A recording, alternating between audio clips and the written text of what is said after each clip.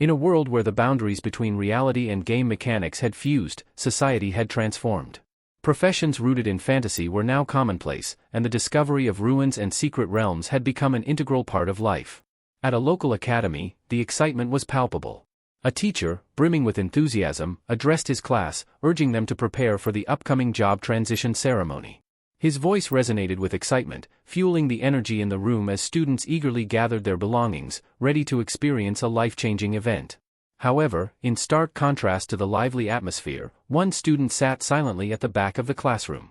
His name was Lu Fan, and his demeanor stood out among the buzzing energy. While his classmates clamored to leave, he remained seated, his face etched with unease. Noticing this, the teacher approached him, concern flickering in his eyes. "Lu Fan, what's wrong? You're the top student in this class, you have nothing to worry about," the teacher reassured him. But Lu Fan appeared distracted, his gaze unfocused as if he were seeing something no one else could. Suddenly, a translucent screen materialized before his eyes, displaying vibrant text. "Congratulations! The Super Treasure Map system has been successfully activated." For a moment, Lu Fan was stunned, unable to process what had just occurred. The appearance of this mysterious system left him speechless. Before he could dwell on it further, the teacher's voice snapped him back to reality. "Lu Fan! Are you even listening to me?" the teacher barked, his patience wearing thin. Startled, Lu Fan quickly apologized, scrambling out of his seat. "I'm going now." "Sorry, sir," he blurted, hastily making his way out of the classroom. As he descended the stairs, his thoughts raced. A system? His mind whirled with questions. He muttered under his breath, "There's no way I could survive in a world like this without one." Despite his curiosity about its purpose, he decided to push those thoughts aside for now. Reaching the bottom of the staircase, Lu Fan steadied himself.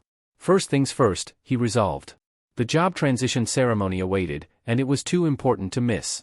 Outside the academy building, a large crowd of students had already gathered. They stood before an elevated stage, where a dazzling object drew their attention, a massive crystalline structure that radiated an ethereal glow. "Is that the job transition crystal?" one student whispered, eyes wide with amazement. "I've never seen one before." "Same here," another added nervously, shifting their weight from one foot to the other. The murmurs grew louder until a commanding voice from the stage boomed across the courtyard. "Quiet," the speaker ordered, silencing the chatter instantly. All eyes turned to the stage, where the ceremony was about to begin, the anticipation in the air thick enough to cut with a blade. As Lu Fan navigated through the dense crowd, snippets of conversation buzzed around him. He passed by a student animatedly sharing his aspirations. "It'd be incredible if I awakened as a hidden combat professional," the student said, his voice brimming with excitement. "Imagine being powerful, admired by thousands." However, his companion wasn't so optimistic. With a scoff, he replied, "Stop dreaming. Hidden combat professionals? In our school? You've got better odds of winning the lottery." He snorted and added with a smirk, "If I end up with a life profession, I'll be begging my ancestors for mercy." Up on the stage, an elderly man stepped forward, his commanding presence drawing the crowd's attention. "Students, the job transition ceremony is about to begin," he announced, his voice clear and authoritative. "Joining me today is the priest who will oversee this year's transitions." The announcement sparked a wave of whispers among the students. They gazed at the priest with awe and curiosity. "That's the professional who manages job transitions?" someone murmured. "Look at his aura," another marveled. "It's so strong. Imagine awakening with an aura like that." While others were lost in admiration, Lu Fan quietly observed the priest. Even from a distance, he could sense the imposing presence of a true combat professional. His thoughts, however, were interrupted by a sudden notification from his system. "New skill acquired, Eye of Appraisal." The unexpected message left Lu Fan momentarily stunned. "Eye of Appraisal," he muttered. Without hesitation, he activated the skill. A translucent interface appeared before him, displaying a glowing icon hovering over the priest. With growing curiosity, Lu Fan tapped on it, and a detailed profile of the priest materialized in front of him.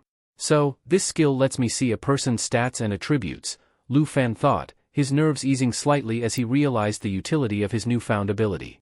Meanwhile, the student's attention shifted to a particular individual in the crowd. Tall, confident, and exuding natural charisma, he stood out among his peers. "That guy must have insane attributes," one student commented enviously. "Look at the way he carries himself. He's a shoo-in for a combat profession." "I heard job transitions are mostly random," another replied. "But yeah, better stats do increase the chances. And he's not just strong, he's ridiculously handsome." Cheers and whispers filled the air as the priest began the ceremony. With practiced ease, the priest raised his hands, invoking his skills. The crowd fell silent as the glowing job transition crystal at the center of the stage began to radiate a mesmerizing light. The tall student stepped forward, his face brimming with confidence as the priest focused his energy on him. The crystal's glow intensified, bathing the stage in its ethereal light, signaling that the transition process had begun. Every pair of eyes was fixed on the stage, anticipation and envy thick in the air. The job transition crystal suddenly flared with a brilliant light, producing a massive, swirling ball of fire that crackled with intense heat. Gasps and murmurs swept through the crowd as students stared in awe. "He's a mage," someone exclaimed, pointing at the glowing sphere. "Not just any mage, he can cast fireballs." "Zhang Tao really became a combat professional," another shouted, their voice tinged with both envy and admiration. The name Zhang Tao echoed through the crowd as the newly transitioned student stepped forward with a smug smile. Raising his hand, he conjured a small, blazing fireball that hovered above his palm. The students erupted into cheers and whispers. "Zhang Tao is incredible. He's destined for greatness," one student gushed. "Yeah, his future is as bright as that fireball," another agreed. "If I were him, I wouldn't let anyone get near me. I'd totally cling to his leg," someone joked, causing laughter among the group. Meanwhile, Lu Fan stood silently, his gaze fixed on the stage. Awe mixed with a hint of anxiety flickered in his eyes. Once someone becomes a combat professional, they can leave behind the mundane life of an ordinary person, he murmured to himself, marveling at the transformation. The elder on stage, however, was far from pleased. His stern expression deepened as he slammed his staff against the ground. "Enough," he barked, his voice cutting through the commotion. "Quiet down and let's continue the ceremony." Reluctantly, the students fell silent as the next candidates were called up. One by one, they stepped forward to face the crystal, their fates unfolding before their peers. A young man approached and completed his transition, a soft green glow surrounding him. "I'm a herbalist," he declared, his voice filled with pride. "I'll carry on my family's legacy." The next participant, a bulky, muscular student, wasn't as lucky. "A tailor," he grumbled, his voice laced with frustration. "This can't be right. I don't even like sewing." A thin, nervous student followed. As the crystal completed his transition, his face fell. "A miner," he stammered, trembling. I don't want this." Standing on the sidelines, Lu Fan observed the proceedings, his thoughts racing. "So, combat professions really are rare," he mused, his expression thoughtful. "Most people end up with life professions instead. It's clear that awakening as a combat professional opens the door to limitless opportunities." He turned his gaze back to the crowd, noting the stark contrast between the students. Those who had transitioned into combat roles were radiant with joy, basking in the admiration of their peers. In stark contrast, those who awakened life professions wore expressions of disappointment, their shoulders slumped under the weight of dashed hopes. For them, Lu Fan thought, awakening as a life professional often means resigning to a life of mediocrity. As his mind lingered on this harsh reality, a voice interrupted his thoughts. The student in front of him turned around and, with a faint smile, said, "Even so, it's still not the worst outcome." The comment caught Lu Fan off guard, leaving him momentarily speechless. The boy sighed and leaned closer to Lu Fan, muttering, "Did you hear about Li Ping from Class 3? His family's already struggling to make ends meet, and he got stuck with the most expensive enhancement profession. It's practically worse than a life profession. At least life professions come with a usable skill." Lu Fan's gaze instinctively shifted toward a boy standing off to the side, his shoulders slouched and his face clouded with despair. Li Ping, the student in question, seemed overwhelmed by the weight of his newfound burden. A cold chill ran down Lu Fan's spine as he glanced back at the stage. His own family's financial situation wasn't great either, and he couldn't shake the unsettling thought of what might happen if he ended up in a similar position. Before he could dwell on it further, the sound of his name being called snapped him out of his thoughts. "Lu Fan," the elder bellowed, his voice echoing across the courtyard. Startled, Lu Fan raised his hand hastily. "Here. I'm here," he called back, his voice slightly shaky. Taking a deep breath, he made his way toward the stage. As he climbed the steps, scattered whispers followed him. "Hey, isn't he kind of handsome?" a female student murmured, nudging her friend. "I wonder what profession he'll get." Reaching the center of the stage, Lu Fan found himself standing before the glowing job transition crystal. His heart pounded in his chest, but he forced himself to stay calm. No point in being nervous now, he told himself. Whatever happens, happens. The priest began chanting, his voice low and resonant as he activated his skills. Energy swirled around the crystal, and its glow intensified. Lu Fan watched intently as the crystal came alive, radiating a powerful light. Suddenly, an eerie image appeared within its depths, a single, piercing dragon's eye that seemed to look directly at him. The ground beneath the stage began to rumble, causing gasps of alarm to ripple through the crowd. "What's going on? Is this an earthquake?" a student shouted, gripping their friend's arm for balance. Before anyone could answer, a brilliant beam of light shot down from the heavens, enveloping Lu Fan in its radiant glow. The students shielded their eyes, squinting against the brightness. As the light faded, an enormous dragon materialized behind Lu Fan, its scales glistening like molten gold and its presence utterly commanding. "Look," someone exclaimed. "Lu Fan's job transition summoned a dragon." "That's insane," another student added, their voice trembling with excitement. "This kind of phenomenon only happens with hidden professions." "Wait, a hidden profession? Are you serious?" someone else asked, eyes wide with disbelief. Meanwhile, a female teacher standing at the edge of the courtyard hurriedly pulled out her communicator and called Mr. Lee, Lu Fan's homeroom teacher. "Mr. Lee, your class has produced the school's first hidden profession. Can you believe it?" Mr. Lee's voice crackled over the line, filled with awe and speculation. "If that's true, and Lu Fan transitions into one of the strongest hidden professions, like a dragon blood warrior or a dragon language mage, he could become a pivotal figure in the Dragon Kingdom's history. He might even rival the legends." The dragon hovering above Lu Fan roared thunderously, its voice shaking the air and sending waves of awe through the gathered students. "It's been 10 years since someone became a dragon blood warrior," Mr. Lee continued, his tone reverent. "And that person is now the Dragon Kingdom's greatest expert," the female teacher added, her eyes shining with anticipation as she gazed at Lu Fan. Could he be next? On the stage, Lu Fan stood motionless, the dragon's presence behind him casting a shadow over the awestruck crowd. Mr. Lee and the gathered crowd held their breath as all eyes fixated on Lu Fan, waiting to see what profession would emerge from such a spectacular display. Meanwhile, the massive dragon in the air let out a deafening roar that shook the earth. Without warning, it swooped down toward Lu Fan in a blur of golden scales, its dive triggering an explosion of light and force that sent shockwaves rippling across the stage. Students screamed in alarm, their hands shielding their faces from the blinding light. On stage, Lu Fan flinched instinctively, throwing his arms up to protect himself from the impact. The dragon's immense presence seemed to overwhelm the area, leaving many frozen in awe and fear. The priest and the elder, alarmed by the chaos, rushed toward Lu Fan. The elder reached him first, gripping his arm firmly. "Quickly! What's your profession?" he demanded, his voice sharp with urgency. "Are you a dragon blood warrior? Or perhaps a dragon language mage?" Lu Fan hesitated, his face pale as he avoided the elder's piercing gaze. Taking a deep breath, he bit his lip before muttering, I'm a dragon tamer." For a moment, there was silence. Then, the elder's expression twisted in disbelief, and Mr. Lee's brows furrowed deeply. "A dragon tamer?" the elder repeated, his voice rising with incredulity. "After all that spectacle? That grand scene? And you ended up as a dragon tamer?" The disappointment in his tone was unmistakable. He shook his head, muttering bitterly, "Of all the hidden professions, why the most useless one?" His words cut like a blade, leaving Lu Fan standing there, shoulders slumped under the weight of their expectations. After the job transition ceremony concluded, Lu Fan wandered the streets of Zhong City, his footsteps slow and aimless. The old town district stretched before him, its narrow alleys bustling with life, but he barely noticed the activity around him.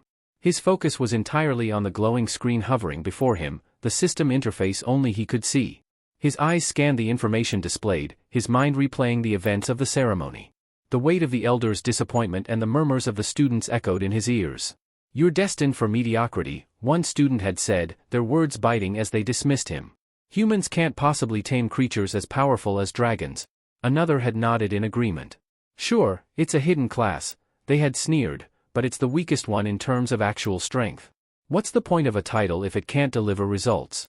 Lu Fan sighed deeply, the memory stinging like a fresh wound. His gaze hardened as he stared at the system screen. Though the doubts of others weighed on him, a flicker of resolve sparked in his eyes. If the system chose him as a dragon tamer, there had to be a reason. He just needed to figure it out. When one of the students overheard the conversation about dragon tamers being considered the weakest, he turned to the person next to him for confirmation. "Isn't dragon tamer still classified as one of the 3 major hidden professions, alongside dragon blood warrior and dragon language mage?" he asked skeptically. The other student nodded but added with a smirk, "It is, technically. But what's the point? Nobody can even find dragons, let alone tame them. Honestly, it'd be better to choose something like a summoner. At least they can call for creatures that actually show up." Meanwhile, the elder on stage, recovering from his initial shock, attempted to console Lu Fan. Patting his shoulder, he offered a thin smile. "Well, at least you've awakened a hidden class," he said. "Dragon tamers have limitless potential. Who knows? Maybe you'll manage to tame some lesser dragons and still achieve great power." Lu Fan's expression remained grim. Shaking his head, he replied bitterly, "Limitless potential? A dragon tamer without a dragon is nothing but a joke. And even if I somehow found lesser dragons, they're just ferocious beasts. They could never compare to real dragons." His voice dropped as he continued, "In the entire 800-year history of the Dragon Kingdom, there have been sightings of dragons, but not once has there been a dragon tamer who actually tamed one. Even the strongest humans are like ants before the might of a true dragon. Trying to tame one? It's an impossible dream, nothing more." Lu Fan sighed, his gaze falling to the hidden system interface floating before him. Swiping at the screen, he muttered to himself, "Without a dragon tamer can't unlock skills, let alone grow stronger. What's the point of potential if it's locked behind something unattainable?" His shoulders slumped further as thoughts of his aunt weighed heavily on him. She had sacrificed so much, working tirelessly to ensure he could attend school. Yet now, with this so-called hidden profession, he felt powerless to give her the better life she deserved. Lost in his thoughts, Lu Fan hardly noticed his surroundings until he arrived at a familiar street. The scent of freshly steamed buns wafted through the air, bringing him back to reality. Glancing up at the sign, he realized he'd unconsciously walked home. Taking a deep breath, Lu Fan straightened himself and forced a smile onto his face. Pushing open the door to the modest bun shop, he called out cheerfully, "Auntie, I'm home." Inside, his aunt, Han Ki, was busy arranging a tray of piping hot buns. She looked up at the sound of his voice, her face lighting up with joy. "Lu Fan, you're back," she exclaimed warmly.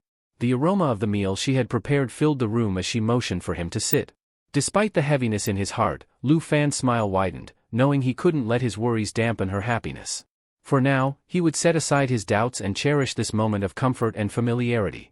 Lu Fan was caught off guard when Han Ki greeted him with an enthusiastic hug, her joy evident in her voice as she exclaimed, "You're back." Before he could respond, she clasped his arm and eagerly led him to the dining table. Her smile was radiant as she said, "Today was your big day. Your job transition must have gone well." As they sat down, Han Ki leaned forward with anticipation. "So? What profession did you awaken?" she asked. Lu Fan hesitated, his shoulders drooping as he struggled to form an answer. His expression turned somber, and Han Ki noticed immediately. Concern flickered in her eyes, but she quickly spoke up to reassure him. "It's okay, you know. Even if you didn't awaken as a combat professional, that's fine by me. I'd just worry if you were out there fighting dangerous battles every day." Before she could finish, Lu Fan cut her off with a quiet, "No, it's not that." His words faltered as he confessed, I awakened as a dragon tamer." His gaze dropped to the table, unable to meet hers. "But it's a profession that's practically useless without a dragon." To his surprise, Han Ki didn't react with shock or disappointment. Instead, she broke into a warm, genuine smile. Rising from her seat, she walked over and hugged him from behind, resting her chin on his shoulder. "A dragon tamer? That's wonderful," she said brightly. "It means you're incredibly strong, even if you don't see it yet." Her voice was steady, filled with unshakable confidence. "No matter what, I'll support you. If you decide to pursue college, I'll do everything I can to help you succeed. And if you don't want to, you can stay here and run the bun shop with me." Lu Fan felt his chest tighten with emotion. Her unwavering support and kind words filled him with gratitude. A small smile tugged at his lips as he said softly, "Thank you, Auntie." Han Ki clapped her hands together cheerfully and said, "Enough worrying for now. Let's eat." She gestured to the feast she had prepared. Lu Fan's eyes widened as he took in the sheer amount of food. This is way too much. How am I supposed to finish all this?" Not long after, Lu Fan found himself back in his small room, lying face first on his bed. As he stared at the ceiling, his thoughts drifted to Han Ki. Her hard-working hands flashed in his memory, and he sighed deeply. "She's only 26, he muttered to himself. Despite pouring years of effort into her life profession, she's still stuck living an ordinary life. She deserves so much better." Lu Fan's resolve grew as he stared at the system interface hovering faintly in his peripheral vision. For her sake, and his own, he would find a way to make his seemingly useless profession matter. Determined to change his fate, Lu Fan clenched his fists, staring at the ceiling with frustration. "I can't just accept this," he muttered, his voice trembling with emotion. "Being a dragon tamer, it's supposed to be a real hidden profession, but only if I can actually find a dragon." His frustration boiled over, and he slammed his fist against the mattress. I refuse to live like this. There has to be a way. As his thoughts spiraled, something unexpected caught his attention. A soft chime echoed in his mind, and the system's interface appeared before him. Congratulations. You've unlocked your first feature. A treasure map has been sent. Lu Fan's eyes widened in disbelief. A god-tier treasure map? On the very first day, he muttered, his voice filled with surprise. The realization hit him like a lightning bolt. Of course. The system is called the Super Treasure Map System. That's what it said when it activated. Excitement surged through him as he opened the chest that had materialized alongside the notification. He paused, recalling how he'd only tested the system's appraisal function earlier that day and hadn't explored its true potential. The system's voice chimed in again, providing an explanation. Treasure maps are divided into 4 levels: beginner, intermediate, advanced, and god tier. 3 identical lower-level maps can be combined into one higher-level map. Additionally, you will receive a treasure map every day, each corresponding to a randomly assigned level and location tied to your profession. Lu Fan read the explanation intently, his mind racing. Treasures tied to his profession? Could this be the key to unlocking the potential of a dragon tamer? When he clicked on the chest, a map appeared, displaying a marked location. A notification informed him. Today's treasure map, God tier. Location, stone plains near the mountain range. Danger level, 10. Lu Fan studied the map closely, his fingers tracing the outline of the area. The stone plains, it's not that far from Zhonghai City. If I catch the last suburban bus tonight, I can get there by dawn. Resolve flashed in his eyes as he closed the system screen. He stood up, a new determination swelling within him. If I give up now, I'll spend my whole life struggling at the bottom of society. I won't even be able to repay Auntie Han Ki for everything she's done for me. I can't let that happen. With his mind set, Lu Fan quickly began preparing for his journey, ready to embrace whatever challenges awaited him on the stone plains. This was his chance to prove that being a dragon tamer wasn't a curse, but a hidden blessing waiting to be uncovered. The first light of dawn broke over the bun shop, where Han Ki stirred awake. Stretching and rubbing her eyes, she stepped into the kitchen, expecting to find Lu Fan asleep in his room. But her steps faltered when she noticed a neatly folded letter sitting on the dining table. Curious and slightly uneasy, Han Ki picked up the letter and glanced toward Lu Fan's bedroom. The bed was empty. Lu Fan, she called out, but the house was eerily silent. Her gaze shifted back to the letter, and her heart tightened as she unfolded it. In the letter, Lu Fan explained his sudden departure. He wrote that he was heading to the stone plains near the mountains, convinced it might hold the key to rewriting the fate of a dragon tamer. He urged her not to worry and promised he would return safely. His words resonated with determination, but they couldn't dispel the shadow of worry that crept over Han Ki as she clutched the letter to her chest. Meanwhile, miles away, a bus rattled along the winding roads leading out of Zhonghai City and toward the mountain range. Lu Fan sat near the window, the rolling scenery flashing by as his thoughts churned. He replayed the message he left behind, telling Han Ki to wait for his return and that he would do everything in his power to secure a brighter future for both of them. The bus came to a screeching halt at its final stop, and Lu Fan stepped off into the crisp morning air. He glanced at the map displayed on his system screen, noting that his destination lay just ahead. Determination hardened his features as he gripped the straps of his pack. I promised her, he murmured to himself. I'll make sure we have the life we deserve. As Lu Fan moved toward the marked location, he noticed a group of 3 individuals following him off the bus. Their steps echoed his, and their gazes were sharp and calculating. He tightened his grip on his bag, uneasy but unwilling to confront them outright. His unease turned to alarm when he overheard snippets of their conversation. They were planning to ambush him and steal any valuable materials he might find. Lu Fan's heart pounded, but he kept his pace steady, muttering under his breath. One guy asked if he wanted to go together, but Lu Fan ignored him. In this wilderness, murder and robbery are as common as breathing. The 3 strangers blocked his path, their expressions smug and predatory. One, a wiry man with a crooked grin, leaned forward menacingly. Have you made up your mind yet? He sneered. Lu Fan instinctively reached for the dagger strapped to his waist, his hand trembling but firm. No thanks, stay back, he shouted, his voice wavering but loud enough to show he wouldn't go down without a fight. The woman in the group chuckled, blowing him a mocking kiss. Relax, sweetheart, she cooed before turning away. Her companions followed, their laughter echoing behind them. We'll see you around. Lu Fan's jaw tightened as he watched them retreat. Anger flared within him, and he muttered, despicable bastards. He adjusted his grip on the dagger, his knuckles white. A bitter sigh escaped him as he trudged forward. Even in the wilderness, where danger lurks at every turn, it's safer than being stabbed in the back by people like them, he mused aloud. His eyes burned with frustration as he stared at the rugged landscape ahead. Without strength, life is nothing more than a fleeting shadow, he muttered. Easily swept away by the winds of fate. But I won't let that be my story. With renewed resolve, Lu Fan pressed on, his every step echoing his determination to carve a new path for himself, no matter how perilous the journey. Glancing at the map displayed on his system interface, Lu Fan squinted at the faintly glowing marker indicating his destination. I need to move quickly, he muttered, feeling the urgency in his chest. Shortly after setting out, a faint rustling noise reached his ears. Instinctively, he crouched and ducked behind a nearby bush. Peering through the thick foliage, he spotted a herd of level 8 powerhorn horses grazing serenely in the open field ahead. Lu Fan's breath hitched. He knew that these creatures, though not aggressive by nature, would retaliate fiercely if disturbed. At his current level, 10 without any active skills, he wouldn't stand a chance against even one of them, let alone an entire herd. A cold sweat broke out on his forehead. Shaking his head, he muttered, "Forget it. It's not worth the risk." He carefully backed away from the bush, ensuring not to make any sudden noises, and veered onto an alternate path. As the grassy plain stretched endlessly around him, Lu Fan felt far from reassured. His surroundings grew eerily quiet, broken only by the faint rustle of wind and distant animal calls. With every step, he became more alert. The ground was dotted with level 7 giant horn antelopes, their bulky forms grazing lazily, but their large, spiraling horns gleamed menacingly in the sunlight. Lu Fan gulped, his voice a low mutter. So much for a safer route. It doesn't feel safe at all. His eyes darted nervously from one antelope to the next as he carefully maneuvered between them.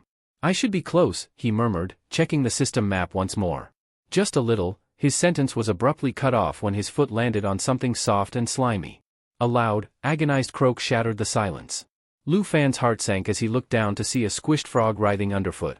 He froze. The grazing antelopes, startled by the sudden noise, turned their attention toward him. Their glowing eyes locked onto his trembling figure. One let out a guttural bellow, and the rest followed suit, their hooves stomping the ground in sync. "Oh, no," Lu Fan whispered, his face pale. Without another second to think, he bolted. The thunder of hooves behind him sent waves of panic coursing through his body as the herd charged in his direction. "Damn it," he cursed. "I just had to step on that frog." His lungs burned as he sprinted, dodging low branches and thick underbrush in a desperate attempt to lose the stampeding creatures. The ground quaked beneath him, each tremor a reminder of how close they were. Spotting a small ridge to his side, Lu Fan made a split-second decision. He threw himself to the ground, rolling into the grass and out of their path. A sharp jolt of pain shot through him as he hit the uneven terrain, but he gritted his teeth and stayed low. Peering back cautiously, he gasped. The ground where the frog once sat was now a crater, pulverized by the sheer force of the antelope's charge. Among the rubble, a pair of small frog legs protruded pitifully. "That could have been me," Lu Fan whispered, his voice trembling. Wiping the sweat from his brow, he let out a shaky laugh tinged with despair. "If I can't even deal with a skittish giant horn antelope, what hope do I have? Missing my chance out here might seal my fate just like that poor frog." Clenching his fists, he forced himself to stand, brushing off the dirt from his clothes. "No," he said, a spark of determination lighting his eyes. "I won't let it end like this." With renewed resolve, Lu Fan trudged forward, keeping an even sharper eye on his surroundings. The path was treacherous, but he had no choice but to push on. As Lu Fan trudged forward, his system suddenly pinged with a notification, breaking the silence of the wilderness. His heart raced as he read the message. He had reached the designated treasure map location. "This is it," he exclaimed, his voice filled with excitement. His eyes sparkled as they landed on a faintly glowing rock ahead. Approaching it cautiously, he scanned his surroundings for any potential threats. Satisfied that the area was clear, he stepped closer and examined the peculiar rock. Just beneath it, nestled in a hollow, lay an extraordinary object, a black egg, smooth and glossy, emanating a faint, otherworldly aura. Lu Fan's breath hitched. "A dragon egg," he whispered, awe and disbelief blending in his tone. His hands trembled as he gently touched its surface. "This is it," he murmured, his voice growing more resolute. "The treasure that could change everything for a dragon tamer." Before he could fully process the gravity of the moment, a sharp cracking noise pulled his attention back to the egg. Jagged lines spread across its shell, and Lu Fan's eyes widened in realization. "It's hatching," he gasped. The dragon's birth was imminent. Just as anticipation surged within him, a faint rustling noise came from the bushes behind him. Lu Fan's body tensed, and he immediately drew his novice cleaver, a plain but reliable weapon he had carried since his transition. His eyes darted toward the source of the disturbance. So much for smooth sailing, he muttered, gripping his weapon tightly. The underbrush parted, revealing a sleek, feral creature with gleaming red eyes, a bloodthirsty gray fox. Its growl was low and guttural, a warning that it was not to be trifled with. Lu Fan recognized the beast instantly and cursed under his breath. The fox lunged without warning, its sharp teeth sinking into the edge of his cleaver. Lu Fan gritted his teeth as he pushed back, trying to free his weapon from the creature's vice-like grip. The fox snarled, its strength almost overpowering his own. Not today. Lu Fan shouted, summoning every ounce of energy he had. With a battle cry, he twisted his cleaver and managed to force the fox off balance. The beast was flung to the ground with a yelp, skidding across the dirt before scrambling to its feet. Panting, Lu Fan quickly pulled up the system's interface to assess his adversary. The information flashed across the screen. Bloodthirsty gray fox. Skills.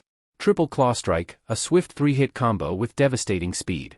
Bloodthirst, boosts attack power as the fox grows more injured. Lu Fan's hands tightened around his weapon as he stared at the snarling beast. Of course, it couldn't be easy, he muttered through gritted teeth. But if I'm going to survive this, I'll need to end it before it gets stronger. Lu Fan stared at the information displayed on the system interface. The bloodthirsty gray fox's abilities made his heart sink. Skills. Triple claw strike, a rapid 3-hit combo designed to inflict severe bleeding. Bloodthirst recovery, regenerates health proportionate to the blood loss of its target. Lu Fan clenched his jaw, his mind racing. The combination of those skills meant the fox could wear him down and heal itself simultaneously, a deadly cycle he had no reliable way to counter. He cast a glance at the dragon egg behind him, its cracks deepening as faint tremors rippled across its surface. Hope flickered within him. If I can just hold out until the dragon hatches, maybe I can use dragon taming, he muttered. But his fleeting optimism was shattered by a blur of motion. The bloodthirsty gray fox lunged at him with startling speed, and Lu Fan barely had time to react. Instinctively, he raised his arm to block the attack. The fox's claws raked his forearm, drawing deep lines of crimson as he stumbled backward. Damn it, he hissed through gritted teeth. The searing pain made it clear, he couldn't afford to drag this out. He had to deal with the fox before it could exploit its bloodthirst recovery. The fox crouched, its muscles coiling like a spring. Lu Fan's eyes narrowed as he braced himself. It's preparing for the triple claw strike, he muttered, trying to calm his breathing. I've got one shot to stop it. The fox pounced, slashing with ferocity. Lu Fan raised his weapon just in time to block the first strike. His arms trembled under the force of the blow. One down, he murmured, his voice taut with focus. The second attack came even faster, and Lu Fan gritted his teeth as he parried it with a desperate swing of his cleaver. He staggered, feeling his strength wane. 2. The final strike was a blur. With all his remaining agility, Lu Fan twisted his body, narrowly evading the blow. The fox's claws sliced through the air, missing him by mere inches. Now! Lu Fan roared, pouring every ounce of strength into his counterattack. His cleaver came down in a powerful arc, slamming into the fox's side. A spray of blood erupted as the beast yelped and collapsed onto the ground, writhing in pain. Without hesitation, Lu Fan drove his weapon downward again, pinning the fox to the dirt. Panting heavily, he pulled his cleaver free, watching as the fox's movement stilled. The system chimed with a notification. Bloodthirsty gray fox defeated. Reward, 120 XP. Lu Fan let out a shaky breath, his body trembling from exhaustion. I did it, he muttered, glancing back at the dragon egg. The cracks on its surface grew wider, a faint glow emanating from within. Lu Fan exhaled heavily, his chest rising and falling as he tried to calm his nerves. Finally dealt with it, he muttered, his eyes briefly shifting to the lifeless body of the bloodthirsty gray fox. Before he could fully relax, a sharp laugh pierced the quiet air, sending a chill down his spine. Well, you actually managed to take it down, a raspy voice sneered. Lu Fan turned, his expression darkening as the group of robbers emerged from the shadows. The old man leading them clapped mockingly, his grin revealing crooked teeth. Impressive work, kid, he said, his tone laced with insincerity. Lu Fan's eyes narrowed. You've been following me this whole time, he accused, gripping his weapon tightly. I already told you, I'm not interested in joining your little gang. The woman in the group waved her hand dismissively, her smile deceptively sweet. Relax, handsome. No need to get all worked up, she purred. We just wanted to see if you were lying to us. Lying? Lu Fan growled, his jaw tightening. The old man chuckled, his eyes glinting with amusement. You said you were a summoner, didn't you? Yet, here you are, fighting tooth and nail with no skills to back you up. Makes one wonder. Lu Fan's grip on his cleaver faltered momentarily, but he quickly masked his unease. Without a word, he kicked the bloodthirsty gray fox's corpse toward them, the carcass landing with a dull thud at their feet. If it's the fox's fur you want, take it. Now leave me alone. The old man crouched, gripping the fox by its tail and inspecting it with a smirk. This? Worth maybe 80 dragon coins at best, he scoffed. His grin widened as his gaze shifted back to Lu Fan. But that's not what we're after, is it? Lu Fan stiffened, his blood running cold as he caught the old man's lingering gaze. It wasn't on him, it was on the dragon egg behind him, still faintly glowing as cracks continued to form along its surface. Bastards, Lu Fan spat, realization dawning on him. You saw me searching for it? The old man stood, his expression turning sinister. Boys, let's not waste any more time. Get him. Lu Fan barely had a moment to react before the muscular brute and the sly woman charged at him. The man rushed forward like a bull, while the woman drew a thin, gleaming blade and pointed it at him with a mocking pout. Such a shame, she cooed, her eyes gleaming with malice. You're too handsome to die here. Lu Fan gritted his teeth, raising his cleaver defensively as he prepared for the inevitable clash. The muscular man grinned victoriously as he grabbed the dragon egg, his large hands cradling it like a prized trophy. What a beautiful egg, the old man marveled, his voice filled with awe as he leaned closer for a better look. Lu Fan's heart raced, panic and desperation fueling his thoughts. No, he shouted, his voice breaking with emotion. That egg is my only chance to turn my life around? He clenched his fists, trembling with rage and helplessness. Just as Lu Fan prepared to lunge forward, a sudden cracking sound silenced everyone. The egg in the muscular man's hand splintered, fine cracks spreading rapidly across its glossy black surface. His grip tightened in shock, but before he could react further, the shell shattered completely. From within the fragments, something dark and swift shot out, moving too fast for their eyes to follow. The robbers froze, staring upward in disbelief. Against the dim light, a shadowy silhouette loomed above them, its form both majestic and terrifying. What is that thing? The woman stammered, her voice shaking. Lu Fan, however, stood rooted in place, his eyes wide with a mixture of fear and wonder. It's a dragon, he whispered, almost in disbelief. The creature above them was unmistakable, a black dragon, its scales shimmering ominously. The dragon let out a guttural roar and dove toward the robbers with breathtaking speed.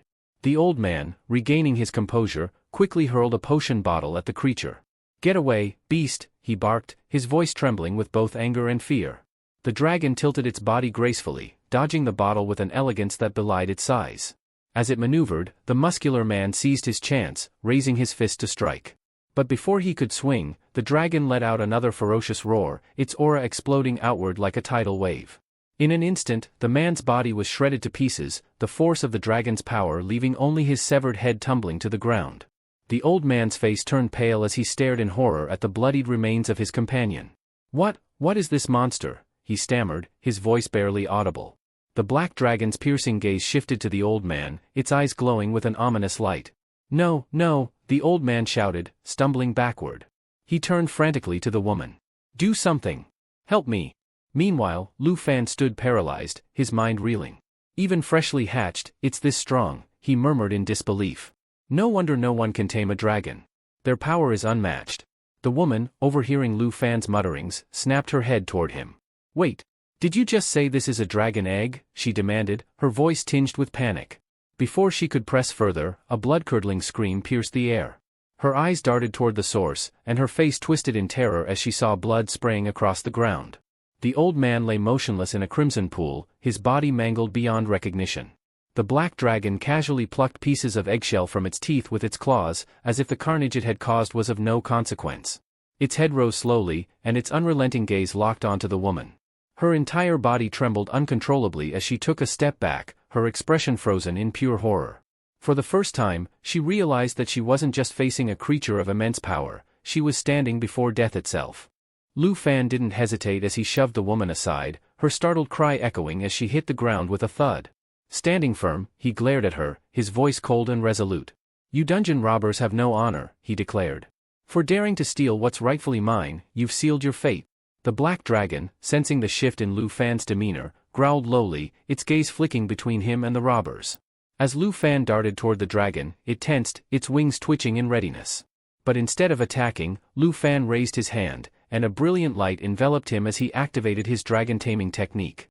The dragon froze, momentarily blinded by the radiant aura emanating from Lu Fan. Its eyes narrowed, both intrigued and bewildered. The woman, still on the ground, watched in shock, her voice trembling. Who are you? Lu Fan turned slightly, a sly grin tugging at his lips. You want to know who I am? He asked mockingly, his voice laced with confidence. I'm no ordinary summoner. I am a dragon tamer. The black dragon let out a deep, rumbling sound that echoed like thunder, its confusion giving way to submission. A system notification chimed in Lu Fan's mind. Black Dragon Covenant established. Skills unlocked, Dragon Claw, Dragon Fang Strike, Dragon's Inspiration. The woman's expression shifted from astonishment to terror. She scrambled to her knees, her voice cracking as she pleaded. Please, I didn't know it was a dragon egg. Spare me. Lu Fan's eyes darkened as he looked down at her. How many lives have you and your kind ruined with your schemes? He demanded, his voice like ice. I didn't, she stammered, but her words faltered under Lu Fan's piercing glare. Enough, he barked. His voice rang with finality as he gestured toward the black dragon. Go join your comrades in the afterlife. Without hesitation, the dragon lunged at the woman, its sleek form moving with deadly precision. Her screams cut through the air as she tried to flee, but it was futile. The sound of tearing flesh and the splatter of blood marked her end, her cries fading into silence. As dawn broke, the first rays of sunlight painted the sky with hues of gold and crimson. Lu Fan sat wearily on the ground, leaning against the black dragon's side as he tended to his injuries. He exhaled deeply, his breath fogging in the cool morning air. It's finally over, he murmured, relief washing over him. His moment of respite was interrupted by a rustling sound. Glancing to his side, Lu Fan noticed the black dragon rummaging through his bag with a curious expression. He raised an eyebrow, a faint smirk creeping onto his face. Hey, that's my stuff, he said, his tone softer now. What are you up to, you little glutton? The dragon let out a low rumble, nosing through the bag with unabashed curiosity. Lu Fan shook his head, a mix of amusement and exasperation flickering in his eyes. Despite the chaos that had unfolded, he couldn't help but feel a strange sense of camaraderie with the creature that had become his ally. Lu Fan carefully lifted the black dragon into his arms, marveling at the small yet powerful creature. I can't believe this is real, he murmured, his voice tinged with amazement. The dragon growled softly, its small wings flapping in irritation as Lu Fan raised it higher. Amused by its feistiness, he chuckled. So lively already, huh? You've got quite the personality. He paused, allowing his imagination to wander as he pictured himself soaring through the skies on the dragon's back once it matured. A grin spread across his face. With you, I've truly crossed the line between weak and strong, he said, his tone brimming with excitement. If you're this strong right after hatching, I can't even fathom how powerful you'll become after leveling up. Hugging the dragon close, Lu Fan's eyes gleamed with determination. Soon, the title of Dragon Tamer won't be mocked as the weakest class anymore, he declared. His mind raced as he began pondering a fitting name for his new companion. Should I call you Little Cobble? Or maybe Black Diamond? He mused aloud, glancing at the dragon for any reaction. The black dragon, however, seemed uninterested in his naming dilemma. Its gaze was fixed intently on the bandaged wound on Lu Fan's arm. Before he could decide on a name, the dragon suddenly leaned in and began licking the wound with its rough tongue. Startled, Lu Fan yelped, "Hey! What are you doing? Cut it out." Before he could pull away, an intense crimson aura began to radiate from the dragon. The energy surged outward, forcing Lu Fan back as a sharp pain shot through his body. Gritting his teeth, he tried to shield himself, but his eyes widened in shock as he saw the dragon's form enveloped in the glowing red light. A humanoid visage emerged within the aura, adorned with curved horns and otherworldly features. As the energy dissipated, Lu Fan gasped, his eyes locking onto the figure that now stood where the dragon once was. Before him stood a striking red-haired woman, her horns gleaming and her fiery gaze filled with curiosity. Her figure was both imposing and graceful, with a commanding presence that left Lu Fan momentarily speechless. What in the world just happened? He stammered, struggling to process the scene before him. Wait, are you telling me you can transform into a human form too? The woman nodded with a calm expression, her movements fluid and deliberate. Still in disbelief, Lu Fan hastily pulled up the system interface, his fingers trembling as he accessed the black dragon's attributes. Meanwhile, the woman, still exploring her surroundings, seemed to be taking everything in with childlike curiosity. Lu Fan's eyes darted across the screen as the attributes loaded. His mouth fell open as he studied the details. As I thought, he murmured, his voice tinged with awe. Taming a dragon, it really unlocks every skill they possess. This is beyond anything I imagined. He looked up, meeting the dragon-turned woman's piercing gaze. Though his mind was reeling, a glimmer of excitement sparked within him. With you by my side, he muttered under his breath, the world won't stand a chance. Lu Fan began explaining the incredible potential of the skills unlocked through his bond with the Black Dragon. Dragon's inspiration, he remarked, is a game changer. It enhances both my strength and the dragon's, granting a 30% boost to all attributes and attack power. He marveled at the skill's potency, noting that it far surpassed the buffs provided by even the most skilled priests. He continued, Dragon Fang Strike isn't just a high-damage ability, it's devastating. And with Dragon Claw, I can channel the dragon's power directly into my own arm, delivering blows that rival her strength. Curiosity piqued, Lu Fan pulled up the Black Dragon's profile and clicked through her stats. As he scanned the information, his eyes widened in astonishment. Even if we disregard her being a newly hatched dragon, her base stats alone are leagues ahead, he muttered, a sense of awe creeping into his voice. Her attributes are 5 to 6 times higher than a normal human's. If I relied solely on my boosted abilities, I could still obliterate combat professions of the same level. When the system displayed her skills and detailed attributes, Lu Fan was momentarily speechless. Each of her attributes was in the triple digits, a staggering revelation. She's only a level 1 hatchling, he murmured, shaking his head in disbelief. Yet, with nearly 400 points in every attribute, she's stronger than even the most seasoned human fighters. Not even a human expert 20 levels higher would stand a chance against her. He clenched his fists, sensing the amplified strength coursing through his body. It's no wonder I feel this much stronger, he said, recalling the blood connection they shared. It doubles all my attributes directly. Dragons are on an entirely different level. Reflecting on the strongest hidden job classes, Lu Fan smirked. No matter how powerful they claim to be, nothing can compare to taming a dragon. Without a doubt, the Dragon Tamer is the most powerful hidden job class. While he stood proudly, basking in his newfound power, the Black Dragon was happily chewing on the remnants of her eggshells. Lu Fan chuckled as he observed her behavior. Even though you can take on a human form, it seems you haven't lost your dragon instincts, he remarked with a grin. As the dragon finished her feast, Lu Fan stroked his chin thoughtfully. I suppose I need to give you a proper name, he mused aloud. Gazing at her sleek black scales that glistened in the morning light, he considered her birth. Born in the darkest hour before dawn, how about Zioi? At the mention of the name, the dragon lifted her head and let out an excited howl. Lu Fan laughed. Looks like you like it, he said warmly. Admiring her, he muttered to himself, this treasure hunt may have been dangerous, but it was more than worth it. Glancing at Zioi, who was now sniffing at his bag, he grinned and asked, Are you hungry? Her enthusiastic howl was all the confirmation he needed, and he laughed again, feeling a rare moment of camaraderie with his newly hatched yet immensely powerful companion. Lu Fan decided it was time to hunt for monsters to satisfy Zioi's hunger.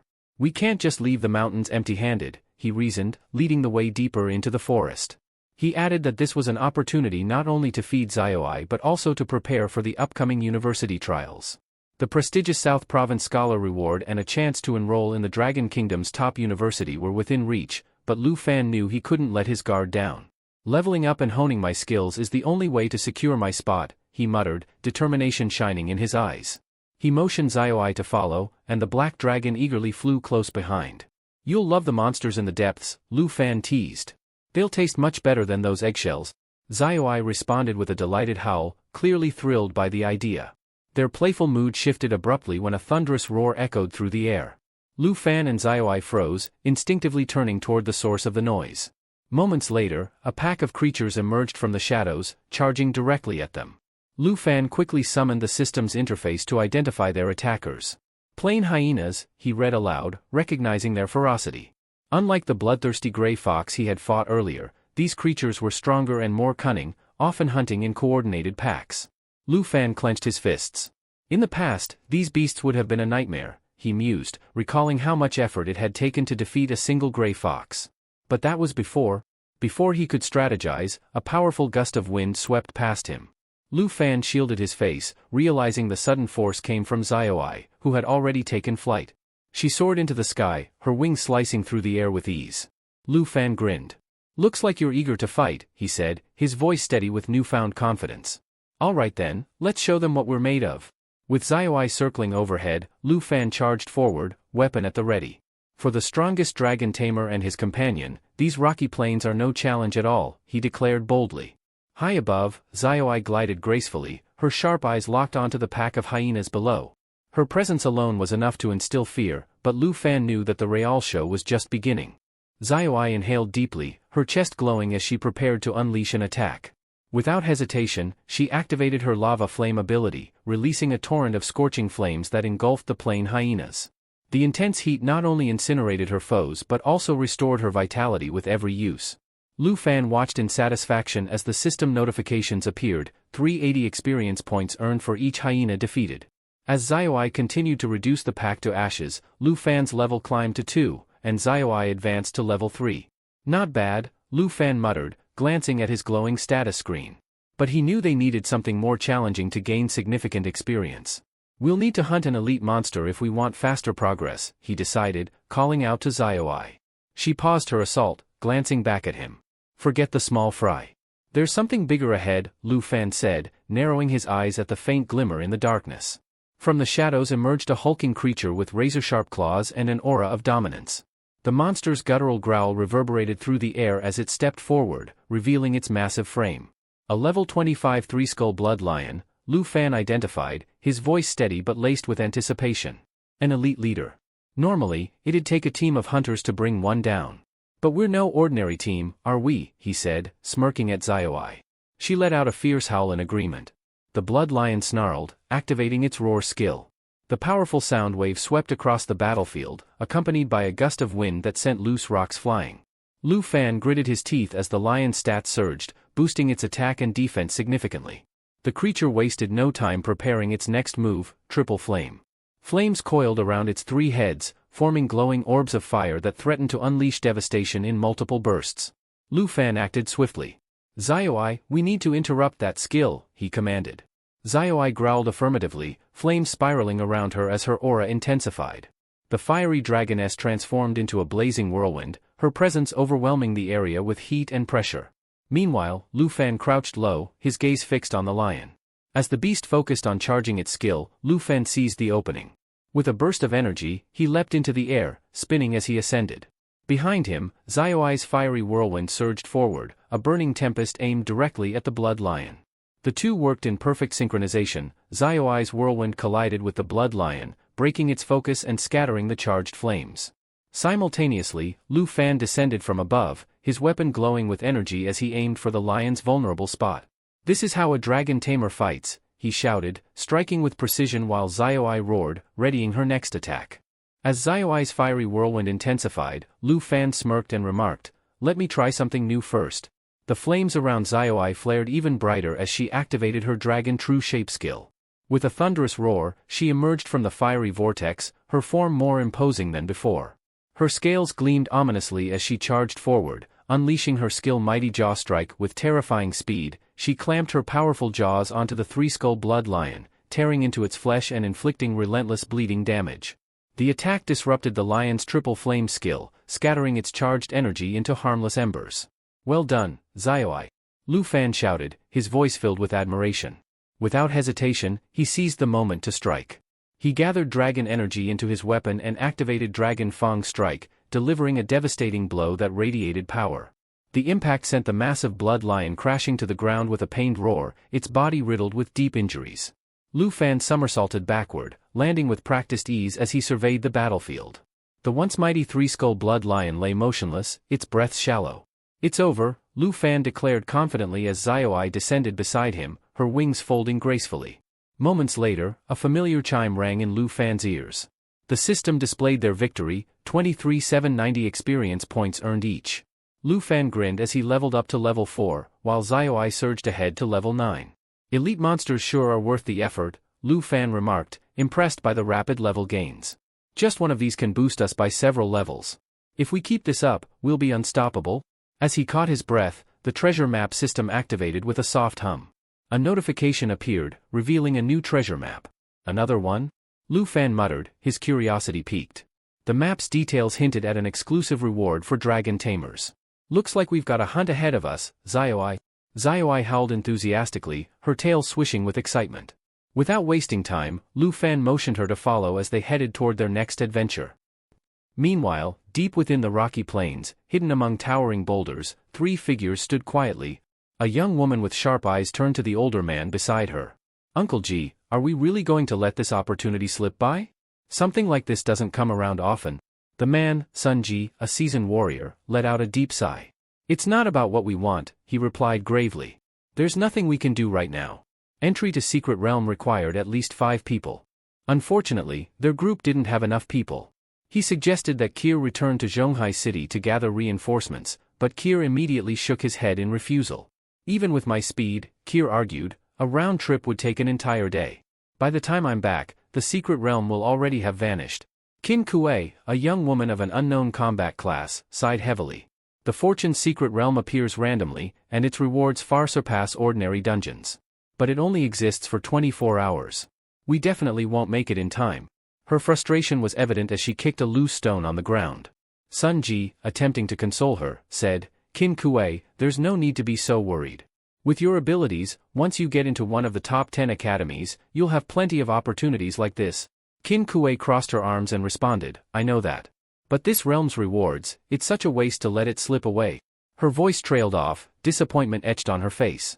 Suddenly, Sun Ji's expression hardened. His sharp instincts detected movement nearby.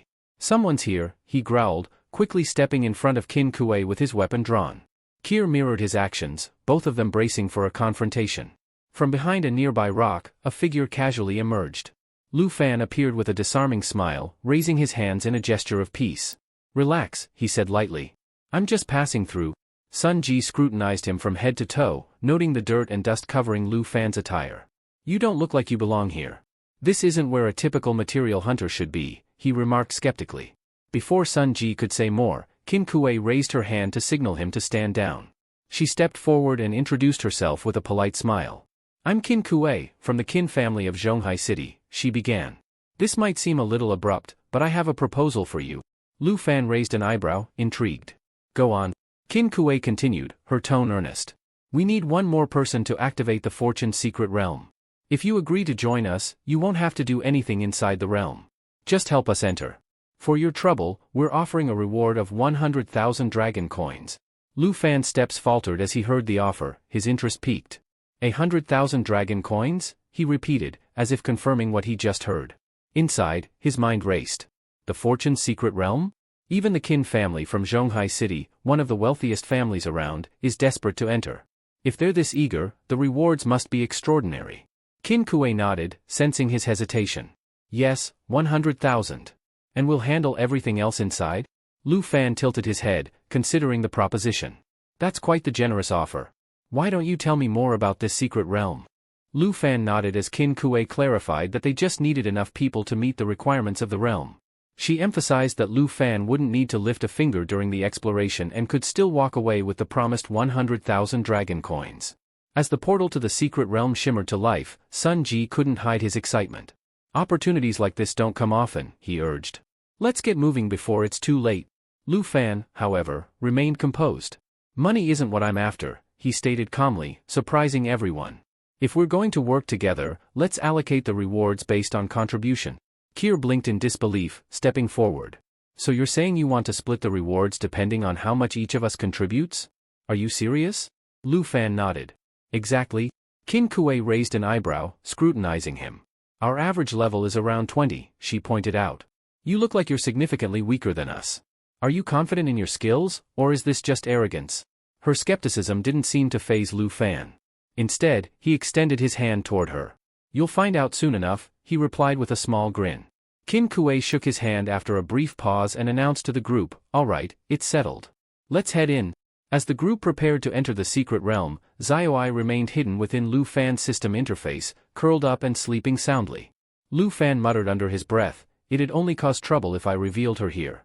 Better to wait until I've secured the secret realm's rewards. Moments after stepping into the mysterious realm, Sun Ji couldn't help but glance over at Lu Fan. His sharp eyes quickly noticed something peculiar. You're not carrying any equipment, he remarked. Are you planning to fight barehanded? Lu Fan smirked, amused by the observation. Inwardly, he scoffed at the notion that he was unprepared. Slowly, he extended his hand, and a fiery aura began to swirl around his palm. In an instant, the flames coalesced into a weapon, his newly acquired ink dragon deer ambler sword, an epic-quality blade shimmering with a deep, obsidian sheen and intricate dragon carvings along its hilt. Everyone stared, stunned by the dramatic reveal. I didn't feel the need to show it earlier, Lu Fan explained casually, giving the weapon a quick flourish. I just defeated the three-skull blood lion not long ago. Triggered an advanced treasure map and finally upgraded my weapon. No more relying on that dull starter cleaver. Sun Ji's gaze lingered on the sword, his expression a mix of curiosity and respect. Not bad, he admitted. Looks like you're more prepared than I thought. Qin Kuei crossed her arms, watching Lu Fan with renewed interest. Well then, she said, a sly smile playing on her lips. Let's see if you can live up to that sword in this realm. Sun Ji's eyes widened at the sight of Lu Fan's sword. He couldn't help but marvel at its craftsmanship, noting its extraordinary design. That's quite the weapon, he remarked, his tone laced with curiosity. Judging by your age, I thought you might be a material hunter or perhaps a newly transferred student. Before Lu Fan could respond, Kier interjected with a sharp tone. What does it matter, Sun Ji? We're here to cooperate. Besides, if he's up to anything suspicious, I'll make sure to deal with him myself.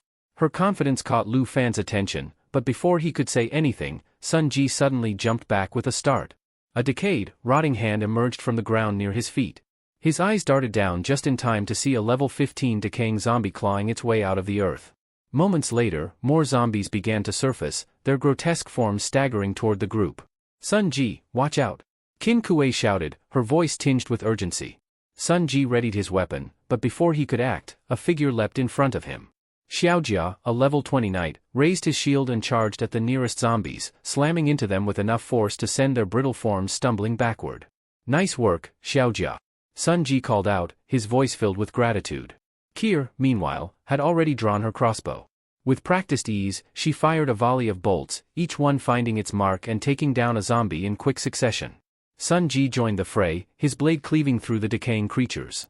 The two of them, a level 28 warrior and a level 23 rogue, made quick work of the initial wave of zombies, their coordination flawless. From the sidelines, Lu Fan observed the group's dynamic with a faint smirk. A warrior, a rogue, and a knight holding the gate, solid team composition, he muttered to himself. His gaze lingered on Sun Ji, noting his strength and precision. Especially with Sun Ji nearing his second-class advancement. They're a capable team. Meanwhile, Qin Kuei stepped forward, gripping her staff tightly as she began chanting under her breath. A radiant, golden aura surrounded her, illuminating the dark surroundings as she unleashed her skill, Holy Light Star Rain. Brilliant beams of light rained down upon the battlefield, striking the zombies with unerring accuracy. The holy energy burned through their decayed flesh, reducing them to ash in moments. The spell's overwhelming power turned the tide of the skirmish, leaving nothing but scorched ground where the zombies once stood. Lu Fan raised an eyebrow, impressed. Not bad, he mused, his hand resting casually on the hilt of his sword. It seems this group has more to offer than I initially thought. As the Holy Light Star Rain skill activated, radiant energy coalesced above, showering the battlefield with beams of starlight. The divine rain dealt devastating holy damage to the undead while simultaneously mending the wounds of nearby allies. The sheer brilliance of the spell lit up the area, pushing back the oppressive gloom. Qin Kuei turned to Lu Fan, explaining, "This is one of the unique traits of my class. The Holy Light Mage, a hidden class, specializes in both offense and healing. Though its damage output isn't as high as a typical mage, and its healing capabilities can't match a priest, it provides a good balance of both." Lu Fan nodded in understanding, his sharp eyes catching the details of her stats. "A level 13 Holy Light Mage, huh?" he remarked. "Another hidden class. And holy damage, it's perfect for dealing with these zombies." Before their conversation could continue, a sudden tremor rippled through the ground. The unexpected quake startled the group, and everyone instinctively braced themselves. The unsettling sound of shuffling and groaning filled the air, growing louder with each passing second. Lu Fan's expression hardened as he spotted the source of the disturbance. A wave of decaying zombies began shambling toward them, but their ragged movements hinted at something far more dangerous. "An elite monster has been triggered," he called out, his tone firm. "And it sounds like it's not alone?" As if on cue, multiple level 20 bloodthirsty zombies burst from the ground, their grotesque forms towering over the regular undead. Their bloodshot eyes gleamed with malevolence, and their movements were faster and more aggressive. Sun Ji, ever the strategist, quickly assessed the situation. "An elite wave," he muttered grimly. He turned to Kier and barked orders. "Kier, stick with Qin Kuei and Lu Fan. Protect them at all costs." Without missing a beat, he called out to Xiaojia, his voice steady but urgent. "Xiaojia, with me. We'll hold the front line. We can't let these rotting monsters break through." Xiaojia adjusted his shield, his expression determined as he stepped into position beside Sun Ji. The two braced themselves as the horde surged forward, ready to meet the wave of elite zombies head-on. Kier, meanwhile, notched another bolt in her crossbow, standing guard near Qin Kuei, her eyes scanning for any threats that might slip through. Xiaojia braced himself at the front line, shield raised high, while Sun Ji stood close behind, swinging his sword in a calculated arc. With a powerful leap, Sun Ji activated his skill, Full Moon Slash, delivering a gleaming crescent strike that slammed into one of the bloodthirsty zombies, slicing deeply into its grotesque form. Xiaojia followed up with a fierce lunge, plunging his blade into another zombie's chest. His confidence wavered, however, when he tried to pull the sword free. It wouldn't budge. Panic flickered across his face as he noticed the zombie's rotting flesh writhing unnaturally, clinging tightly to the embedded weapon. "What the? Why won't it come out?" Xiaojia muttered, his voice filled with frustration and disbelief. The bloodthirsty zombies, undeterred, retaliated by activating their skill, Corpse Poison. The malicious ability caused any physical attack against them to infect the attacker, leading to a steady loss of health while the zombies themselves regenerated. Xiaojia's eyes widened in horror as his own health began to drain, even as he struggled to free his weapon. Lu Fan, watching from a distance, quickly recognized the zombie's sinister tactic. "It's corpse poison," he muttered under his breath. A priest's purify skill is needed to dispel it, but Qin Kuei's class doesn't have the ability. Xiaojia's panic deepened when the zombie's decaying flesh slithered up the blade and began grasping at his hand. He called out desperately, "Sun Ji! Help me!" Sun Ji, meanwhile, encountered the same grim fate. The zombie he struck had absorbed his sword into its putrid mass, refusing to relinquish it. Realizing the futility of the struggle, Sun Ji abandoned his weapon. "Xiaojia, let go of your sword now," he barked, his voice edged with urgency. He lunged forward, shoving Xiaojia away from the creature just as it reached for him. "Kier!" Sun Ji shouted, turning to the rogue. "Get up here and cover us." But before Kier could react, a calm voice interjected, "There's no need for that." The group turned to see Lu Fan stepping forward, his expression unreadable. Sun Ji frowned, surprised and skeptical. "What are you doing?" he demanded. "Leave this to me," Lu Fan replied confidently, his steps measured as he moved toward the hulking zombies. The bloodthirsty zombie nearest him suddenly let out a guttural roar, its grotesque body swelling as it prepared to charge. Its menacing presence seemed to grow larger with each thundering step. Sun Ji's instincts kicked in, and he lunged to grab Lu Fan, shouting, "Are you out of your mind? Get back before you're killed." But Lu Fan remained unfazed. He gently brushed off Sun Ji's hand and continued forward, his eyes fixed on the grotesque monster. His demeanor radiated a quiet yet unshakable resolve. "Let me show you what I can do," Lu Fan said, his voice steady as he prepared to confront the charging zombie head-on. Lu Fan's sword ignited with a blazing aura as he swung it in a precise arc, slicing deeply into the bloodthirsty zombie's grotesque form. The fiery energy seared through the creature, halting its advance. Sun Ji, Xiaojia, and Kier could only watch in astonishment as Lu Fan unleashed a relentless flurry of strikes. Each swing of his sword carved through the horde, creating dazzling arcs of fire that cut down the zombies with devastating efficiency. Qin Kuei stood still, her wide eyes fixed on Lu Fan. Awe reflected in her gaze as she observed his effortless movements and extraordinary power. Within moments, the battlefield was cleared. The charred remains of the zombies lay scattered across the ground. Lu Fan, breathing steadily, turned his attention to the others. He approached Sun Ji, who was still too stunned to speak, and extended the warrior's retrieved sword. "Here," Lu Fan said calmly, placing it back in Sun Ji's hands. "You can't afford to hesitate. Keep moving forward." Sun Ji stared at his weapon, then at Lu Fan, his mind racing. Finally, he managed to stammer, How strong are you? That kind of power, there's no way you're just a newly transferred student." Lu Fan shrugged, the fiery aura around him dissipating. "I'm level 14, he replied plainly, his tone matter of fact. "I came to the Stone Plains to train for the great exam." There was no trace of deception in his words. Qin Kuei's head snapped up at the mention of the great exam. "You're taking the great exam too?" she asked, her voice laced with surprise. Internally, she was reeling. A level 14 student, but his attack power outclasses even Sun Ji, who's level 28. How is that possible? Before anyone could say more, a guttural roar shattered the silence.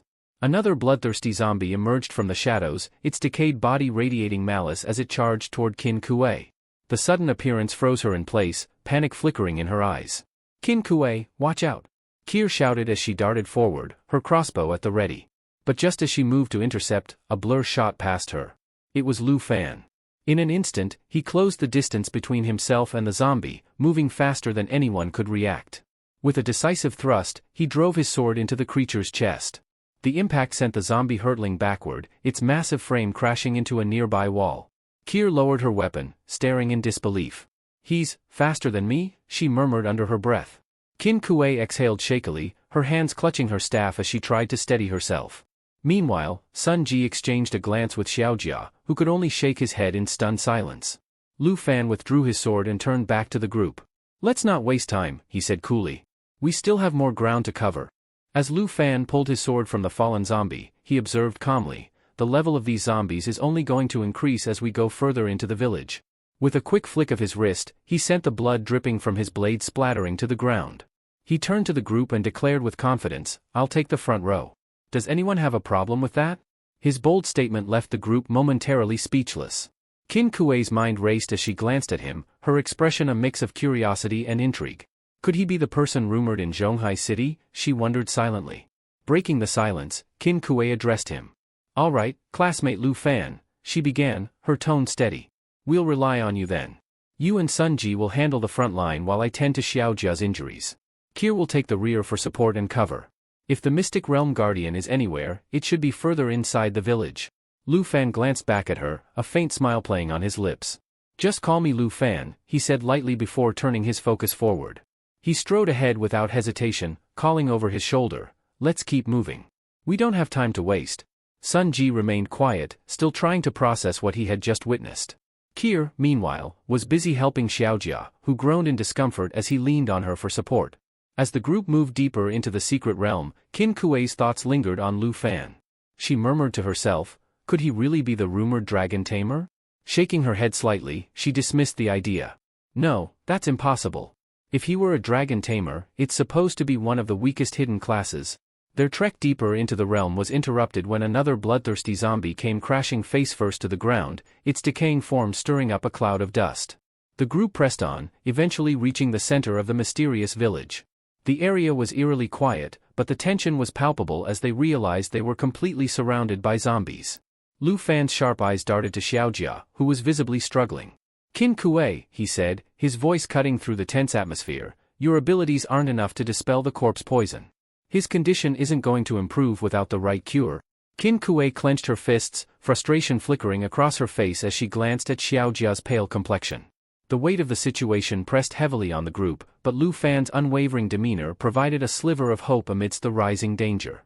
The group's situation grew more dire with each passing moment.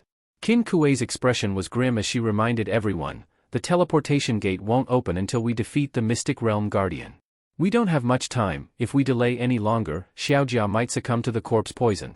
Her voice faltered, the unspoken fear lingering in the air. If Xiaojia died, he could turn into a zombie and become a threat to them all. Kier, visibly anxious, scanned the village. "Something's not right," she said. "We've searched the entire area, but there's no sign of the Mystic Realm Guardian."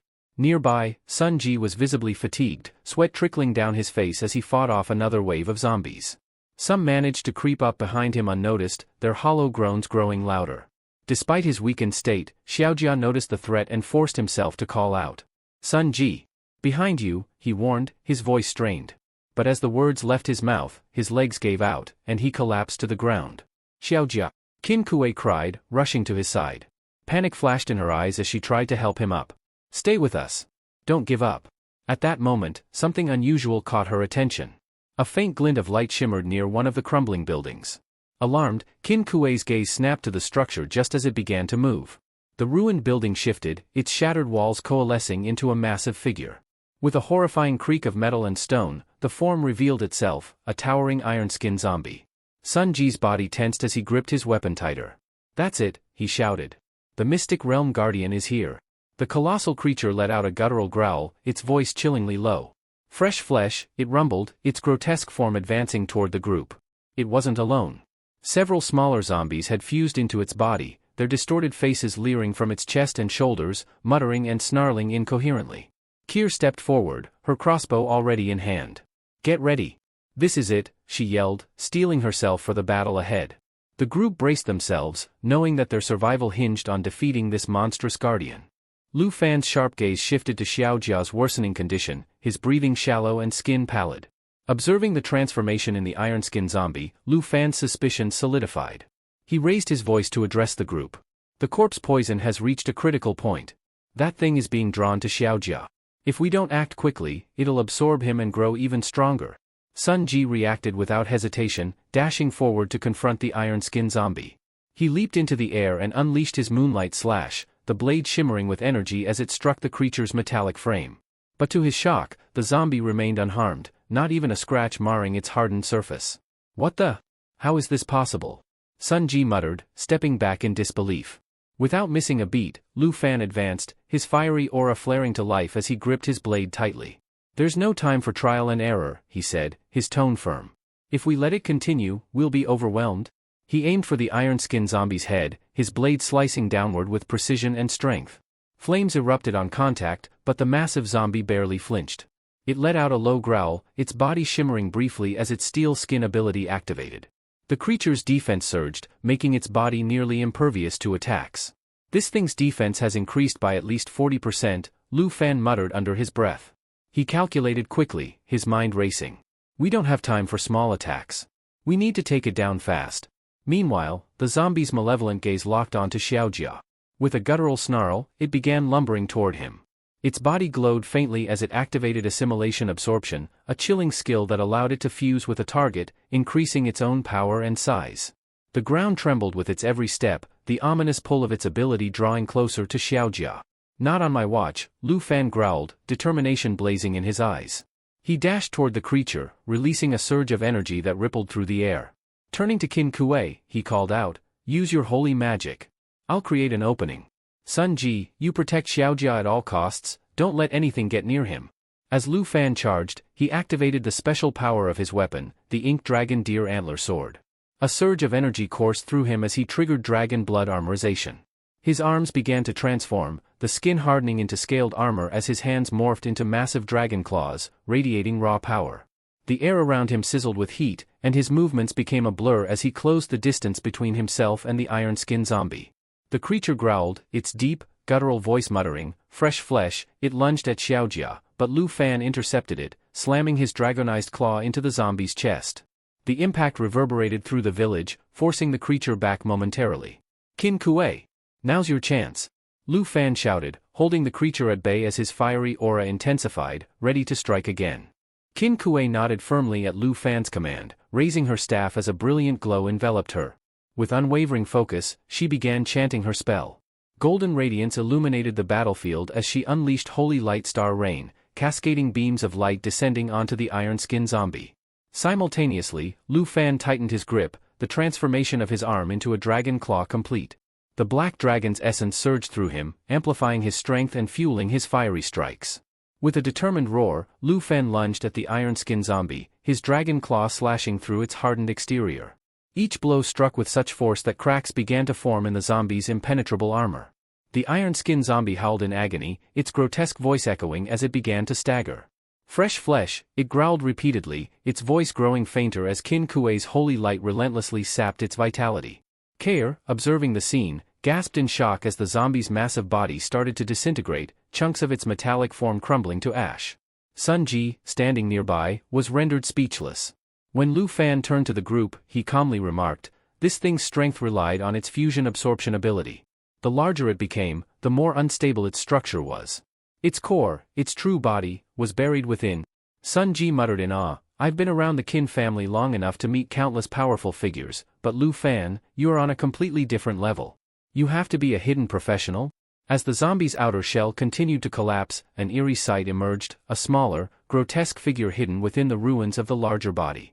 Near what had once been its eye, a tiny, deformed zombie revealed itself, its mouth trembling as it whimpered, flesh, must have flesh. Its ghastly appearance sent shivers through the group.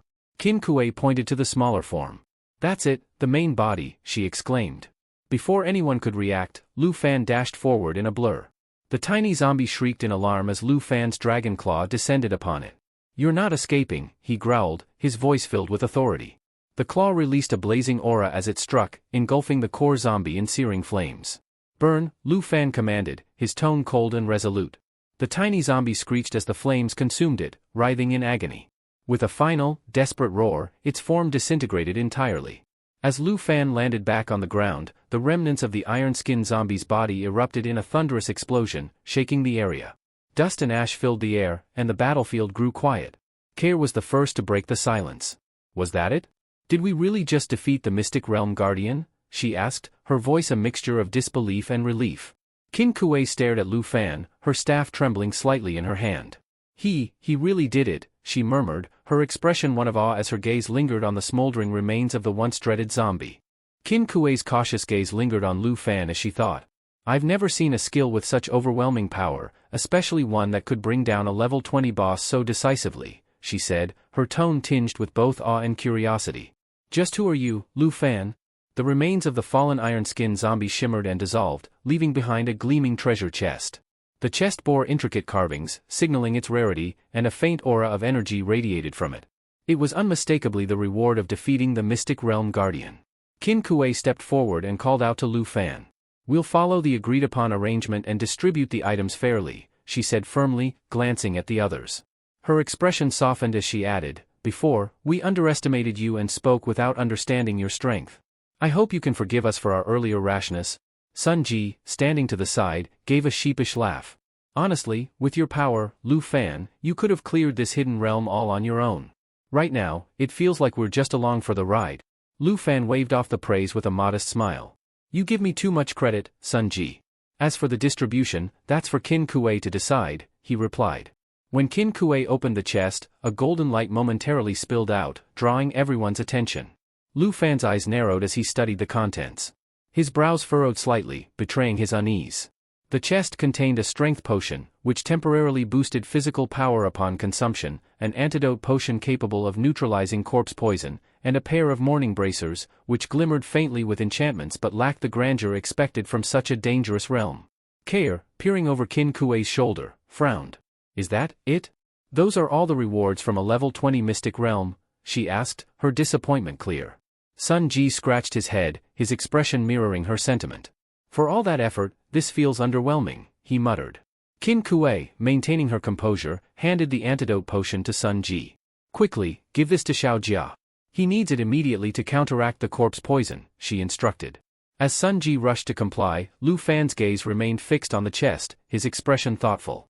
It doesn't add up, he said quietly, drawing everyone's attention. A level 20 Mystic Realm Guardian should yield far better rewards than this. There's something missing. His words hung in the air, a mixture of suspicion and intrigue. Qin Kuei looked at him, her brows furrowing slightly. What do you mean? Lu Fan didn't answer right away. Instead, he scanned their surroundings, his sharp gaze probing the shadows. Let's just say that a realm of this level rarely gives up all its secrets so easily, he murmured. We might not be done here just yet. Qin Kuei approached Lu Fan, holding out the morning bracers with a determined expression. These belong to you, she said firmly. Along with the strength and antidote potions. You earned them, so take them all? Lu Fan accepted the items after a moment of hesitation, nodding in acknowledgement. The Qin family certainly knows how to honor their agreements, he remarked, his tone neutral but appreciative.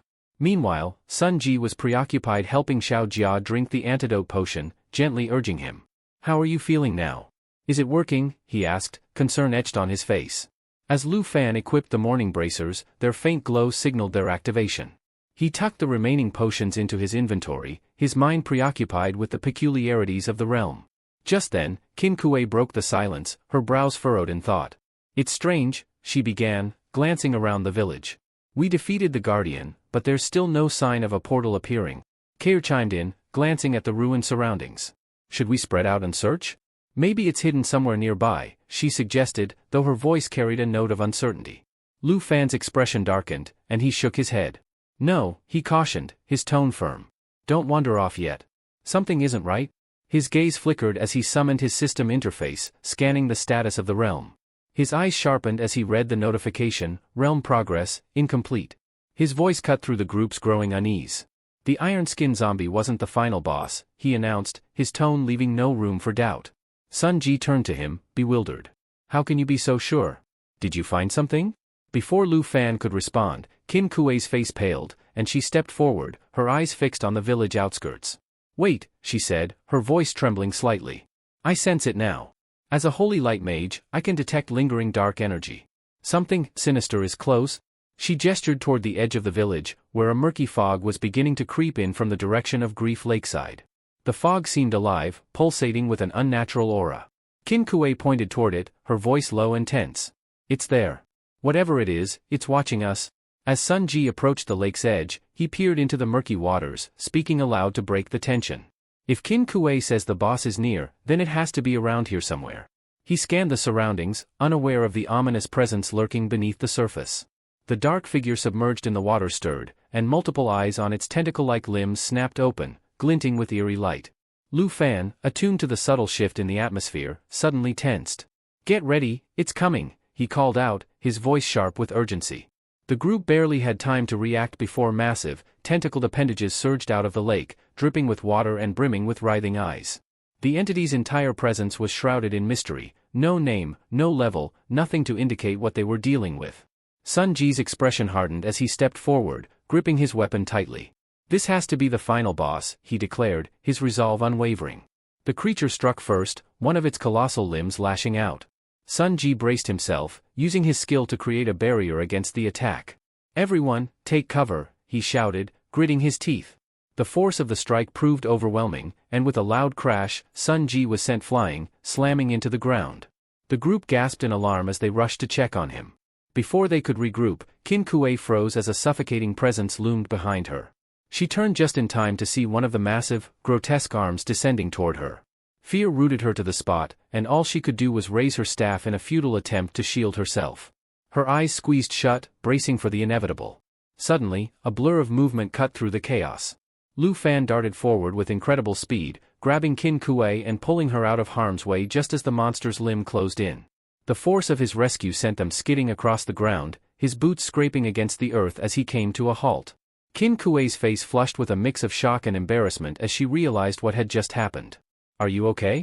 Lu Fan asked, his voice steady despite the chaos around them. Qin Kuei could only nod, her words caught in her throat. The rest of the group quickly surrounded them, visibly relieved that she was unharmed. But their respite was short-lived. Kair, who had been scanning the area, suddenly froze in place, her expression stricken. "It's not over," she whispered, trembling as a cold, oppressive aura washed over them. The monstrous entity began to emerge fully from the lake, its towering form dwarfing everything around it. The ground shook with each step it took as it advanced onto land. The group stared in stunned silence, their weapons clenched tightly. As the water slid off its grotesque form, something even more horrifying was revealed, a chained woman embedded in its torso, her eyes closed as if in a deep slumber. The sight sent chills through the group, and they instinctively stepped back. "What is that thing?" Sun Ji murmured, his voice barely audible over the sound of the creature's heavy, thunderous movements. The entity revealed itself as a level 25 grieving specter, its ominous presence radiating a sinister energy. Kair's voice trembled as she confirmed, "This is the real boss." Sun Ji stepped forward, positioning himself between the specter and Xiao Jia. "Stay behind me. I'll hold it off," he instructed firmly. Xiao Jia, still weak but determined, shook his head. "I can still fight. I won't just stand here and do nothing." "Stop being stubborn." Sun Ji barked, frustration evident in his tone. "You've just recovered. Leave the fighting to us." As the argument unfolded, Lu Fan stepped in, his tone calm yet commanding. "Sun Ji, Xiao Jia, focus on holding the line. I'll handle the boss. If it's a zombie, there's only one way to win, I'll destroy its main body."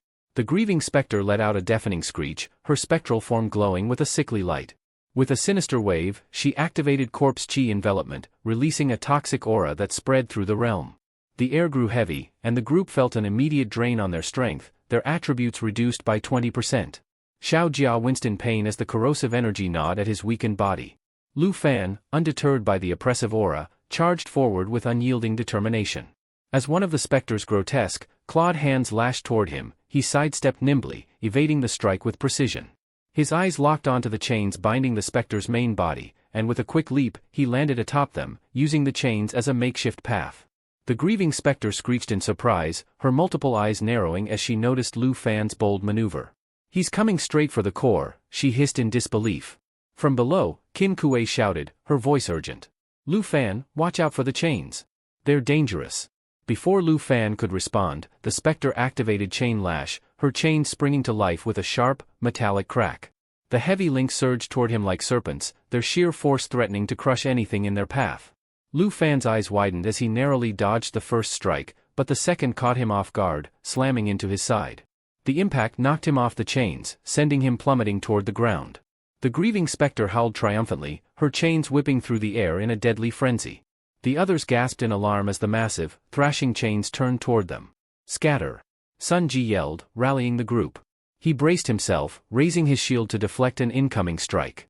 The sound of metal clashing against his defenses echoed through the air as the chains rebounded, but the force of the impact sent him staggering backward. Qin Kuei quickly raised her staff, chanting a protective spell to shield herself and Xiao Jia. Meanwhile, Kair dodged nimbly, her heart racing as the chains narrowly missed her. Sun Ji shouted urgently, "Qin Kuei, stay alert." Meanwhile, Xiao Jia activated his charge skill, rushing forward, while Kair knocked an arrow and aimed at the specter. As Lu Fan stumbled and lost his footing on the chains, another of the specter's grotesque hands lunged toward him. Kair's arrow, glowing faintly with energy, streaked through the air and struck the specter's hand just in time, causing it to recoil. Lu Fan glanced back, startled by the well-timed attack. His expression quickly turned stern as he called out, "Stop taking reckless shots. If you keep this up, you'll all get killed." Refocusing, Lu Fan gripped the chains tightly and crouched low, using them as a springboard to propel himself forward. The chains groaned under his weight but carried him closer to the specter's core. "Fall back, now," he commanded, his voice sharp and unyielding. With a burst of energy, he activated Dragon Fang Strike, channeling his dragon chi into his weapon. The ink dragon scale sword glowed fiercely before he unleashed a devastating slash. The grieving specter let out a piercing shriek, the strike tearing through her defenses. The air trembled from the impact, but she wasn't done yet. Recovering from the attack, the specter retaliated with chain lash, sending her massive chains thrashing wildly in all directions. Lu Fan leapt from the chains just as they whipped past him, the force sending shockwaves through the battlefield. Mid-air, he activated Dragon Blood Armor Transformation, his body undergoing a partial dragonization. The black dragon scale sword radiated an ominous power as scales formed across his arms, his strength surging. His right arm transformed into a fearsome dragon claw, its dark aura pulsating with power. Lu Fan descended with precision, activating Dragon Claw, which harnessed the full strength of his transformed arm. With a powerful swipe, he severed the specter's chains, the massive links falling to the ground with a thunderous crash. The others watched in awe as the once imposing chains lay broken, their malevolent energy dissipating into the air. "He's incredible," Xiao Jia murmured, his eyes wide with astonishment. Qin Kuei gripped her staff tightly, her voice filled with both awe and concern. "Is this the true power of the dragon scale sword?" Lu Fan landed gracefully, his dragonized arm shimmering in the eerie light. Without missing a beat, he fixed his gaze on the specter's core. "This ends now," he declared, his aura blazing with renewed intensity. Sun Ji's voice rang out urgently. "We can't handle this, boss. We need to retreat for now." Qin Kuei nodded in agreement, her tone heavy with resignation. "Lu Fan, if you keep stalling, you're putting us all in greater danger. Let's fall back while we still can." Standing firm, Lu Fan turned to Sun Ji and gave a clear command. "Take everyone and head back to the village. The zombies have already been dealt with there, so it'll be safer. Leave this to me." Qin Kuei hesitated, worry etched across her face. "But what about you? You're going to face that thing alone." Lu Fan's eyes sharpened. "I'll cover your retreat. Don't argue, just move." Kair called out to Qin Kuei, urging her to act. "We don't have time to waste. Let's go." Qin Kuei reluctantly nodded, muttering bitterly, "We're completely useless. He's the only one who can fight this thing." As the group began their retreat, Lu Fan muttered under his breath, "Even without the attribute debuff, you wouldn't be able to help much. Better to let someone who can handle this stay behind." His gaze locked onto the grieving specter, whose anguished scream reverberated through the air. Without hesitation, Lu Fan raised his hand and activated a portal. "It's time," he said, his voice steady. "Xiao Yi, you can come out now." From the swirling vortex, Xiao Yi emerged in her magnificent dragon form, her scales shimmering like molten metal. With a deafening roar, she charged at the grieving specter, sinking her razor-sharp teeth into one of its grotesque hands. The specter screeched in pain, thrashing violently to shake her off. Meanwhile, Sun Ji, Qin Kuei, and the others had paused at a safe distance, drawn by the commotion behind them. "What's going on back there?" Xiao Jia asked, squinting through the fog of battle. Kair's jaw dropped in disbelief. "Wait. Is that a dragon? Did Lu Fan actually summon a dragon?" Their astonishment grew as they watched Xiao Yi launch a fierce assault. She unleashed her giant jaws assault skill, a high-speed charge followed by a savage bite that tore into the specter's flesh, leaving deep, bleeding wounds. Each strike radiated raw power, forcing the grieving specter onto the defensive. Qin Kuei's eyes widened as she whispered, "Lu Fan. Who are you really?" Xiao Yi roared again, her majestic form dominating the battlefield as she fought alongside Lu Fan, the tides of the battle beginning to shift. The grieving specter shrieked in agony as Xiao Yi's relentless assault tore through her defenses. With a mighty leap, Xiao Yi slashed through the chains that bound the specter, her claws gleaming with ferocious power. The specter wailed as she was forced backward, her massive form collapsing into the lake with a resounding splash that sent waves rippling across the surface. Foamy bubbles began to rise, breaking the lake's eerie stillness. Kair, watching from a distance, hesitated before asking, "Did Lu Fan actually defeat her?" Sun Ji shook his head in disbelief, his voice tinged with awe. That was terrifying. A boss this powerful, dismembered in just a few strikes. I've never seen anything like it. Xiao Jia, wide-eyed and pale, nodded slowly. I swear I saw it with my own eyes. That dragon, it wasn't just an illusion. It's real. Meanwhile, Qin Kuei's mind raced as she observed the scene. Her thoughts lingered on the rumors she'd heard from Shanghai City. Could this enigmatic man be the one they whispered about? The dragon tamer, Lu Fan? As silence began to settle over the battlefield, an ancient memory stirred within the grieving specter's tormented cries. 3 centuries ago, she had been a young woman in the quiet village near the lake. Protected by the church, she lived a peaceful life, far removed from the perils of the outside world. But that tranquility shattered when a devastating plague swept through the village, leaving death and despair in its wake. The village, overwhelmed by the sheer number of corpses, could no longer bury their dead.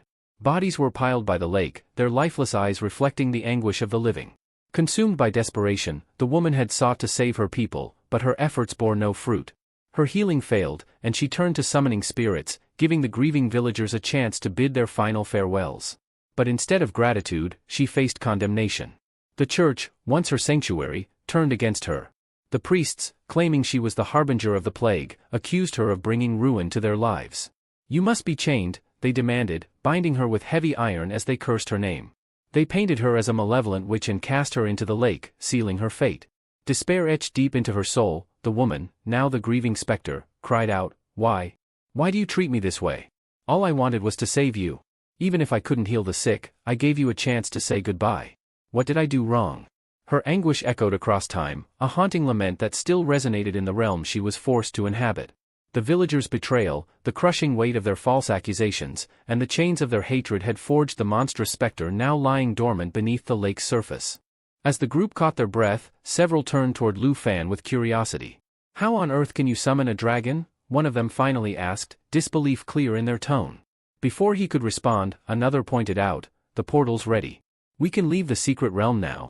But Lu Fan's gaze remained fixed on the lake. "No," he said firmly. "If the portal hasn't appeared yet, it means the boss isn't dead. It's not over." Before anyone could argue, the stillness of the lake was broken. Water erupted in all directions as the grieving specter rose once again, her voice trembling with anguish. Her haunting cry echoed, filled with despair and unanswered questions. "Why? Why must this happen?" she wailed as water swirled violently around her towering figure. The group instinctively readied their weapons, their tension palpable. The specter's mournful demands turned to seething curses as her body began to shift. With a piercing scream, she unleashed her wrath, transitioning into her second form, Morning Grudge, a level 25 nightmare difficulty boss. "Be careful," Kair shouted, gripping her bow tightly. "She's entering her second phase." The Morning Grudge let out a roar, absorbing the water surrounding her into a massive torrent. With a furious motion, she launched the swirling mass of water toward the hunters. "None of you will leave this place alive," she threatened, her voice carrying an edge of madness. Zhao Yi stepped forward, her draconic aura radiating strength. Activating her unique skill, Black Dragon Bloodline, her body shimmered with defensive energy. The system notified her allies, damage received reduced by 50%, all debuffs nullified, and self-recovery rate increased by 500%. With an ear-splitting roar, Zhao Yi intercepted the water attack, the force of the impact creating shockwaves that shook the ground. Elsewhere, Kair leaped aside to avoid another water projectile, but her relief was short-lived. The water coiled and surged toward her, ensnaring her in an unyielding prison. "Kair!" Qin Kuei screamed in alarm, rushing toward her friend. Kair grimaced, struggling against the water's grip. "It's no use," she shouted. "I can't break it. The system says this is body of resentment, immune to all physical damage." She clicked her tongue in frustration before her expression softened, guilt washing over her. "I'm sorry, Qin Kuei. It looks like this is the end for me." "Don't say that," Qin Kuei cried, her voice trembling. "If anyone's to blame, it's me. I was the one who insisted we explore this secret realm. I've put everyone in danger." Before the weight of despair could crush them, Lu Fan's voice cut through the chaos. "Are you all just going to give up now?" His words carried an unshakable resolve, drawing everyone's attention. They turned to him, momentarily stunned by his unwavering determination. If you can still stand, then fight, Lu Fan declared, gripping his weapon tightly as the battle raged on. We're not leaving this realm until we finish what we started. Qin Kuei stepped forward, frustration clear in her voice. I'm the only one here with magical attacks, but my level isn't high enough to deal significant damage, she exclaimed. Suanji clenched his fists as he scanned the battlefield, muttering grimly, the boss is completely immune to physical damage. We can't even defend ourselves effectively.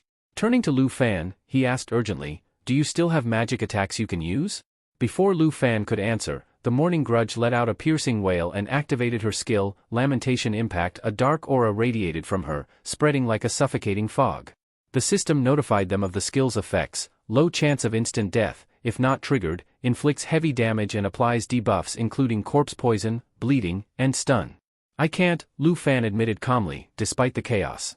But, he glanced at Zhao Yi, his dragon companion, who exuded a fierce energy. My dragon can. Qin Kuei and the others exchanged uncertain glances. A dragon? Kair questioned in disbelief. But with the level difference, how effective could it possibly be? As if to answer her doubts, Zhao Yi roared, her scales gleaming with a fiery black sheen. Activating her skill, Black Dragon Bloodline, she exuded an aura that granted her immunity to instant death, poison, bleeding, and stun. Lu Fan smirked, addressing the group with a firm voice. The attributes of a dragon are on a completely different scale compared to humans. Don't underestimate her. Meanwhile, the Morning Grudge's voice echoed with anger and denial, her distorted form trembling with resentment. It wasn't my fault, she cried, her voice like nails on a chalkboard. With another wave of her hands, she unleashed Lamentation Impact once more, sending waves of dark energy surging toward the group. Zhao Yi surged forward, her immense form shielding the hunters. The immunity effects of her Black Dragon Bloodline absorbed the brunt of the attack, leaving her unscathed. The ground trembled beneath her as she let out a defiant roar, challenging the Morning Grudge's power. Lu Fan seized the moment, calling out to Zhao Yi. Now, he commanded, activating his skill Dragon Inspiration. A radiant energy engulfed Zhao Yi, amplifying her abilities and bolstering her attacks. The atmosphere shifted as the once doubtful hunters saw the tide of the battle begin to turn. Lu Fan activated his skill, Dragon Inspiration, enveloping both himself and Zhao Yi in a radiant aura. The energy surged through them, enhancing all attributes and significantly boosting their attack power. Seizing the opportunity, Zhao Yi unleashed her skill, Lava Blaze. Flames erupted from her maw, roaring forward in an unrelenting stream that scorched everything in their path. The intense heat radiated through the battlefield, singeing the very air. The Morning Grudge writhed in agony, her anguished screams echoing around the secret realm. No! This can't be, she cried as Zhao Yi's flames consumed her, relentless and fierce. Qin Kuei stood frozen in disbelief, her voice catching in her throat.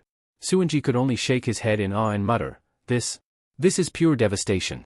Amid the chaos, Kair yelped in protest, shielding herself from the blazing heat. It's too hot, she complained, wiping sweat from her brow. Zhao Yi pressed on, her draconic form towering over the battlefield. It's over, she declared with unshakable confidence, her voice resonating with triumph.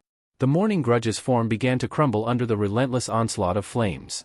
Her final screams filled the air as her body burned away. No! This isn't the end, she wailed. In a desperate last act, she activated her skill, Will of Resentment. A wave of malevolent energy erupted from her, and purple smoke enveloped the area. The skill's effect resonated through the realm, reviving the countless corpses that lay hidden. As the smoke began to clear, the Morning Grudge's form disintegrated, fading into embers. Where her body once stood, a treasure chest emerged from the dissipating haze, glinting faintly in the glow of the flames. Zhao Yi reverted to her humanoid form, her energy settling. A notification echoed in Lu Fan's mind, Zhao Yi had leveled up. He gave her an approving nod. Well done, he praised, a rare smile breaking through his stoic demeanor. Another notification followed, confirming that Lu Fan himself had increased level 5. Victory was theirs, though the challenges of the secret realm were far from over. As the portal shimmered into view, Suanji exhaled in relief. It's finally over, he muttered, his voice tinged with exhaustion. Zhao Jia, coughing from the lingering smoke, pointed out with irritation, about time. This whole ordeal was like endless walking. Meanwhile, Qin Kuei checked on Kair, asking, Are you all right? Kair nodded, though she looked visibly drained. Suddenly, a chilling sound interrupted their brief respite, the groaning and shuffling of the undead. Suanji and Zhao Jia snapped to attention, their faces pale as they realized the corpses in the village were rising once more. The zombies! They're back! Zhao Jia shouted, gripping his weapon tightly. Out of nowhere, Zhao Yi reappeared, her presence exuding dominance. Suanji stared, his eyes wide in disbelief. "What's that?" he asked, his voice trembling. Without hesitation, Zhao Yi activated her skill, lava blaze flames erupted in a fiery torrent, engulfing the undead in a scorching inferno. The air was filled with the agonized screams of the zombies as they were reduced to ash. "That's the giant dragon?" Suanji stammered, still in shock. Qin Kuei, however, confirmed with a nod, "Yes, Zhao Yi took them down like it was nothing. We struggled so much, and she obliterated them effortlessly." Lu Fan approached, his tone calm yet authoritative. "Zhao Yi is the black dragon," he explained. "This is child's play for her." Turning to Qin Kuei, he added, "The boss has been defeated. There's no need to remain so tense. Once the rewards are distributed, we can prepare to leave." Lu Fan continued, "By the rules, I'll choose first. Any objections?" His gaze swept across the group. Qin Kuei quickly shook her head, responding, "No objections here. You've earned it." Lu Fan opened the chest, and a dazzling light poured out, momentarily blinding them. Inside lay an array of treasures. 1. The Holy Light Staff, a radiant weapon containing the Holy Light Seal, which allowed the wielder to bind enemies with beams of light. The duration of the binding depended on the user's spirit attribute. 2. Twilight, a mystical item with the light flow ability, enabling the creation of a protective barrier made from beams of light. 3. The Ring of Morning, an enchanted ring imbued with the morning aura, allowing the user to designate a target to bear an aura that inflicted resentment points with every attack. 4. The Class Change Scroll, a rare item that granted a chance for non-hidden classes to evolve into their superior hidden counterpart. Lu Fan reached into the chest and picked up the Class Change Scroll without hesitation. "I'll take this," he declared, his voice firm. Qin Kuei responded immediately, her tone both admiring and sincere. "There's no need to hold back on our account. You carried us through this. It's only right." As the group began preparing to leave the realm, the tension lifted, though their minds still reeled from the trials they had just survived. As per the rules, all the items in the chest technically belonged to Lu Fan, yet he made it clear that he wasn't trying to act noble. "It's not about pretending to be a gentleman," he explained. "The gear with spirit-related attributes suits you better. However, I truly need the Class Change Scroll." Qin Kuei, looking thoughtful, responded, "If it weren't for you, we might not have made it out alive." With a resolute expression, she extended the Ring of Morning toward him. "At least take this. You've earned it." Lu Fan hesitated for a moment before accepting. "All right," he said with a small smile. "I won't refuse then." Meanwhile, Suanji called out to the group, urging them to prepare for their return. As they began organizing, Qin Kuei couldn't help but reflect on Lu Fan. What else is he hiding, she wondered, her gaze lingering on him. He's so difficult to figure out.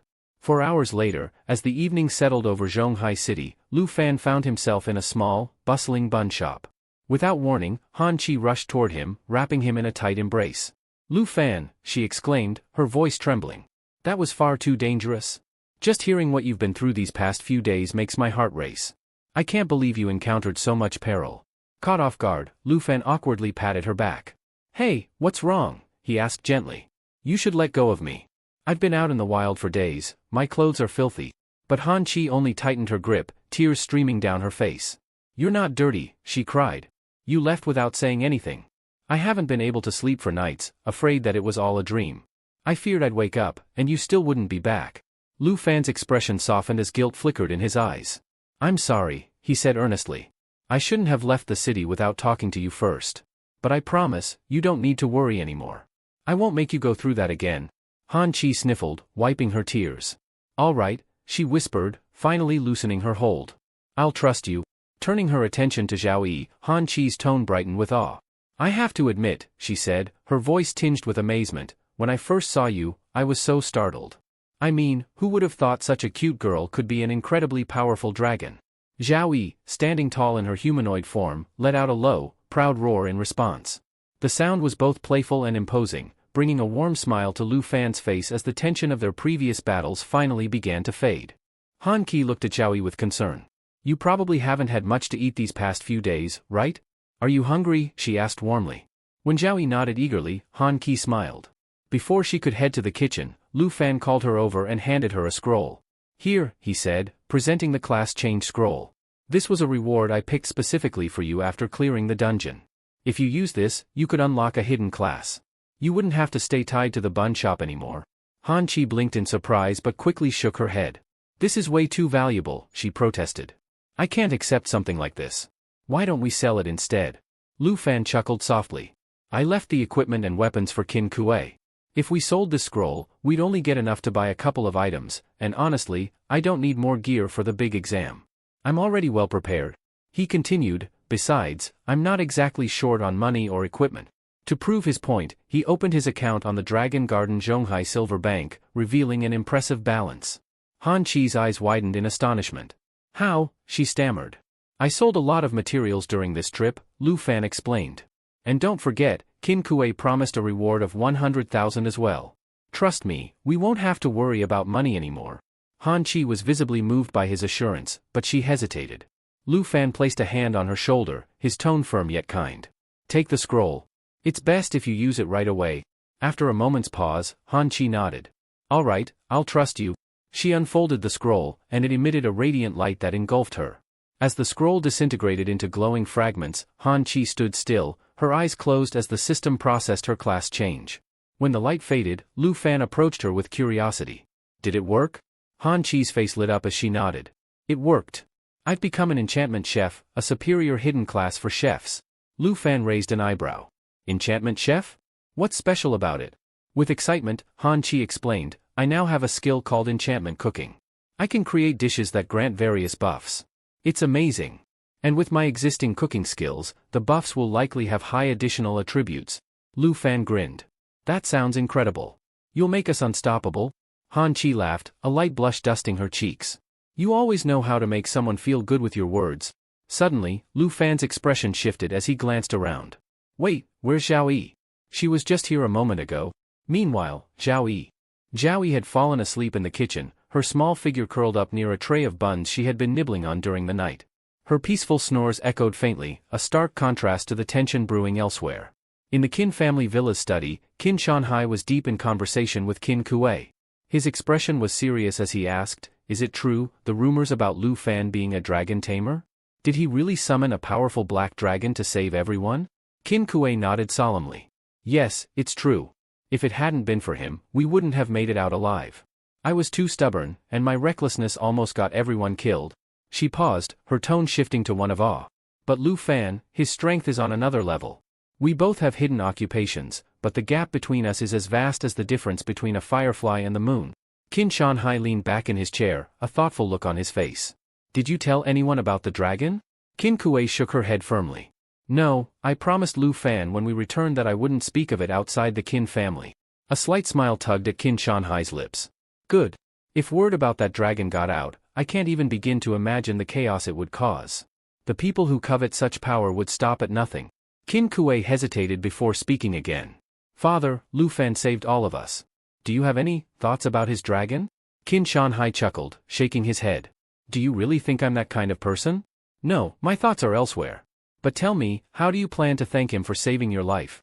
Qin Kuei straightened, her voice steady. When I invited him to join the team, I promised him a reward of 100,000. I plan to honor that. Good. But take a purple tier Tong card as well. Personally thank him tomorrow. He deserves more than just the reward you promised. Qin Kuei agreed but then asked, aren't you curious to meet him yourself?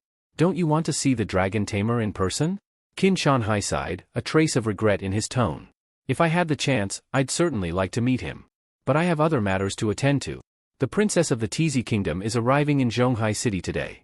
Her visit is officially for studying, but with the big exam approaching, I doubt that's the real reason. There's too much at stake, and her presence likely signals something bigger. The next morning, Princess Jinju of the Tizi kingdom arrived in Zhonghai city, accompanied by her trusted aide, Kuei Hongtai. The two made their way through the bustling streets, eventually arriving at the small bun shop. Standing before the humble establishment, Princess Jinju gazed at it curiously, her elegant figure out of place amidst the simplicity of the surroundings. Kuei Hongtai knocked on the door, and after a moment, Han Qi answered, peeking out cautiously. Seeing the two unfamiliar faces, she offered a polite smile. Are you here to buy buns? I'm afraid we're not open yet. Princess Jinju wrinkled her nose as she stood outside the modest bun shop, her disdain evident. She turned to her attendant, Kuei Hongtai, and asked sharply, are you certain this is the place? It looks more like a dump. Kuei Hongtai nodded affirmatively. According to the investigation, this is indeed where he resides. Han Qi, noticing the exchange, stepped forward hesitantly. Who are you? What do you want here? she asked, her tone polite but firm. Her question was ignored as Kue Hongtai forcefully pushed the door open, sending Han Chi stumbling backward with a yelp. She landed on the floor with a thud, pain flashing across her face. Without a hint of concern, Princess Jinju stepped inside, her sharp eyes scanning the room with clear disdain. "How filthy," she muttered before turning her gaze to Han Chi. "You. I'm looking for someone. Do you know a man named Lu Fan?" Before Han Chi could respond, a voice called from the staircase. "Who's asking for me?" Lu Fan descended the stairs, his expression shifting from curiosity to concern when he saw Han Chi on the ground, clutching her arm. His eyes narrowed as he took in the scene. "Han Chi, are you all right?" "What happened?" he asked, helping her to her feet. Han Chi brushed herself off, trying to muster a reassuring smile despite the pain. "I'm fine," she said softly. "Just a little startled." Princess Jinju, her gaze now fixed on Lu Fan, spoke with an air of authority. "So, you're Lu Fan. I've come to see you personally." Lu Fan raised an eyebrow. "A princess? Looking for me?" He glanced between her and Kue Hongtai. "And who might you be?" Kue Hongtai straightened, his tone formal. "This is Princess Jinju of the Taisai Kingdom, and I am her attendant." Princess Jinju took a step forward, a smirk playing on her lips. "I've come to offer you an extraordinary opportunity. Something that only someone like you would appreciate." Lu Fan folded his arms, his gaze skeptical. "An opportunity, you say? What kind of opportunity?" Princess Jinju let out a soft laugh, her eyes gleaming with amusement. "Being a dragon tamer must be exhausting, isn't it? But worry not. I've brought something that will change your life." With a dramatic flourish, she revealed a gleaming dragon egg, cradled delicately in her hands. Its surface shimmered with iridescent hues, radiating an aura of immense power. Lu Fan's eyes widened in surprise, but he remained silent as she continued. "This is a dragon egg, something so rare that it's said to be the only one of its kind in the world. I acquired it from the legendary armored dragon's lair, and now, I'm offering it to you." His gaze flickered between the egg and the princess. "And what's the catch?" he asked cautiously. Princess Jinju's smirk deepened as she stepped closer. "It's simple. The egg is yours, if you agree to my terms." Lu Fan's jaw tightened. "What are these terms?" Her tone turned cold, laced with authority. "You'll become my slave. From this moment forward, you will obey my every command without question. You'll be mine to command, and you must never defy me." Lu Fan's expression hardened. "A slave," he repeated, his voice sharp. Princess Jinju laughed lightly, clearly unbothered by his reaction. "Is that so hard to believe? You should be honored. For someone like you who's likely never seen such a powerful dragon egg before, I understand it might feel overwhelming." She held the egg out slightly, her voice dropping to a taunting whisper. "So, what do you say, Lu Fan? Are you too afraid to seize this chance?" Lu Fan examined the attributes of the armored dragon egg with a discerning eye. "So, it's a land dragon," he remarked, his tone neutral. "That's a rank even lower than a wyvern. Its endurance might be noteworthy, but aside from that, there's nothing special about it." Princess Jinju's expression twisted in disbelief. She snapped, momentarily losing her composed demeanor. Her irritation deepened as Lu Fan continued. "The attributes are decent, sure. But if you're offering this to impress me, you might want to reconsider your strategy." His blunt critique left Princess Jinju speechless. For a moment, her mind raced, wondering if Lu Fan truly understood the significance of a dragon egg. "Does he not grasp what this means for a dragon tamer?" she thought, frustration evident in her narrowed eyes. While the tension in the room grew, Han Chi, standing nearby, couldn't contain her dismay. "How can you act like this? Barging into someone's home and making these demands?" she exclaimed, her voice trembling with indignation. Lu Fan turned to her, his tone calm but firm. "Don't worry about them, Han Chi. I'll deal with this." Princess Jinju's eyes glinted with superiority as she turned her attention back to Lu Fan.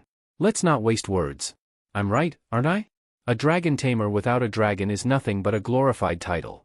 However," she added with a sly smile, "if you accept my offer, you'll transcend mediocrity. You'll become the strongest dragon tamer in history, one that's never been recorded before. Doesn't the mere thought of that excite you?" Lu Fan tilted his head slightly, considering her words with a faint smirk. "Exciting? I'll admit, the idea sounds thrilling," he said, his tone laced with sarcasm. Princess Jinju's confidence surged, only for it to shatter with his next words. "But I'm not interested." Her jaw dropped, her voice faltering. "What?" she said, almost in a whisper. "Do you even understand what you're refusing? This is an opportunity to make history. You're declining a chance to be remembered forever, to become my servant and achieve greatness." Lu Fan's expression turned cold. "If you've come here to propose that nonsense, then I suggest you leave. I have no interest in your so-called opportunity, your dragon egg, or, least of all, being your servant. The idea is laughable. Kue Hongtai stepped forward, his face dark with anger. Watch your tongue, you insolent fool, he barked. The princess has personally graced you with a chance to rise above your pitiful station, and you dare to speak so disrespectfully? Do you even know who you're talking to? But Lu Fan remained unshaken, his calm gaze meeting the attendant's fury with an air of unbothered confidence, as if their threats were nothing more than the buzzing of an annoying insect. Lu Fan chuckled mockingly at the mention of respect and servitude. Respect? Servant? Are you serious? He scoffed, his tone dripping with disdain. Don't make me laugh. I'd never bow to anyone, let alone to someone like you. Kue Hongtai's face darkened with fury at Lu Fan's blatant defiance. Gritting his teeth, he stepped forward, but Princess Jinju raised a hand to silence him. Kue Hongtai, she commanded coolly, her gaze fixed on Lu Fan, teach him a lesson. Show him what happens to those who disrespect the Princess of Taisai. Kue Hongtai immediately nodded, his anger simmering just below the surface. As he moved to comply, Han Chi, who had been watching with growing anxiety, quickly intervened. Please, wait, she exclaimed, stepping between them.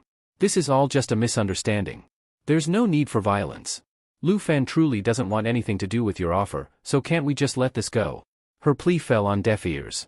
Kue Hongtai sneered and shoved her aside with a forceful strike. Move, you insolent commoner, he barked, his voice full of contempt. Han Chi cried out as she stumbled backward, landing hard on the ground. Lu Fan's eyes narrowed sharply, his expression darkening as he rushed to her side. Han Chi, he called, kneeling next to her. Are you hurt? Where does it hurt? Tell me. Han Chi, despite her obvious pain, managed a weak smile and shook her head. I'm fine, she murmured, trying to reassure him. Really, it's nothing. Kue Hongtai sneered again, his voice dripping with arrogance. Pathetic commoners daring to defy royalty, he spat. If you won't bow willingly, then we'll do this the hard way. As Kue Hongtai raised his fist to strike again, Han Chi gasped, noticing a sudden change in the air. Lu Fan, she cried, trying to warn him. But Kue Hongtai's attack never landed. Instead, a fiery aura erupted around Lu Fan, the sheer intensity of it forcing Kue Hongtai to stagger back in shock. Blood trickled down Kue Hongtai's face from a sudden gash, and his eyes widened as he realized the situation had shifted dramatically. Lu Fan rose slowly, his expression cold and deadly. In his hand, a gleaming dagger appeared, its edge catching the light as it pointed directly at Kue Hongtai's throat. You dared to lay a hand on my family, Lu Fan said, his voice low and filled with unyielding menace. For that, I'll kill you. Han Chi grabbed Lu Fan's arm desperately, her voice trembling. Please, Lu Fan, don't do this. Don't act rashly. He's not worth it. Kue Hongtai stood frozen, his earlier arrogance replaced by fear as he stared into Lu Fan's eyes. The fiery aura around Lu Fan burned hotter, the sheer pressure of it suffocating. Princess Jinju, who had been watching with growing alarm, finally found her voice. Kue Hongtai, she snapped, her voice laced with anger. What are you doing? I told you to teach him a lesson, not to stand there like an idiot. Kue Hongtai barely managed to stammer, his fear evident. There's something wrong with him, he muttered, unable to tear his gaze away from Lu Fan's dagger. Lu Fan, still holding his weapon steady, finally turned his attention to Princess Jinju. Lu Fan stood tall, his eyes sharp with fury. I don't care which royal family you belong to, he growled, his voice firm and cold. Princess or not, take your trash and leave. And keep your mouth shut while you're at it. Princess Jinju's face contorted with indignation, but before she could retort, Lu Fan's hand moved like a blur, delivering a stinging slap across her cheek. She stumbled back, clutching her face in shock. A gasp escaped from Kue Hongtai as he stared in disbelief. How dare a lowly commoner lay hands on a princess, he roared, drawing his blade in a swift motion and charging at Lu Fan. But Lu Fan remained unfazed. With a casual yet precise movement, he intercepted Kue Hongtai's blade, effortlessly deflecting the attack. The clash echoed sharply, and with a calculated twist, Lu Fan disarmed him, sending the blade clattering to the ground. Kue Hongtai, startled and outmatched, scrambled to Princess Jinju's side. Your Highness. Are you all right? He asked frantically. Princess Jinju, still fuming, slapped Kue Hongtai across the face without hesitation. Do I look all right to you, you useless fool? She snapped, her voice dripping with venom. You couldn't even protect me, let alone deal with him. Useless trash. She glared at Kue Hongtai, her frustration boiling over. Kill him, she ordered, her voice shaking with anger. I don't care if we never find another dragon tamer. I want him dead. Kue Hongtai, humiliated but obedient, clenched his fists and nodded. As you command, Your Highness, he replied, gritting his teeth as he prepared to attack again. Meanwhile, far from the chaotic scene, Xiaoyi stirred awake to the sound of Lu Fan's phone ringing. Groggily, she reached for it, but it kept ringing unanswered. The caller was Qin Kuei, her voice tinged with confusion as she muttered to herself, strange. He's not answering. This is definitely the number we exchanged after we got back to the city. Did I dial it wrong? Determined to find him, she decided to search for his house in person. As Qin Kuei walked through the streets, a deafening explosion suddenly erupted in front of her, stopping her in her tracks. The ground trembled, and dust filled the air as bystanders began to panic. What's going on? One of them shouted. Is someone fighting nearby? Through the chaos, Kuei Hongtai groaned in pain as he was violently flung out of the battle zone. His body skidded across the ground before coming to an abrupt halt, blood dripping from his lip. The clash had escalated beyond anything he could have imagined, and it was clear that Lu Fan was far more dangerous than anyone had anticipated. As the commotion outside the shop grew louder, a bystander whispered, "Looks like some foreigner is causing trouble again." Another muttered in agreement, "Always stirring things up around here." Princess Jinju, hearing the murmurs, turned to the crowd with a sneer. "What are you lowly people gawking at?" she snapped. "Get out of here before I make you." Kuei Hongtai, battered and humiliated, clenched his fists as he observed Lu Fan. "His attributes, they're not low," he muttered under his breath, frustration mounting. "No wonder I'm struggling." Princess Jinju scoffed, her tone laced with disdain. "Struggling? Against someone like him?" She shot Kuei Hongtai a scornful glare. "You're absolutely useless. How can you lose to a dragon tamer with such mediocre abilities?" She took a step forward, her eyes glowing with a sinister light. "Fine. I'll deal with this myself." As she extended her hands, a dark, oppressive aura began to swirl around her, growing in intensity with every passing second. The air grew heavy, and Lu Fan narrowed his eyes, analyzing her energy. "This spell," he murmured. "It's nothing like Qin Kuei's power. It's the polar opposite." His gaze hardened. "She's hiding her true class." Meanwhile, Qin Kuei appeared from around the corner, her face etched with concern. "Lu Fan. What's going on here?" she called out, rushing toward him. Lu Fan turned to her, his expression a mix of relief and alarm. "Qin Kuei? What are you doing here?" But before she could answer, the dark aura emanating from Princess Jinju enveloped Kuei Hongtai, transforming him. His eyes turned wild, and his body emitted a surge of raw energy that sent shockwaves in all directions. The sheer force pushed both Lu Fan and Qin Kuei back. Kuei Hongtai's laughter rang out, now low and guttural, as he flexed his newly empowered body. "A monster?" Lu Fan muttered, his eyes narrowing. Princess Jinju smirked triumphantly. "Not so useless now, is he?" she quipped, her tone dripping with mockery. "Finish him off, Kuei Hongtai. Make him regret ever crossing me." Kuei Hongtai let out a maniacal laugh as he raised his weapon, now glowing with an unnatural energy. "You're going to die, Lu Fan," he roared, charging forward with an overwhelming speed and power. Lu Fan, keeping his composure, stepped back and assessed the situation. "This is bad," he thought. "His attack power has skyrocketed. I'll have to use Dragon's Inspiration combined with Dragon Claw to stand a chance." Just as Kuei Hongtai lunged forward, Qin Kuei called out, "Lu Fan. Let me help you." She stepped closer, but Lu Fan immediately raised a hand. "No," he said firmly. "Stay back and take care of Han Qi inside the shop. She needs you more right now." Kuei Hongtai's crazed laughter filled the air as he closed in. "No one's saving you now, Lu Fan," he bellowed. Princess Jinju folded her arms, her smirk widening. "Yes, that's it. End him and relieve my anger," she commanded. Kuei Hongtai grinned, his voice booming. "With Her Highness's augmentation, I'm invincible." But his overconfidence wavered when Xiaoyi suddenly stepped out of the shop. "Xiaoyi." Lu Fan's voice was sharp, filled with both surprise and worry. Kuei Hongtai froze momentarily, his eyes narrowing. A sinister smile crept across Xiaoyi's face. "Perfect," he muttered, his gaze shifting between Lu Fan and Xiaoyi. "This just got a whole lot more interesting." As chaos erupted, Princess Jinju's face turned pale, her body trembling as she stared at Xiaoyi. A chilling thought crossed her mind. Could it be that Xiaoyi is an actual dragon? Her confidence wavered, and fear took root. Lu Fan stepped forward, his tone cold and resolute. "Now, it's my turn," he declared, his voice cutting through the tension like a blade. Xiaoyi unleashed an earth-shaking roar, a sound so powerful it sent shivers down the spines of everyone present. Princess Jinju and Kuei Hongtai froze in terror, their bodies locked in place as panic consumed them. With terrifying speed, Xiaoyi lunged at Kuei Hongtai, slamming him into the ground with brutal force. The impact echoed through the area like thunder, creating a massive shockwave that sent Princess Jinju tumbling backward. She landed hard, gasping in pain, her mind racing. How? How could this creature overpower Kue Hongtai in a single strike? Kue Hongtai coughed violently, struggling to lift himself from the crater Xiaoyi had created.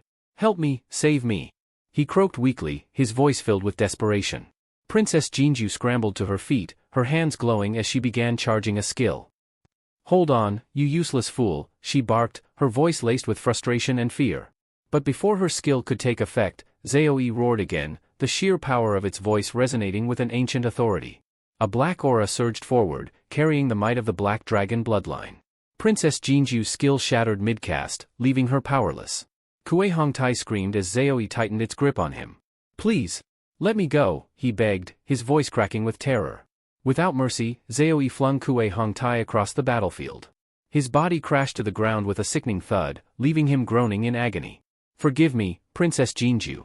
He muttered weakly, his spirit completely broken. Princess Jinju stood frozen, her mind spiraling as realization dawned upon her. This strength, it must belong to a true dragon. Her eyes darted toward Zeoe, a mix of fear and disbelief clouding her expression. The Jin family may possess dragon eggs, but this proves there are real dragons still out there. Breaking her trance, Lu Fan stepped closer, his voice calm yet taunting. Princess Jinju, he called, his words heavy with irony, weren't you going to kill me to vent your anger?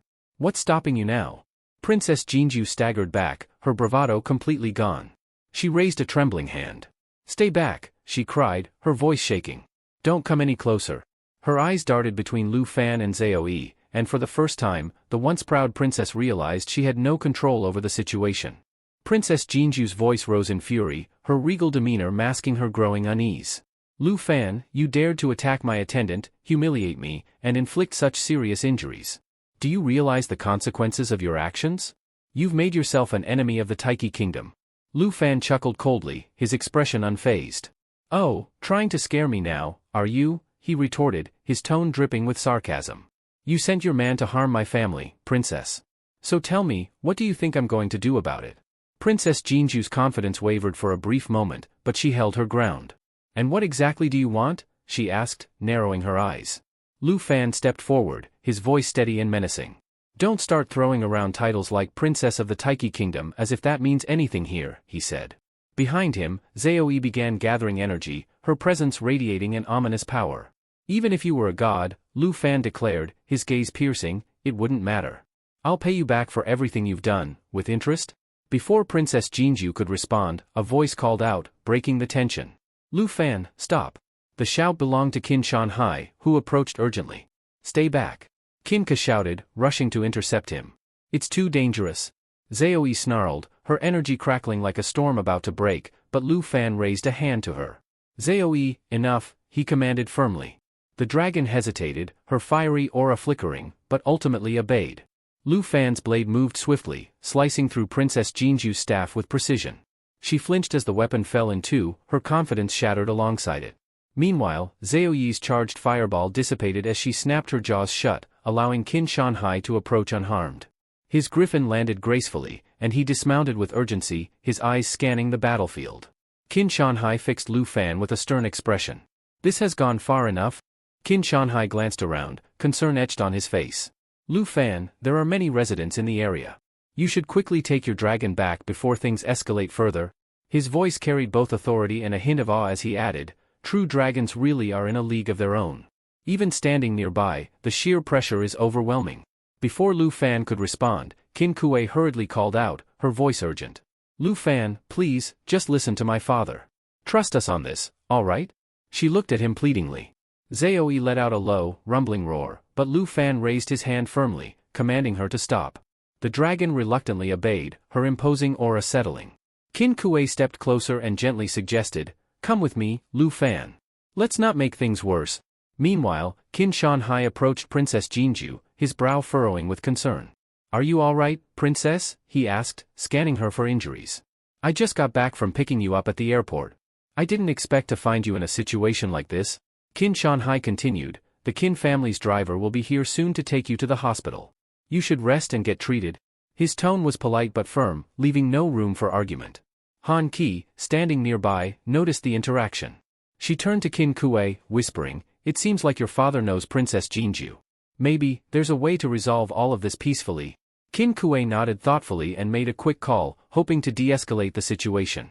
Lu Fan, however, folded his arms, his expression dark. I doubt Princess Jinju will let this go so easily, he remarked, his voice edged with skepticism. Qin Shanhai, overhearing Lu Fan's comment, chuckled lightly. I understand what you mean, he said, his tone teasing. You certainly have a talent for stirring up trouble. This is quite the mess you've gotten us all into. Lu Fan sighed and dipped his head slightly. I didn't mean to cause any trouble. Sorry for dragging you into this. Qin Shanhai waved off the apology. Don't be. Given the circumstances, none of this can be pinned entirely on you. Let's just focus on resolving it before it spirals further. Han Qi turned to Qin Shanhai, her tone filled with concern. How are you planning to handle the situation with Lu Fan? She asked. Qin Shanhai sighed, his expression thoughtful. Princess Jinju and Kui Hongtai have already been sent to the hospital. Of course, we'll need to provide the Jin family with a proper explanation, he replied. The Jin family isn't just involved in business, they hold significant sway within the upper circles of the Taiki kingdom. This situation could escalate if not handled carefully. Han Qi frowned. Considering their background, and the fact that Lu Fan actually retaliated against them, I'm worried. He could face serious consequences. Lu Fan, standing nearby, crossed his arms defiantly. Even if Princess Jinju holds great power, I refuse to bow down or compromise my dignity for something like a dragon egg, he declared firmly. Qin Shanhai couldn't suppress a chuckle. Integrity, huh? I have to admit, you've impressed me. That kind of resolve is rare. He smiled and continued, don't worry too much. I have a way to ensure your safety, but... He hesitated for a moment, then added, I can't do it alone. There's a condition. Lu Fan narrowed his eyes. What's the condition? Qin Shanhai leaned closer. If you can achieve the title of South Province champion in the upcoming grand exam, I'll do everything in my power to delay Princess Jinju's actions until the exam is over. Han Qi's eyes widened. The grand exam? That's no small feat, she interjected. The competition is fierce, with countless top-tier students across the entire S province. Qin Shanhai nodded. Exactly. Only if you manage to surpass all of them and claim the championship will I be able to leverage the situation in your favor. Lu Fan considered the challenge for a moment, then nodded resolutely. I understand. I'll accept your condition. Meanwhile, at the hospital, Princess Jinju left her room, fuming. She grabbed her phone and demanded, have you caught that Lu Fan yet? The voice on the other end of the call hesitated. Not yet, Princess, they replied carefully. Princess Jinju scowled. This is ridiculous. Qin Shanhai is clearly siding with him, she snapped. The person on the line tried to calm her. Princess, please, take it easy. We'll escalate this to the high-level officials in Longdo immediately and ensure the matter is resolved properly. Princess Jinju sighed, her anger simmering down slightly. Fine, she conceded. That's a better plan. Make it happen. Princess Jinju's tone was cold and resolute as she gave her final order. Put pressure on Lu Fan. Make him regret crossing me, she commanded, her words carrying an unspoken threat. Her expression hardened as she added venomously, I will kill him myself if I have to. The next day, the bustling playground of the 3rd middle school was abuzz with excitement and tension. Students gathered in groups, discussing their levels and skills with enthusiasm. One student turned to another with a grin. You're already level 11? That's incredible, they exclaimed, impressed. Another chimed in proudly, I've mastered all mage skills. Want to team up later? Their conversation was cut short when someone shouted, drawing everyone's attention. Hey, look over there. Isn't that Lu Fan? A wave of murmurs rippled through the crowd. One student laughed mockingly, I thought he'd gone back home to sell buns. Another joined in, snickering, isn't he the so-called top student? Now he's just trash. No school wants him, so why's he even bothering with the exam? Lu Fan ignored the familiar jeers, his expression calm. He felt no need to address the idle gossip, it was nothing but noise to him now. The chatter died down as Old Bai, a senior official, raised his voice. Quiet, everyone, he commanded. I hereby announce that the South Province Grand Exam is about to commence. Lu Fan stood silently, his mind focused elsewhere. After upgrading himself to level 15, he had accumulated several treasure maps over the past few days. However, they were all intermediate level maps, and he hadn't had the chance to use them yet. He contemplated combining 3 maps into a high-level one, believing it could give him a significant advantage in the exam. His thoughts were interrupted when Mr. Lai, his former mentor, approached him. Lu Fan, are you participating in the grand exam? He asked with a smile. Yes, Lu Fan replied firmly. I have to participate. Mr. Lai nodded approvingly. Good. I've heard you've been working on your strength recently. That's exactly what you need to succeed. He handed Lu Fan a small glowing stone. Here, take this teleportation stone. It might save your life. Lu Fan accepted the stone with a slight bow. Mr. Lai's tone grew serious. The teachers believe in your determination, Lu Fan.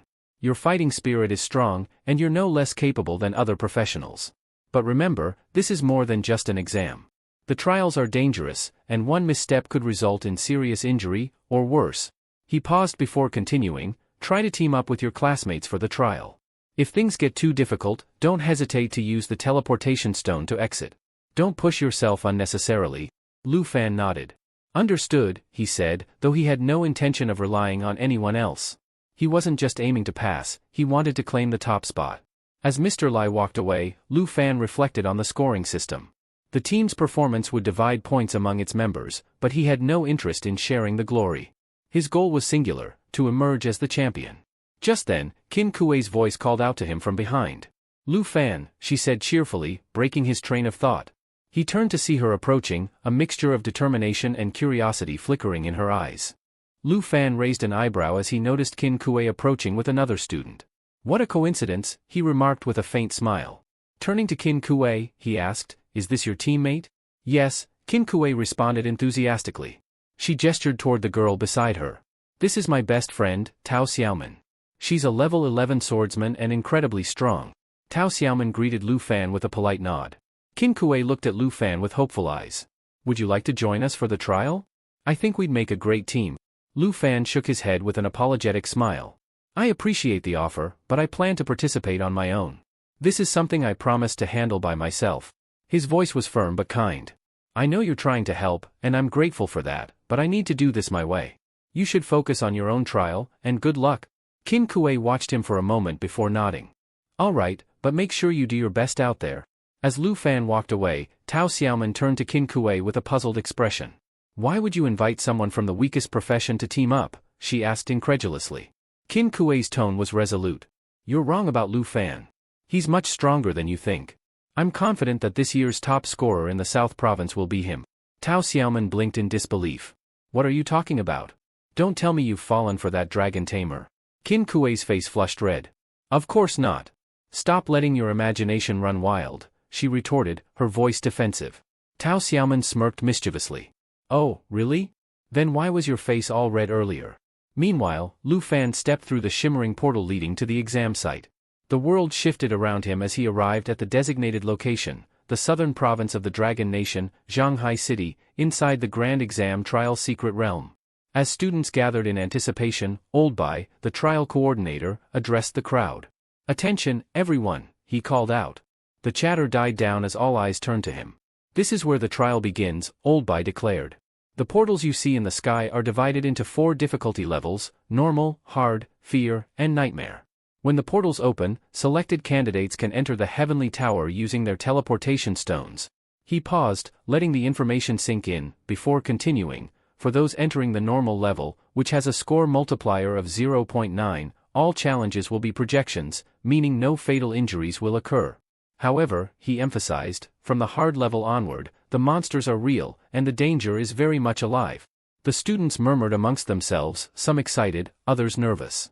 Lu Fan, however, remained calm, his gaze fixed on the portals. This was his chance to prove himself, and he had no intention of holding back.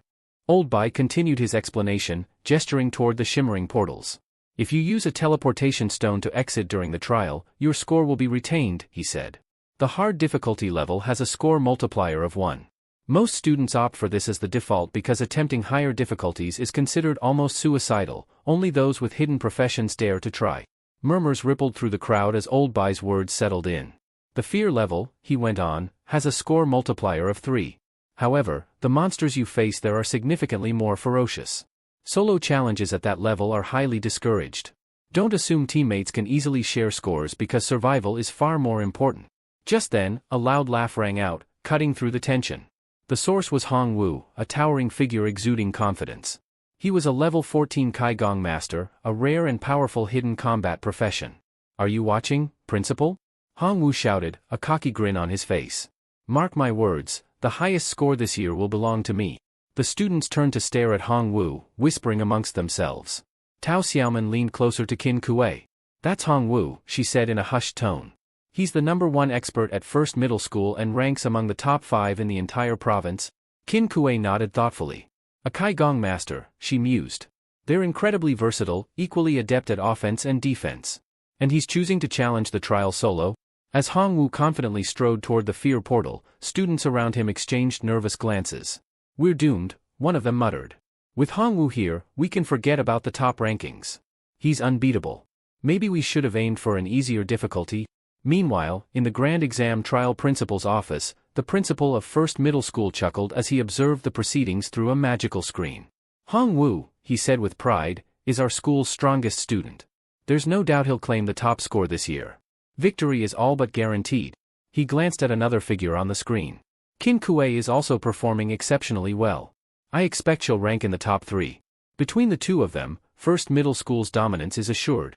The room buzzed with the principal's confidence, while on the field, Hong Wu's declaration set the stage for fierce competition. All eyes now turned toward the portals, where the students prepared for their trials, the weight of expectations hanging heavy in the air. At the #3 high school principal's office, the principal let out a deep sigh as he watched the ongoing trials. "What a shame about Lu Fan," he muttered, lost in thought. "If only he had awakened a different hidden profession, perhaps our school could have stood a chance against #1 middle school's dominance." Qin Shanhai, standing nearby, interrupted his musings.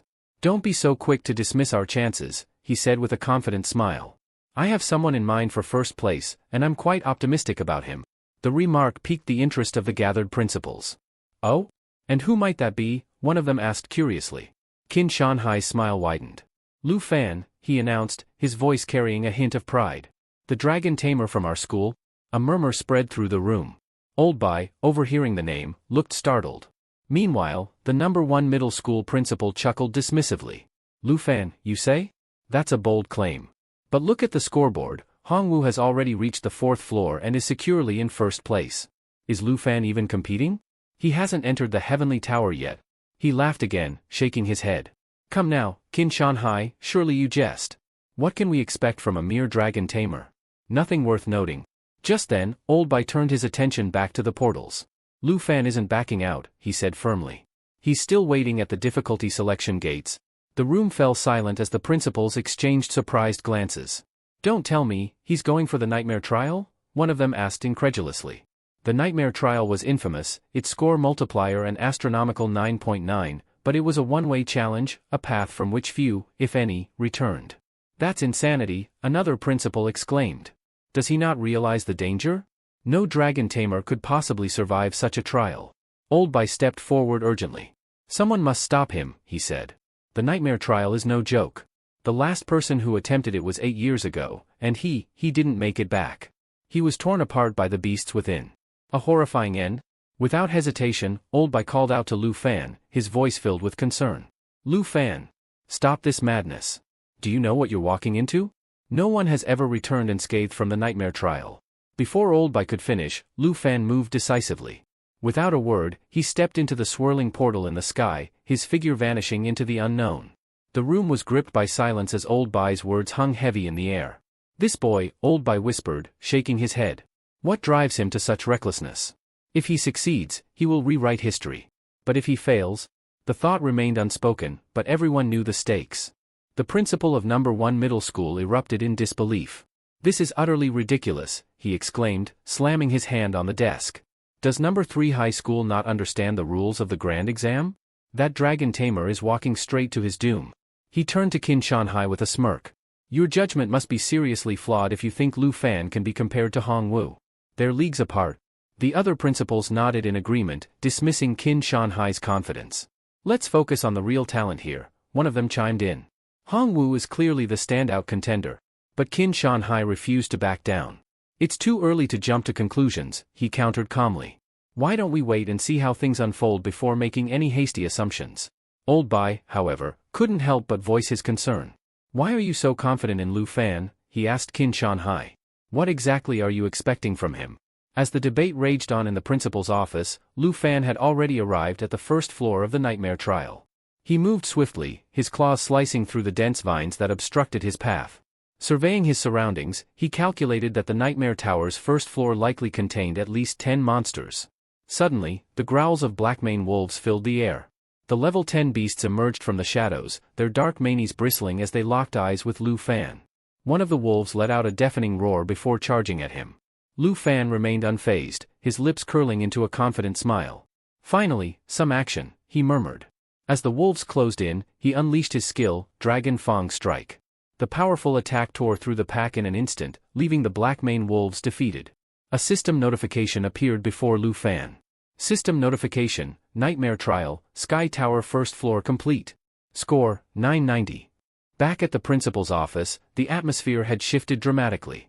The number 1 middle school principal's earlier smugness was replaced by wide-eyed astonishment. A one-hit kill, he stammered, struggling to process what he'd just witnessed. What's going on with this Lu Fan? That's absurdly strong. Another principal chimed in, their tone now tinged with awe. His stats, they're clearly far beyond those of his peers. This is no ordinary student. Old Bai, deep in thought, wondered aloud, could it be? Has Lu Fan found the legendary dragon? Meanwhile, on the leaderboard, Lu Fan's score propelled him to second place, just behind Hong Wu, who was still holding the top spot. Qin Chi and Tao Xiaoman, working together, secured third place. The rapid climb of Lu Fan's ranking left the onlookers stunned. As the principals processed the unfolding events, a man named Kai Xing approached the Grand Exam Trial's principal's office, seeking answers of his own. The number 1 middle school principal, still in disbelief, repeated his question, a one-hit kill. What on earth is going on with Lu Fan? Qian Xing burst into the principal's office, his presence commanding immediate attention. Apologies for the intrusion, he began, his tone brisk yet formal. I am Qian Xing, a special envoy from Longdo. I'm here on urgent business regarding a certain student. His sharp gaze swept across the room before he declared, I've come to take the dragon tamer, Lu Fan, back to Longdo for investigation. The principals exchanged surprised glances. The aura of authority surrounding Qian Xing was unmistakable. As a level 57 swordsman, he was clearly not someone to be taken lightly. Meanwhile, in the Nightmare Trial, Lu Fan pushed forward, slashing through the dense vines blocking his path. A triumphant smirk played on his lips as he remarked, there it is. Just then, the system chimed in. System notification, you have reached the treasure map's marked location. Lu Fan recalled synthesizing the high-level treasure map just before entering the trial's secret realm, and now it had led him straight to the reward on the first floor of the Sky Tower. Reaching out, he retrieved the treasure, and the system promptly updated him. System notification, skill book acquired, growth acceleration. Examining the skill book, Lu Fan's mind raced with possibilities. This is perfect for Xiao Yi, he thought, remembering his frustrations back in the village of grief. Xiao Yi's slow progress had been a concern, but with this passive skill, those worries would be a thing of the past. Back at the principal's office, the tension escalated. Qin Shanhai addressed Old Bai directly. You're Lu Fan's teacher, are you not? Then you should handle this matter. Qian Xing cut in, his voice cold and unyielding. That won't suffice. I demand that the trial be interrupted immediately, and Lu Fan be summoned here without delay. Old Bai frowned but maintained his composure. With all due respect, this is the grand exam. No matter how serious the issue, it must wait until the trial concludes. As his teacher, I can address the matter on Lu Fan's behalf if necessary. Qian Xing's expression hardened. You don't have the authority to take his punishment for him, he snapped. The room fell silent as Old Bai processed the envoy's words. Punishment, he repeated, his voice tinged with disbelief. Sensing the growing unease, Qin Shanhai stepped forward. Qian Xing, he began diplomatically, let's not escalate things unnecessarily. Considering our long-standing friendship, I suggest we approach this matter with patience. One of the other principals, unable to contain his curiosity, broke the silence. What exactly did Lu Fan do? He asked, his voice a mix of intrigue and concern. Qian Xing's voice sharpened, his patience clearly wearing thin. Qin Shanhai, I urge you not to interfere with my mission, he stated firmly, his tone carrying a veiled warning. Whatever your reasons for protecting the dragon tamer, I don't care to know. But let me remind you, continued meddling in this matter will anger both the Jin family and the higher-ups of Longdu. If you value your position, step aside. His gaze then shifted to Old Bai. Bring Lu Fan here immediately, he ordered with an air of finality. However, Qin Shanhai remained steadfast, his calm demeanor unshaken. Qian Xing, he began, his voice measured but resolute, you may not fully understand the stakes at play. The ties between Longdu's higher-ups and the Jin family are undeniably intricate and influential, affecting both Longhua and Takigua. Yet, if the truth about Lu Fan's secret were to come to light, all of that would pale in comparison. Neither the Jin family nor the higher-ups would matter anymore. A tense silence hung in the air as his words sank in. Qin Shanhai's eyes hardened, and he declared with conviction, "Mark my words, on this day, no one will take Lu Fan away." Qian Xing's expression darkened, disbelief flashing across his face. "What nonsense are you talking about?" he snapped, his irritation palpable. "You've gone too far, defying an envoy's direct orders." He moved to emphasize his authority, but his bravado faltered as Qin Shanhai suddenly grabbed his wrist in a vice-like grip. Qian Xing's confidence wavered for a brief moment as he realized the strength behind the gesture. Qin Shanhai, after all, was no ordinary individual. He was a level 57 knight, a formidable equal to Qian Xing himself. "I may be accused of overstepping," Qin Shanhai said calmly, his grip unwavering, "and I am willing to bear that responsibility. But I won't let you take Lu Fan." Qian Xing's eyes narrowed, and he responded with an icy warning. "You'll regret this, Qin Shanhai. I will ensure your insubordination is reported to Longdu's higher-ups." His voice dripped with the promise of retribution, but Qin Shanhai's resolve remained unyielding. Old Bai raised his hands in a placating gesture, urging Qian Xing to calm down. "Let's not disrupt the major exam," he implored. "Whatever the issue, we must address it without jeopardizing the students' efforts."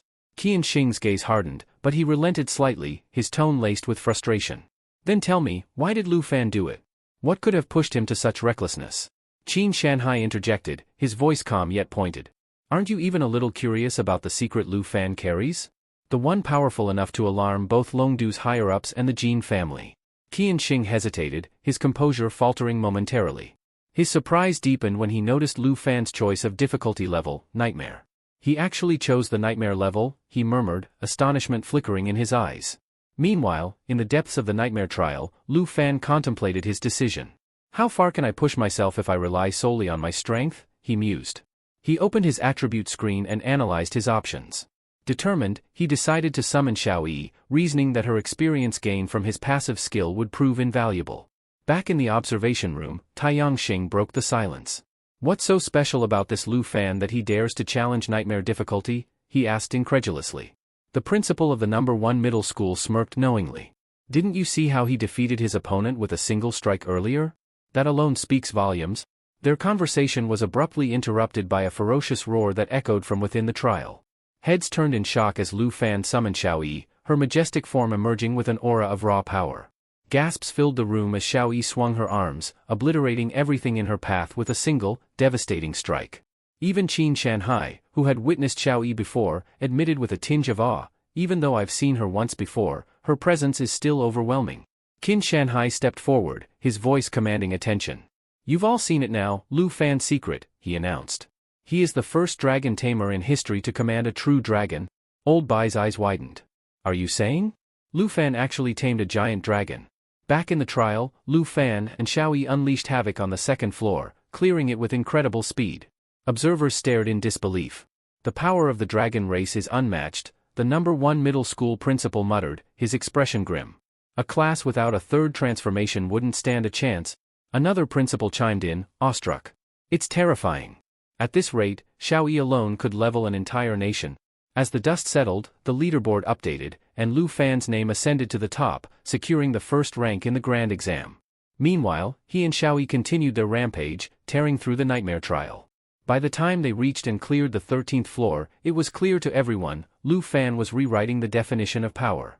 Old Bai interjected, his voice cutting through the murmurs of astonishment. "It's not just Xiao Yi you should focus on," he remarked. "Pay attention to Lu Fan's own growth and strength. His attributes must have surpassed 100 across the board. Even without summoning that dragon, he could easily claim the top rank in Shanghai City." Qin Shanhai turned to Qian Xing with a pointed question. "Now that you've witnessed this, do you still intend to bring Lu Fan to the higher-ups?" Qian Xing hesitated before admitting, "Today has been an eye-opener. I can see why you dare to stand against the Jin family." Satisfied, Qin Shanhai continued, "In that case, I'll send a segment of Lu Fan's major exam to my teacher. From here on out, there's no need for you to trouble yourself, or involve the Jin family, in this matter." Qian Xing narrowed his eyes. "Teacher? Who exactly are you referring to?" Qin Shanhai's expression remained calm as he revealed, "The north mark of the town, Tujing." Meanwhile, within the depths of the Nightmare trial, Lu Fan and Xiao Yi ascended to the 20th floor. As they entered, a level 15 dark sacrifice appeared, exuding an ominous aura. Lu Fan assessed the situation, calculating the growth effect's impact. With the accelerated growth effect, Xiao Yi should be nearing a level up, he mused. Without hesitation, Lu Fan instructed, Xiao Yi, use lava blaze. Xiao Yi began charging her skill, flames flickering dangerously around her. Moments later, she unleashed a torrent of searing fire, engulfing the monsters. Screams echoed as the dark sacrifice and its minions were incinerated. The 20th floor was cleared in mere moments, and the system notifications rang out. Xiao Yi had reached level 11, and Lu Fan advanced to level 16. Lu Fan grinned, turning to his companion. Come with me, Xiao Yi. Together, we'll conquer the heavenly tower. An hour later, at the Trial of Fear on the 50th floor, the air shook with a deafening explosion. Hong Wu staggered forward, his chest heaving as he tried to catch his breath. The system chimed, confirming that the 50th floor had been cleared. Hong Wu wiped the sweat from his brow, his face a mixture of relief and frustration. This year's grand exam is something else, he muttered. Such absurd challenges. It's pure misfortune. Such monsters shouldn't appear until at least the 70th floor, Hong Wu thought, still catching his breath after the ordeal on the 50th floor. Despite the challenge, he felt confident.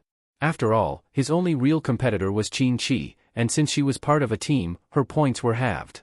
This made him certain that the title of top scholar in the southern province was already as good as his. He threw back his head and laughed heartily. Turning to address the principals gathered outside, he boasted, "Did you all see my performance? Start contacting the heads of the top 10 academies, I'll need to discuss my admission soon." Back at the grand exam trial principal's office, Hong Wu's laughter echoed faintly, but the room was silent. Everyone's eyes were glued to the screen displaying Lu Fan's progress. Old Bai broke the silence, his tone thoughtful. Throughout history, every top scholar from the southern province has stumbled at the 50th floor of the Tower of Ladders. It's a critical juncture. The number 1 middle school principal nodded in agreement. It's true. The 50th floor serves as a watershed. Even if Lu Fan manages to clear it, his pace will undoubtedly slow afterward. Meanwhile, on the Nightmare Trial's 50th floor, Lu Fan stepped forward. A system notification flashed across his vision, new skill acquired, shape transformation. Curious, Lu Fan examined the skill. He realized it belonged to Xiao Yi, who had gained it upon leveling up. The skill featured 4 transformative forms, the original dragon form, the dragon maiden form, the destruction dragon form, and the world ender form. Before he could explore further, the ground beneath him rumbled ominously. Cracks spiderwebbed across the floor as rocks began to collapse. Moments later, 3 massive amethyst mountain giants emerged, their forms towering and imposing. Each was a level 20 nightmare boss. In the principal's office, Old Bai leaned forward, his voice tinged with concern. 3 nightmare bosses? How will Lu Fan handle this? The number 1 middle school principal observed the scene intently. I suspected the 50th floor would prove a major obstacle for him. This is where his climb will inevitably slow.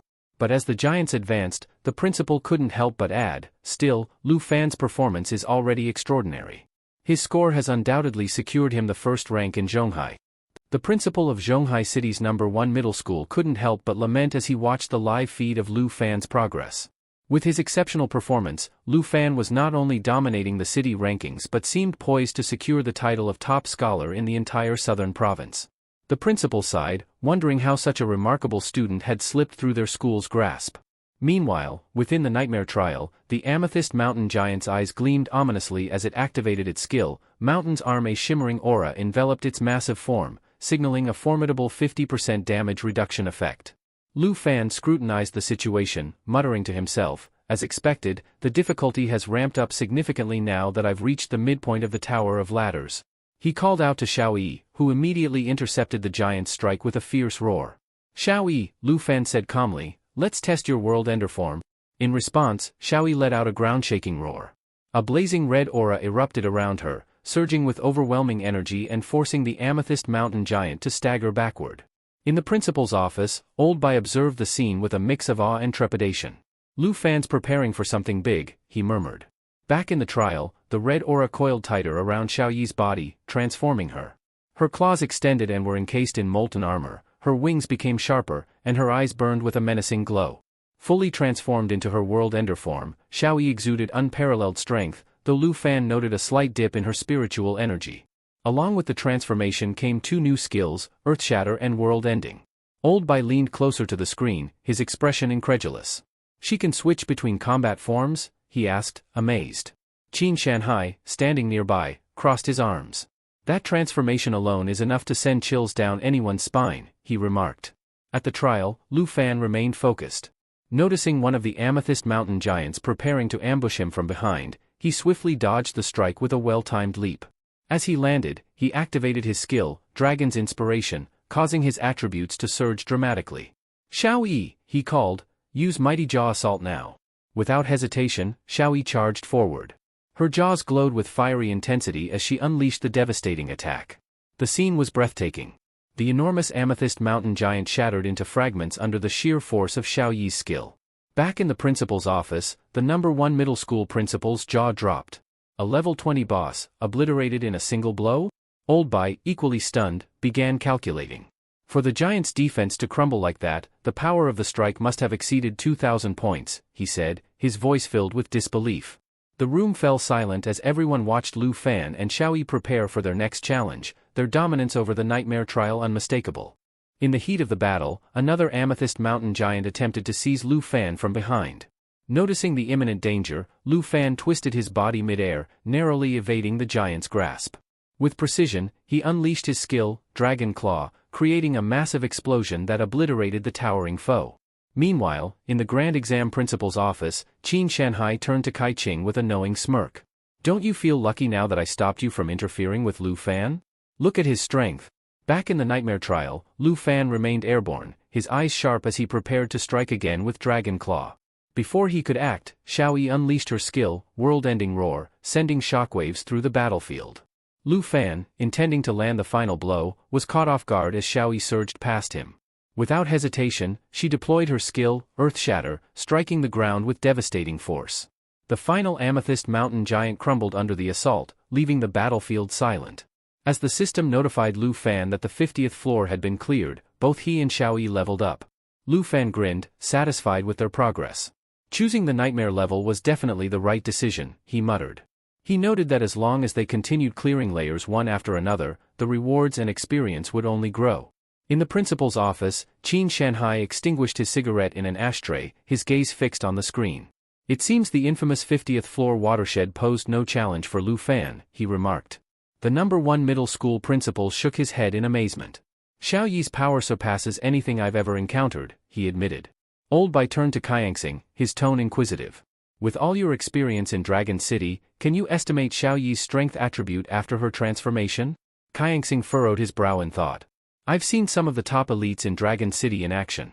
If we're comparing raw power, I'd say Xiao Yi's strength attribute after transforming is at least 2,500 points. The principal's eyes widened. That high? Are the levels and attributes of the rest of us even worth discussing at this point? Old Bai chuckled dryly. If anything, I suspect her attributes exceed even my expectations, he mused. Suddenly, the principal pointed at the screen. Now that they've passed the 50th floor, the mechanics of the X1 mode should start to reveal themselves. Curious, Qin Shanhai raised an eyebrow. What's this X1 mode? Old Bai leaned back in his chair, explaining, the X1 mode was designed by the original scholars who created the trial tower.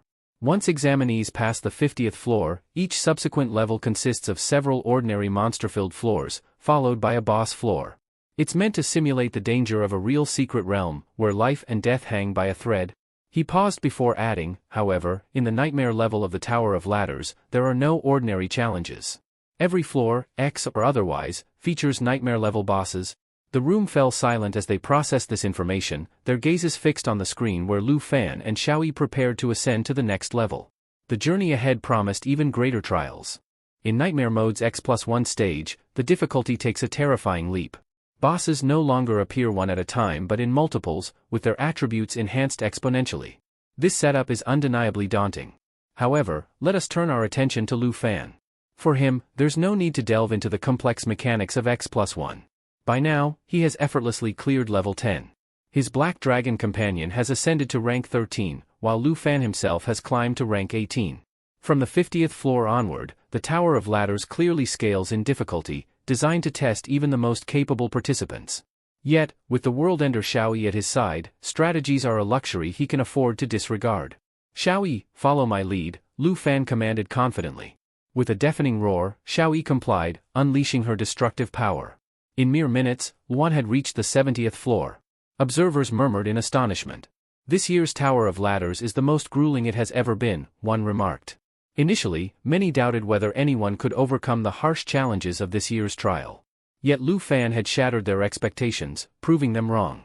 By the time he cleared the 76th floor, his black dragon companion had undergone a dragon blood armor transformation, ascending to rank 14. Meanwhile, Lu Fan rose to rank 19, his progress relentless. The 83rd floor soon fell to Lu Fan's might. Historically, countless geniuses had poured every ounce of their strength into climbing the tower, only to succumb to exhaustion or fall in the face of its unrelenting trials.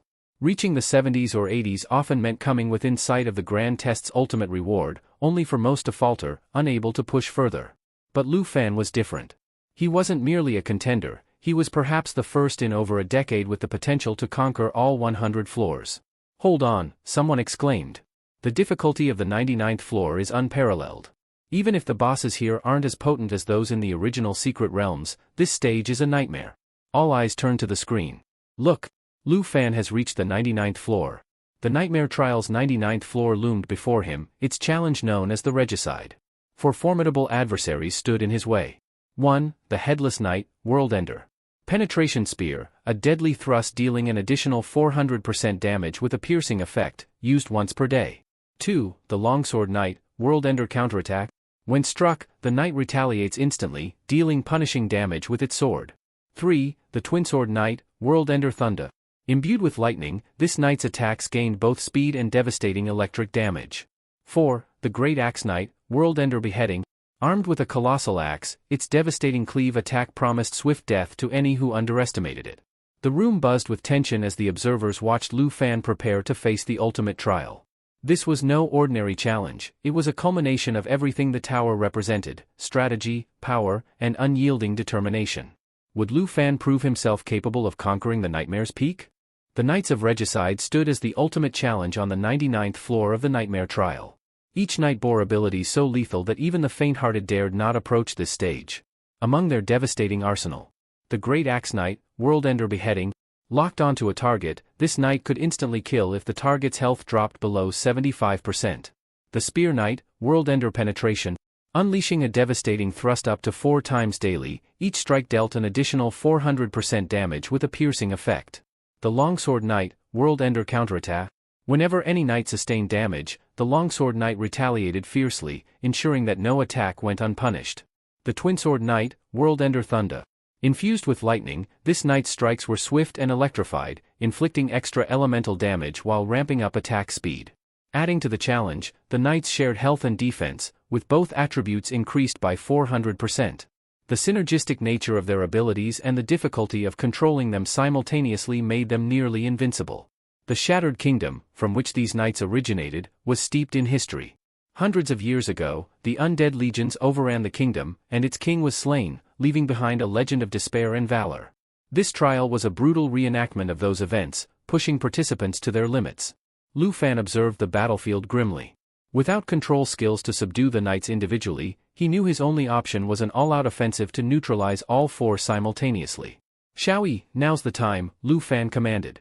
Xiaoyi roared in response, her flames igniting the air around her. The lava blaze ability spewed torrents of fire, both searing her enemies and gradually healing her wounds. As the battle raged, the Spear Knight lunged forward with its devastating attack, but Xiaoyi intercepted, using her fiery might to counter. The Longsword Knight's counterattack triggered, but Lu Fan anticipated the move, evading just in time. The Twinsword Knight's strikes crackled with electricity, yet Xiaoyi's resilience held strong. The Great Axe Knight locked onto Lu Fan, aiming for an instant kill, but Xiaoyi's flames engulfed it before it could execute the deadly blow. The room erupted in astonishment as the last of the knights crumbled. "Level 99 cleared," the system announced. With their victory, Lu Fan's Black Dragon companion ascended to level 15, gaining a formidable new skill, Cataclysm, capable of devastating wide areas. Xiaoyi also acquired a new skill, while Lu Fan himself reached level 20. The door to the 100th floor opened, revealing the final trial. The observers watched in hushed anticipation. "Could it be?" someone whispered. "It seems they never intended for anyone to pass this level," another remarked, their voice tinged with awe. Before them stood the gateway to history, a trial so daunting that no one had conquered it before. The Nightmare Trial's 100th floor awaited. The 100th floor of the Nightmare Trial, the ultimate challenge, revealed itself as the complete Broken Kingdom secret realm. Awaiting Lu Fan was an undead legion of over 500 soldiers, with the World Annihilation Emperor as their leader, a level 60 nightmare-level boss. Xiaoyi had maintained her form as the Destruction Dragon, preparing to unleash her newly acquired skill, Cataclysm, a devastating 3-stage ability. As she soared through the battlefield, her power radiated immense destruction. The skill began with the Destruction Dragon detonating the area she flew over, causing massive damage and applying a burning effect. At the conclusion of the burning, she dove toward the target area, triggering another explosive detonation and amplifying the damage. Lu Fan declared it was time to witness the true potential of the Destruction Dragon. Xiaoyi, he commanded, switched to the Destruction Dragon's new form. The transformation was awe-inspiring.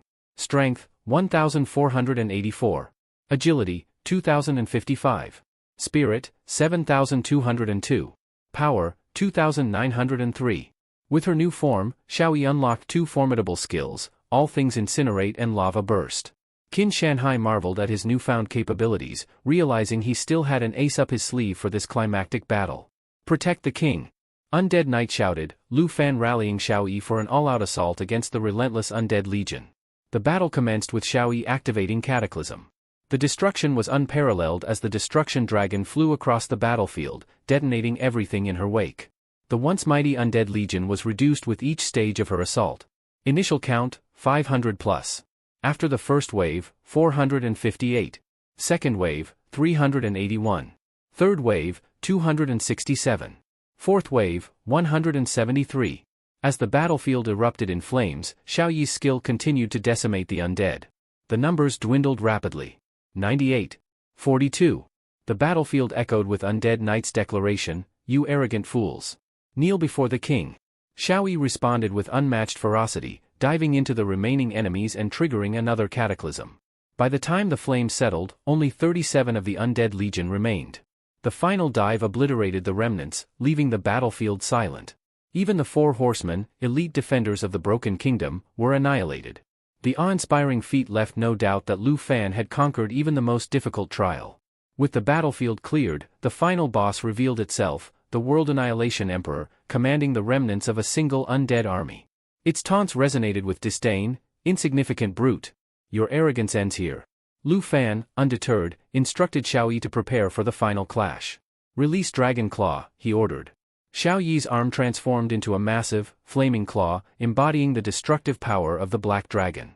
As the World Annihilation Emperor prepared its counterattack, Xiaoyi unleashed her ultimate skill, Everything Burns. With a mighty flap of her wings, 4 blazing tornadoes emerged, engulfing the Emperor in a vortex of unrelenting fire. The battlefield was consumed in flames, marking the end of the trial with an undeniable display of dominance. My strength, is this what you call weakness?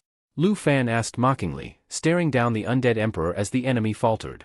Suddenly, the Lament aura activated. The rare quality Lament ring appeared in Lu Fan's inventory. Level requirement, 15. Attributes. Spirit, plus 57.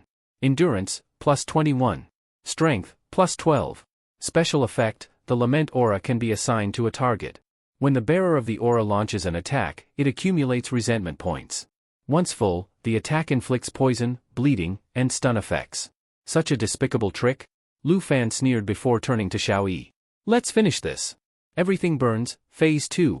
Xiaoyi, now in her Destruction Dragon form, flapped her mighty wings, gathering all the blazing tornadoes into a single massive explosion.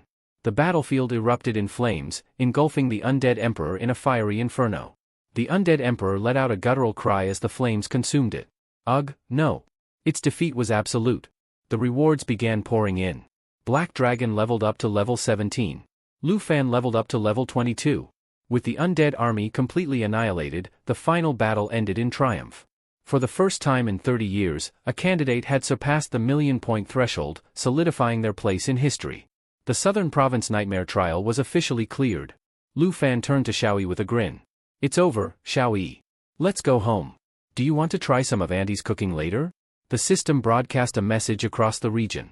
Congratulations to the candidate, Lu Fan, for successfully conquering the Nightmare Trial of the Southern Province and clearing the 100th floor. Lu Fan inspected the spoils of war. Acquired items. 1. Wrath of the Ice Dragon Ring. Type, Rare Quality Skill Book. Class requirement, Dragon Tamer or Dragon Language Mage. Level requirement, 20. Effect, learn the skill Wrath of the Ice Dragon, which releases a chilling frost over a target area, dealing damage and applying slow and freeze effects. The skill's damage, range, and duration increase with extended casting time. 2. Wind Spirit Ring. Type, Rare Quality Accessory. Level requirement, 20. Attributes. Agility, plus 77. Endurance, plus 35. Spirit, plus 32. Special effect, grants the wearer Wind Spirit's Blessing, increasing agility by 35%. 3. Flame Frost Cloak. Type, Legendary Quality Cloak. Level requirement, 20. Attributes. Endurance, plus 12. Damage reduction, plus 79. Strength, plus 56. Agility, plus 54. Special effects. Reduces damage from ice and fire by 30%. Reduces debuff effects from ice and fire by 50%. Increases ice and fire damage for both the wearer and their pet by 30%. This cloak will be perfect for Xiaoyi's Destruction Dragon form, Lu Fan mused, appreciating the synergy with their battle strategy. Reflections and departure. Lu Fan considered his progress. I didn't expect to unlock control skills before my second transfer at level 30. Now, with Xiaoyi's output capabilities, our coordination will only improve from here on out. He stretched, feeling the exhaustion of the trial finally catching up. It's time to let Xiaoyi rest for a bit. Let's head back and wait for the results. With that, the system activated the transfer function, and Lu Fan disappeared from the trial grounds, returning home a triumphant conqueror. Old Bai beamed with pride, clapping Lu Fan on the shoulder. Lu Fan, you're incredible. You've become the top scorer and the pride of our school. From now on, your photo will hang on the school's wall of fame. The principal of First Middle School overheard this and couldn't help but chime in with a chuckle. The Wall of Fame? Isn't that reserved for heroes who sacrificed their lives defending against beast invasions? Are you cursing him already? Old Bai retorted indignantly. Go away. If anyone's cursed, it's you. Lu Fan's broken the exam record. His future is limitless. The principal shook his head. No matter what, this exam has made Lu Fan famous. He's a name everyone will remember now. Lu Fan remained humble, smiling slightly. This exam, even though I was prepared for it, surprised me more than I expected. Uncle Qin, an elder with a warm demeanor, stepped forward. I've met the conditions. The princess of the Taichi kingdom won't dare to cause any trouble now. The man burst into laughter. Of course not. A promise is a promise. The teacher must have received the message by now. The principals nodded reassuringly. Lu Fan, don't worry about petty matters anymore. Focus on the bigger picture, like deciding which academy you'll attend. The top academies will be scrambling to recruit you. Another elder added, the wealthy merchants in the southern province will likely flock to you too, hoping to build connections. Be cautious of their motives. Excited voices broke out among the gathered crowd. Summon the dragon, Lu Fan. Let us witness it with our own eyes. Are you out of your mind? Someone interjected. That would destroy the entire school. The leaderboard was announced, showcasing Lu Fan's remarkable achievement. 1. Lu Fan, Nightmare Trial 100 floor, 1,299,750 points. 2. Hong Wu, 72 floor, 89,250 points. 3. Qin Kuei, 66 floor, 75,400 points. 4. Tao Xiaoman, 66 floor, 75,400 points. Congratulations, Lu Fan. Old Bai exclaimed. This score is astounding. No one has broken the record in over 30 years. Far away in the northernmost frontier of the Dragon Kingdom, the air was crisp and cold. In the uncharted territory, Marquis Tu Jing was watching Lu Fan's exam video as an aide entered his tent. Sir, I apologize for the disturbance. We've gathered the evidence. Tu Jing's eyes sharpened. Everything? Yes, sir. We can now confirm Shen Shanhai's deductions were correct. Through his interactions with the special envoy, Qian Zong, Shen deduced that a high-ranking official in Dragon City, Lord Ran Chongfeng, was colluding with the Jin family of the Tai Kingdom. Our investigation revealed that Princess Jin Zhe's study abroad program and the recruitment of dragon tamers were both directly approved by Lord Ran. On the surface, he maintained diplomatic relations with the Jin family, but in private, he granted them numerous privileges in exchange for substantial rewards. Tu Jing's expression darkened. So, it's true. Ran Chongfeng is the traitor we suspected. The Jin family and their schemes have infiltrated deeper than I thought. This betrayal must be dealt with swiftly. Haha, no wonder he sent a special envoy to arrest the dragon tamer, Marquis Tu Jing remarked, his tone laced with disdain. Wan Shangfeng, that treacherous snake, aiding the princess of the Taiki kingdom to run rampant within the dragon kingdom. It's unacceptable. He turned to his aide with a commanding presence. Send an order to Ran Changfeng immediately. Inform him that I am stripping him of all duties and authority. He will no longer hold any position within the upper ranks of Dragon City. Execute this order without delay. If he dares to object, tell him he's welcome to bring his grievances directly to me. The aide saluted sharply. Understood, sir. Tu Jing continued, his tone stern. As for the Jin family, if they make any attempt to contact Shanong again, deploy the Griffin squad to deal with them accordingly. I won't tolerate any further interference. Yes, Marquis, the aide replied. One more thing, Tu Jing added, his expression softening slightly. Keep a close watch on which academy this dragon tamer selects. Once the choice is made, inform the principal to ensure Lu Fan receives the best possible resources and support. It's a rare privilege to have such a promising young talent in our dragon kingdom. He leaned back, a rare smile crossing his face. What an interesting development. A youth of legendary potential. Once my current tasks are complete, I must meet this dragon tamer personally. But when will this endless workload finally allow me such a chance? In a distant palace within the Tai kingdom, Princess Jin Zhu's temper flared as she slammed a scroll onto the table. What did you say? Ran Changfeng was dismissed by the Northern Frontier's Marquis. Her advisor bowed respectfully but spoke with a calm demeanor. Princess, please, do not let this news trouble you too much. While this may be a setback, we have some positive developments to report. Positive developments? She scoffed, her tone dripping with skepticism. What good news could possibly outweigh losing Ran Changfeng? Without his influence, how can we capture the dragon tamer? The advisor remained composed. Your Highness, the announcement of the major exam results is imminent. We have uncovered information that, aside from Lu Fan of Jianghai City, another dragon tamer resides in Qingzhou City. The princess's anger cooled slightly, replaced with curiosity. Another dragon tamer, you say? This could indeed be useful.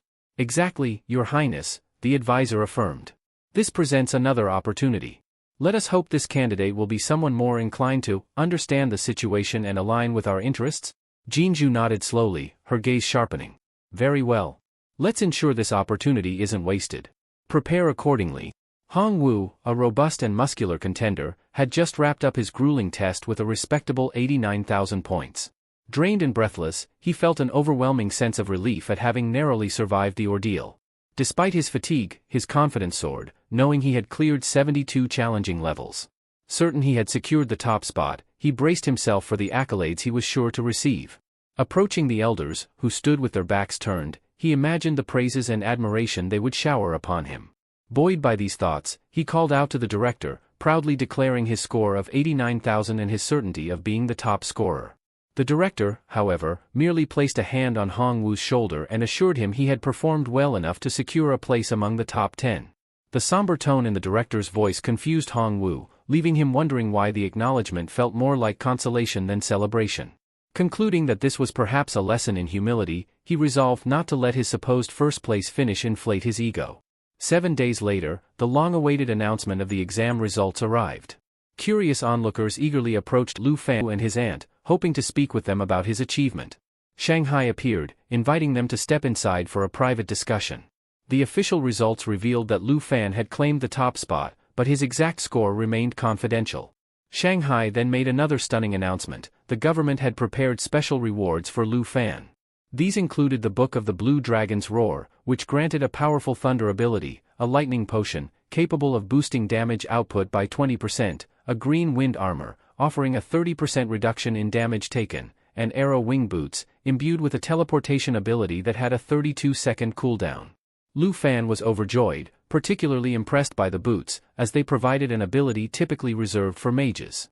Qin Kuei soon arrived, reporting that the directors of the top 10 universities were already vying for an opportunity to interview Lu Fan. This news astonished him, considering the results had just been released. Qin Shanghai reassured Lu Fan, advising him to grow accustomed to this kind of attention. Leaning closer, he whispered that Lu Fan's exact results were being kept confidential to prevent potential threats from rival nations, particularly incidents similar to the one involving the princess. Lu Fan expressed his gratitude and mentioned his desire to meet the person who had orchestrated this protective measure. Shanghai responded cryptically, assuring him there would be an opportunity soon enough. Before leaving, Qin Kuei handed Lu Fan a card, explaining that it was a token of appreciation. Lu Fan held the card, quietly reflecting on the remarkable journey ahead and the newfound recognition he had earned. Upon seeing the purple card, Lu Fan immediately recognized its immense value, 10 million coins. It far exceeded the agreed-upon 100,000 coins. Shanghai explained that this additional reward was a gesture of gratitude for saving Qin Ku's team. Though reluctant at first, Lu Fan eventually accepted the card, understanding the sincerity behind the gesture. Then, with an unexpected burst of energy, Shanghai urged him to head to the villa, pulling him along. Lu Fan, slightly bewildered, followed as she explained that he needed to meet with all the representatives waiting for him. Meanwhile, deep within a nearby forest, Jinzhu questioned Hong Tai about the top candidate's level. Hong Tai reported that the individual was at level 19, with a dragon companion at level 14. Jinzhu smirked, commenting on how extraordinary dragon tamers were. She reminisced about a dragon she once considered gifting to Lu Fan, now finding it in the hands of someone else. At that moment, a white-haired warrior, Chen Tianzi, stood before a powerful boss monster. With his dragon by his side, he launched a coordinated attack. The dragon's tail slammed into the creature, sending it crashing to the ground. Without hesitation, Chen Tianzi lunged forward, piercing the creature's chest with his lance. The victory granted his dragon a level up to 15, while he himself advanced to level 20. Princess Jinzhu, observing the scene, praised Tianzi for his remarkable talent. He humbly replied, expressing his desire not to disappoint her. The princess then informed Hong Tai that the dragon's lance would be entrusted to Tianzi, who graciously accepted it. Tianzi expressed his gratitude, declaring that with the dragon, the lance, and the princess's blessings, he would defeat the top-ranked contender. Jinzhu, recalling the humiliation she had endured previously, seethed with determination. She estimated that Lu Fan's score was around 300,000, while Tianzi's current score stood at 210,000. Confident that the new gear and buffs would tip the scales in their favor, she ordered Tianzi to not only defeat Lu Fan but also to claim his black dragon as a trophy. Pointing directly at him, she proclaimed that he would rise to become the greatest dragon tamer in history. Tianzi, kneeling in loyalty, assured her it would be an honor to serve as her knight forever. Meanwhile, Lu Fan arrived at Qin Ku's home, where a warm reception awaited him. Amidst the celebrations, Qin Ku asked him about his plans for choosing an academy. She expressed her desire to stay close, albeit with a hint of awkwardness, mentioning that her father had suggested she attend the same academy as him. Lu Fan, smiling, reassured her that teamwork was important to him and that he valued her companionship. He promised that if they remained together, she would always be his priority during hunts. However, he admitted that he hadn't yet made a decision regarding which academy to join, assuring her that he would inform her as soon as he did. Flustered, Qin Ku loudly declared that she would strive to enroll in the same academy as him. Lu Fan chuckled warmly and agreed it was a great idea. As they entered the hall, Lu Fan was met with the scrutinizing gazes of a priest and 3 vibrant young women. Remaining calm, he introduced himself politely, addressing everyone with a friendly greeting. The priest stepped forward, commending Lu Fan's achievements and expressing admiration for the remarkable footage of his exam.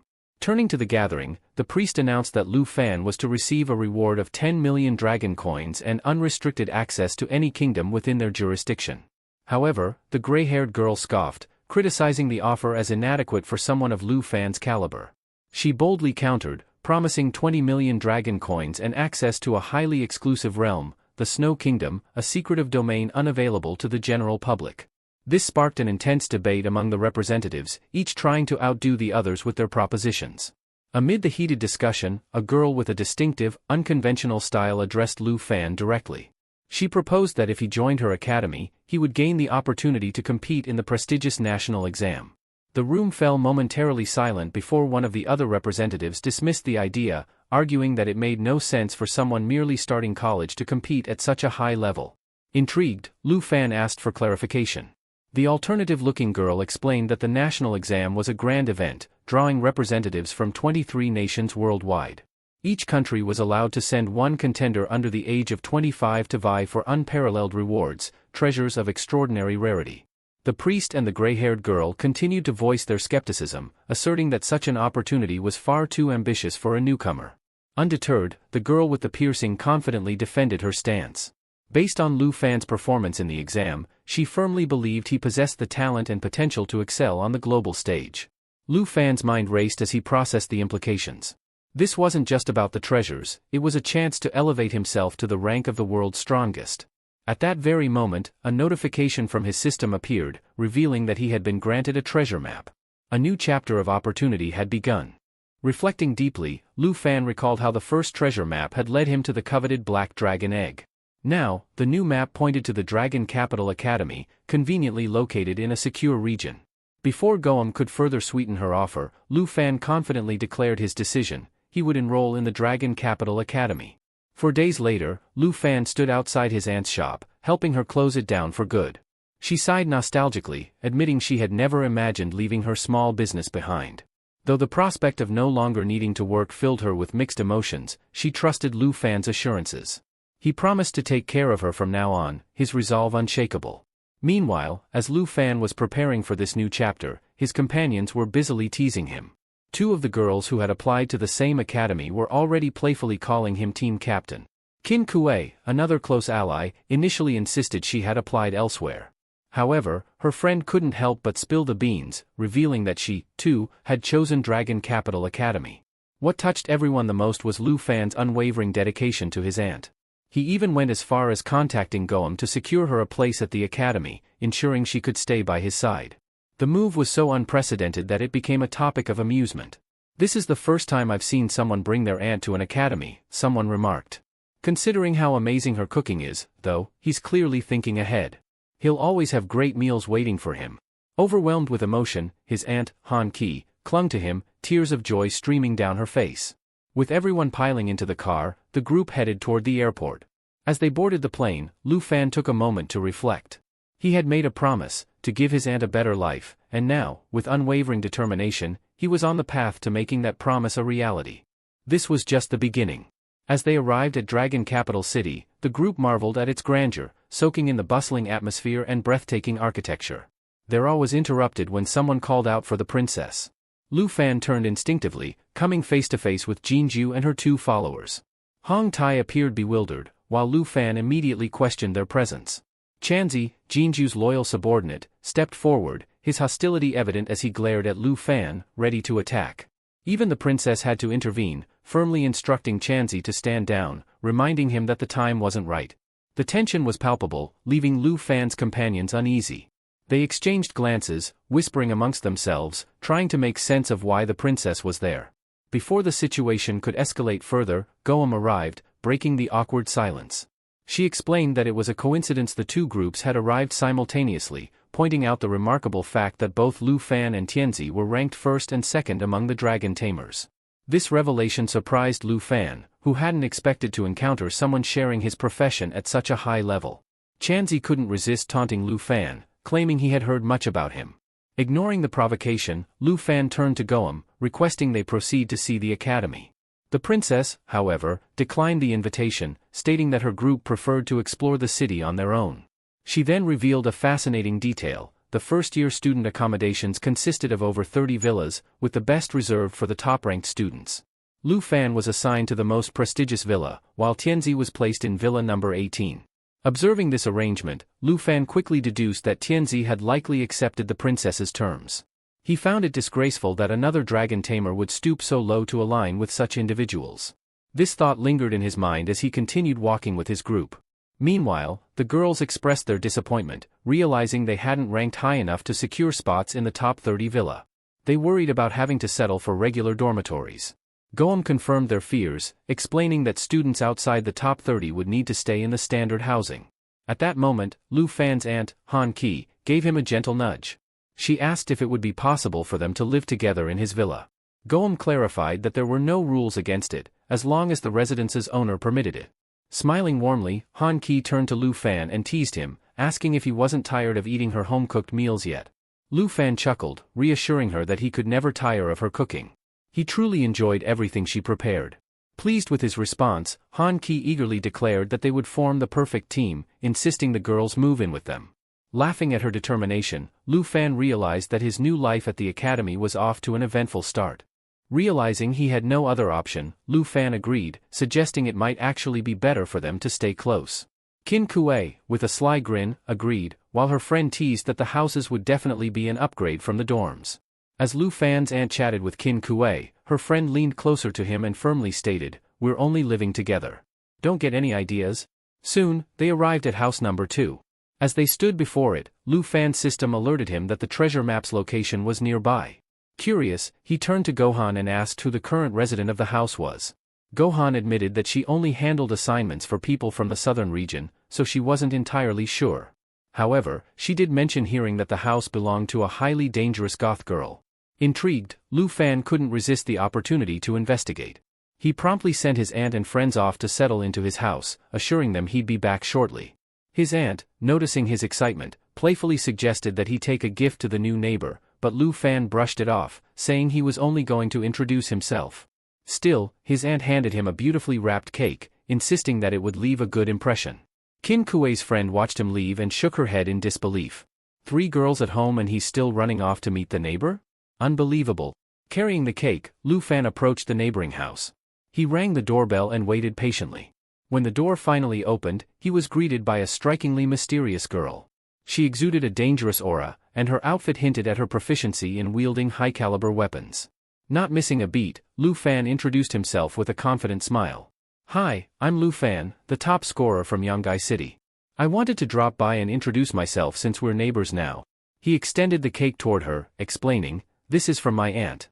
I thought it'd be a good way for us to get to know each other better." The girl remained silent, her piercing gaze fixed on him. Despite the tension in the air, Lu Fan maintained his composure, already curious about the kind of person she was. Zhang Yang, as silent as ever, simply accepted the box without a word. After a pause, she mentioned her province and introduced herself with a simple, "Zhang Yang." Her voice was soft, almost disarming, and Lu Fan couldn't help but find it endearing. Bold as always, he seized the moment. "Mind if I come in for a glass of water?" he asked.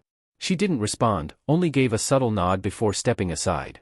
That was all the permission he needed. Without hesitation, Lu Fan stepped inside, reminding himself he didn't have much time.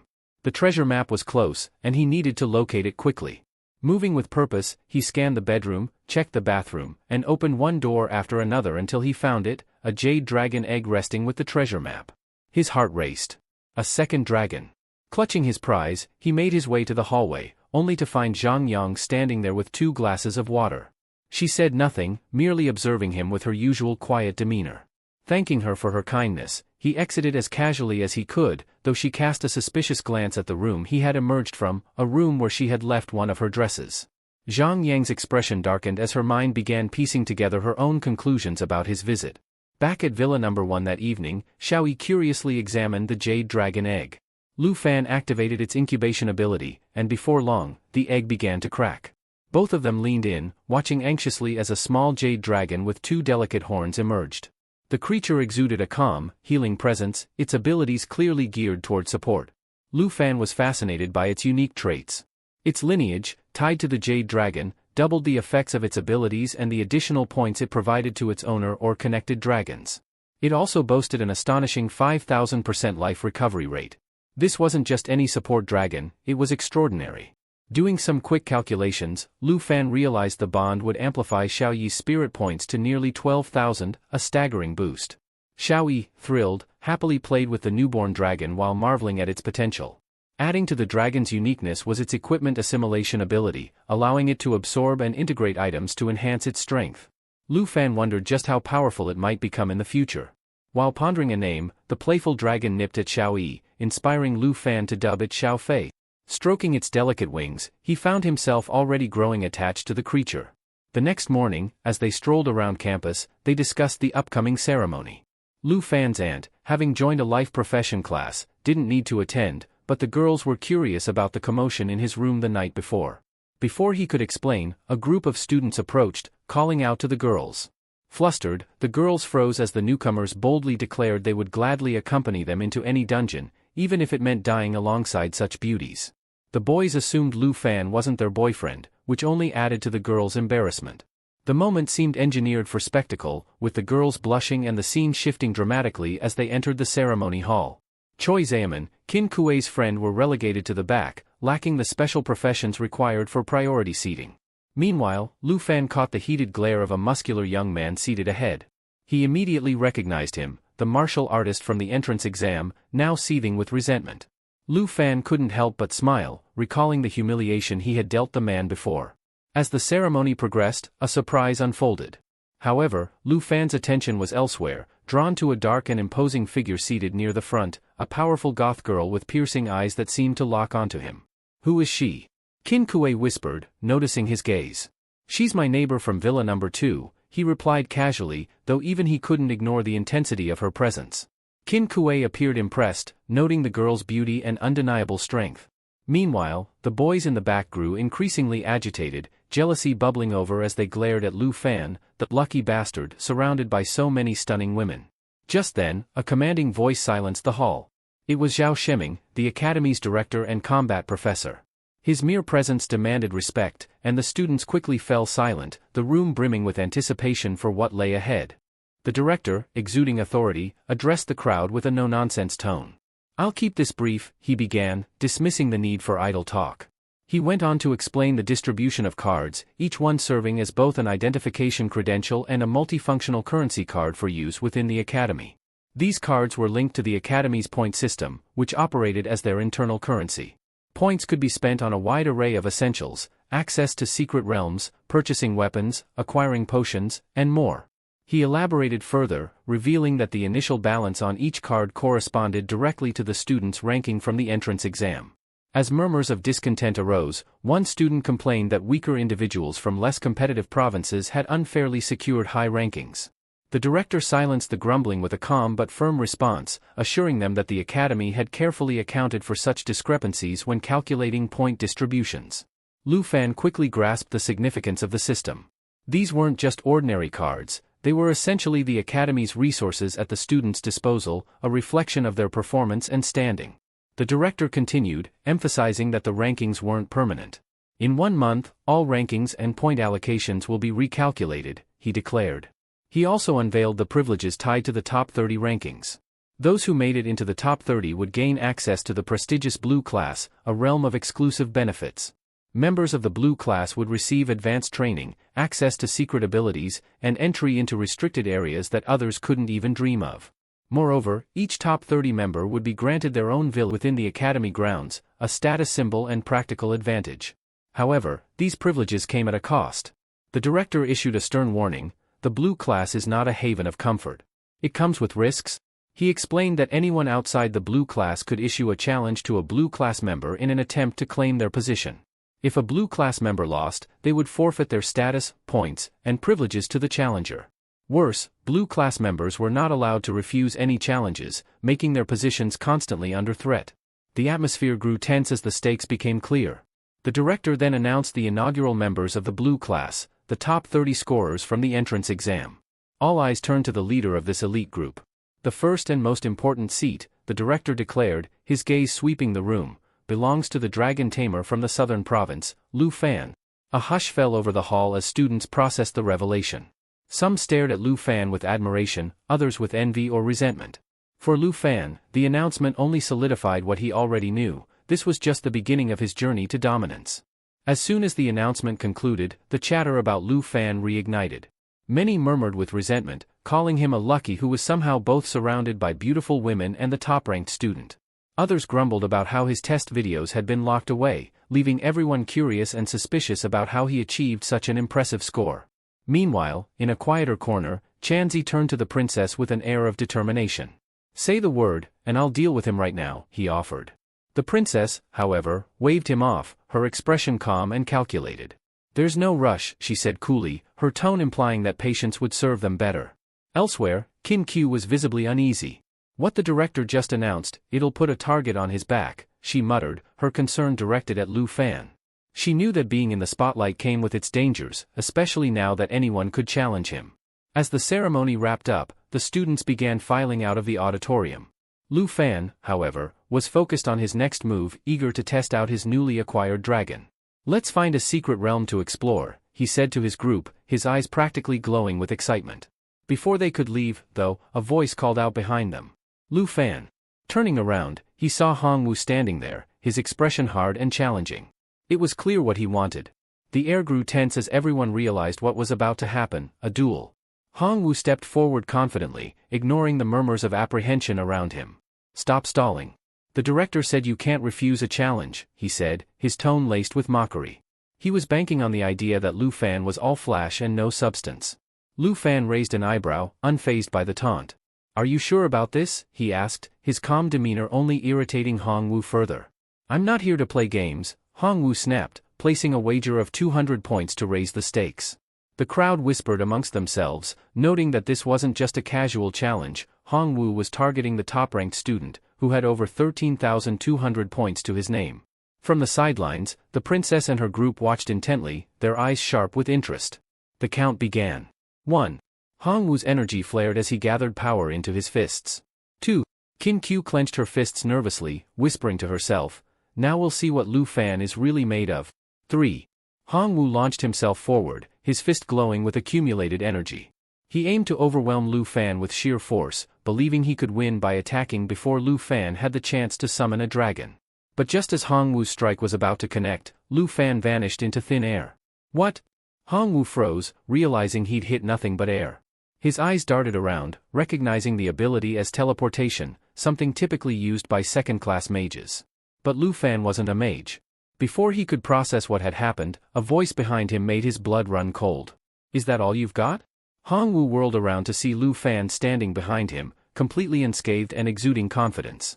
Enraged, Hong Wu concentrated energy into both his hands, declaring, "You're asking for it now." He unleashed a barrage of powerful palm strikes, each one crackling with energy. But Lu Fan moved with such ease it was as though he was toying with Hong Wu. He dodged every attack effortlessly, weaving through the onslaught with precision and grace. The audience watched in stunned silence, their expectations shattered. Even the professors, who had been observing from the sidelines, leaned forward with newfound curiosity. In the distance, Xiaomin glanced nervously at the unfolding battle. "He's amazing," she whispered, unable to tear her eyes away. Hong Wu, however, was far from done. Little did he know, Lu Fan hadn't even begun to show his full strength. Hong Wu's confidence was unshaken, convinced that as long as Lu Fan didn't summon a dragon, victory was in the bag. He grinned, ready to press his advantage, but his cocky demeanor didn't last long. Suddenly, Lu Fan made his move. With lightning speed, he delivered a powerful kick aimed straight at Hong Wu's chest. Hong Wu instinctively activated his defensive shield, smugly believing that with a strength threshold of 280 points, there was no way the attack would penetrate it. Crack! To his horror, the shield shattered like glass under the force of the kick. The impact sent him flying backward, and he hit the ground hard, coughing up blood as the air was knocked out of him. The crowd watched in stunned silence, some muttering about how he looked like he had just spit out tomato juice. Lu Fan frowned, visibly unimpressed. "That's it," he said, shaking his head in disbelief. "You didn't even put up a fight. Losing like this is just embarrassing." The crowd began to murmur again, wondering aloud why the dragon tamer hadn't even summoned a dragon.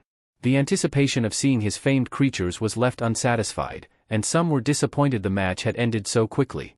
From the sidelines, the princess watched the scene unfold with a glint of intrigue in her eyes.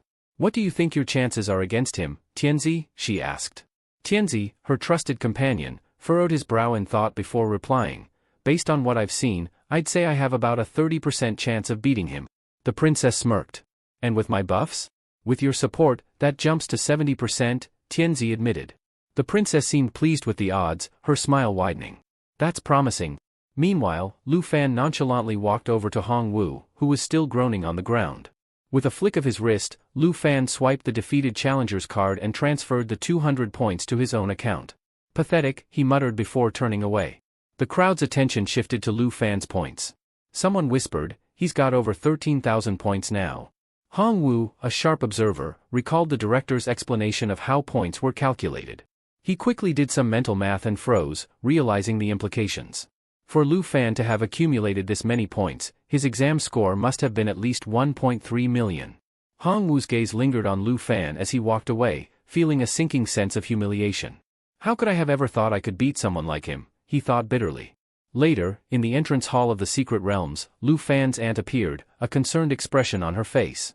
"Are you okay?" she asked, her eyes scanning him for any sign of injury. "I'm fine," Lu Fan replied with a reassuring smile. Nearby, Choi Xiaoman, a seasoned observer, couldn't hide her astonishment. "I never imagined the Lu Fan was this strong," she remarked. "If just his kick caused that much damage. I don't even want to think about what would happen when he finally summons a dragon." Lu Fan, seemingly oblivious to the whispers around him, called out to his group. "Come on," he said, gesturing for them to follow. "Let's get ready. I'll show you where we're headed next." As he led the way, the crowd couldn't help but feel a mix of awe and apprehension. Lu Fan's strength was undeniable, and everyone was beginning to realize just how far above the rest he truly was. The group had decided on their next destination, a dungeon ominously named the Forest of Poisonous Spiders. Known for its challenging environment and high rewards, it was considered one of the best spots to gain experience and resources. Lu Fan's aunt, however, voiced her concern. "But I'm not skilled in combat. It's far too dangerous for me to join you." Lu Fan immediately reassured her. "Don't worry, auntie. I'll make sure you're safe. You can leave everything to me." His confidence was unwavering. Still, there was a logistical issue to address. "The only problem," Lu Fan continued, "is that we're one person short. We need a team of 5. Kim Q glanced around the area and suggested, "Why don't we see if someone nearby can join us?"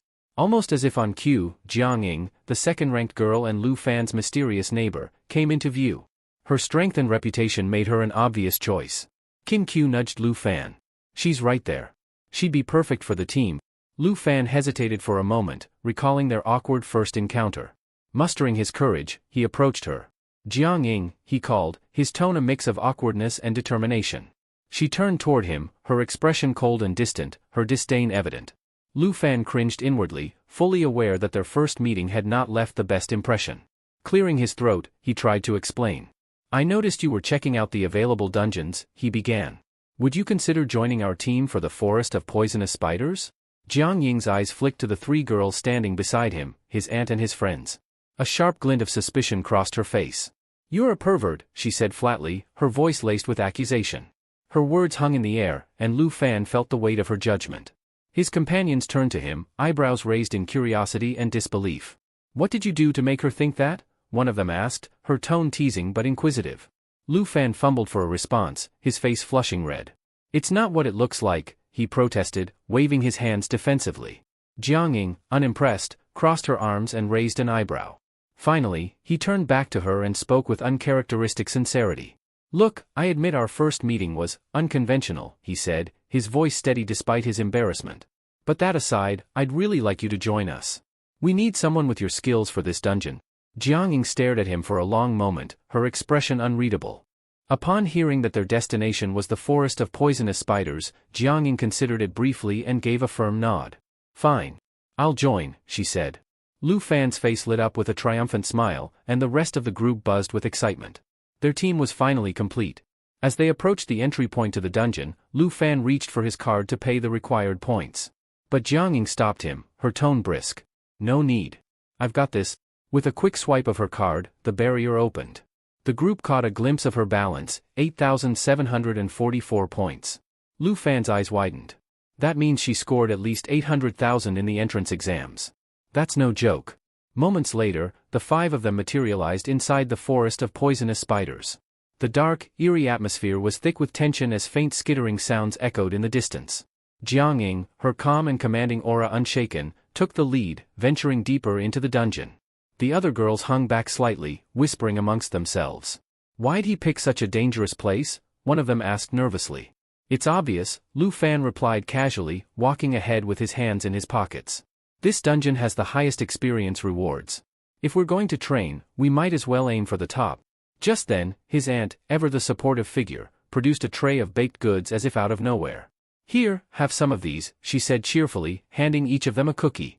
"What are these?" one of the girls asked, inspecting the treat curiously. "These cookies increase experience gain by 20%, his aunt explained with a proud grin. "It's something only my secret class can cook. Pretty amazing, right?"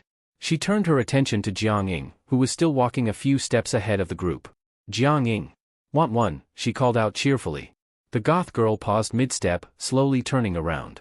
Her sharp, calculating gaze swept over the group, then settled on the offered cookie. What she would do next was anyone's guess. Jiang Ying turned toward Han and asked if the cake from before was her creation. Han Qi blinked, then smiled modestly. "You mean the one Lu Fan brought?" "Yes, that was mine." As Jiang Ying processed the answer, the other girls chimed in with glowing compliments about Yan's cooking skills. Yan let out a small, bashful smile, which didn't escape Lu Fan's sharp gaze. But before he could comment, his attention snapped toward a rustling sound in the nearby bushes. His expression hardened. "Stay alert," he warned. "We've been spotted." Without warning, a massive black-scaled python, at least level 40, reared its head from the underbrush, hissing ominously. Its dark, menacing eyes locked onto the group. Han instinctively stepped back, clutching her cooking tools. Maybe I should whip up something to boost everyone's strength. There's no time for that, Lu Fan interrupted, his tone firm. Focus on staying safe. I'll deal with this. Before anyone could react, the creature lunged. Xiaoman leapt into action, charging recklessly at the snake with a fierce yell.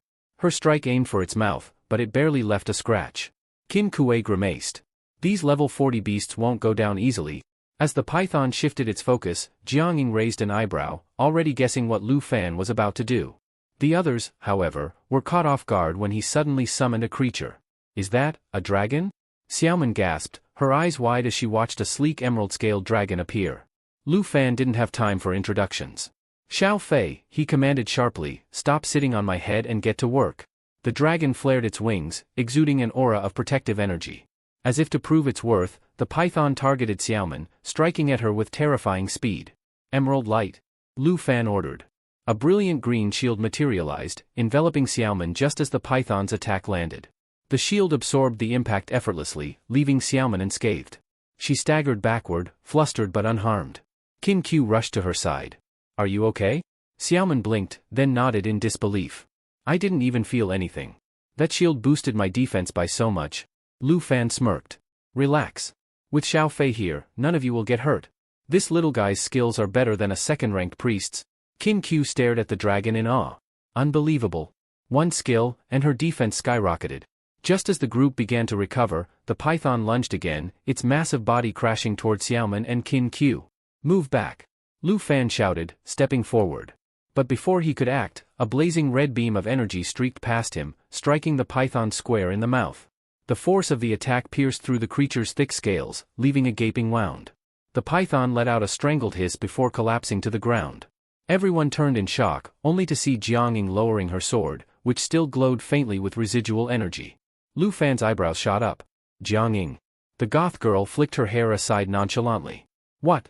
I didn't feel like waiting around. Her calm, almost bored tone was at odds with the sheer power of her attack. Lu Fan couldn't help but think, this girl really could be the protagonist of the story. From the angle he was standing, the truth hit him even harder. Not only was Jiangning a level 21 swordmaster, but she wielded an absurdly powerful weapon. This girl wasn't just strong, she was a game-changer. Lu Fan had already accepted one thing, if it weren't for the system's support, he'd likely be getting crushed by Jiangning in every sense of the word. The thought amused him momentarily, but he snapped out of it when he noticed a shadow looming behind his aunt. Aunt Han, duck, he shouted. A silver spider, stealthy and menacing, had crept up behind her. Completely unaware, Han turned just in time to see Jiangning deflect its attack with a well-placed strike, while Lu Fan moved in to pull his aunt to safety. These spiders are no joke, Lu Fan muttered. He could tell by the creature's sheen that it was one of the silver spiders, a breed known for its extreme resilience. Not only were they level 45, but they were also immune to armor-breaking abilities, making them a nightmare for most adventurers. Jiangning, however, wasn't fazed. She surged forward, her blade cutting through the air as she faced the spider head-on. The creature activated its quick claw ability, its attacks becoming a blur. Yet, Jiangning moved gracefully, dodging every swipe as if it were second nature. Be careful. Lu Fan called out as he stepped in to block an incoming strike. Jiangning clicked her tongue. I'm doing fine. Don't get careless yourself, she said, her tone sharp. She gestured ahead to a darker section of the forest. There's an entire nest of these things waiting for us. Lu Fan followed her gaze and frowned. The glint of webbing and the skittering sounds hinted at something even more dangerous. It's not just silver spiders, he said, gripping his weapon tightly. There are black web spiders here too. Jiangying's eyes narrowed. Black web spiders? Yeah. If they trap you in their webs for even 60 seconds, it's over, Lu Fan explained grimly.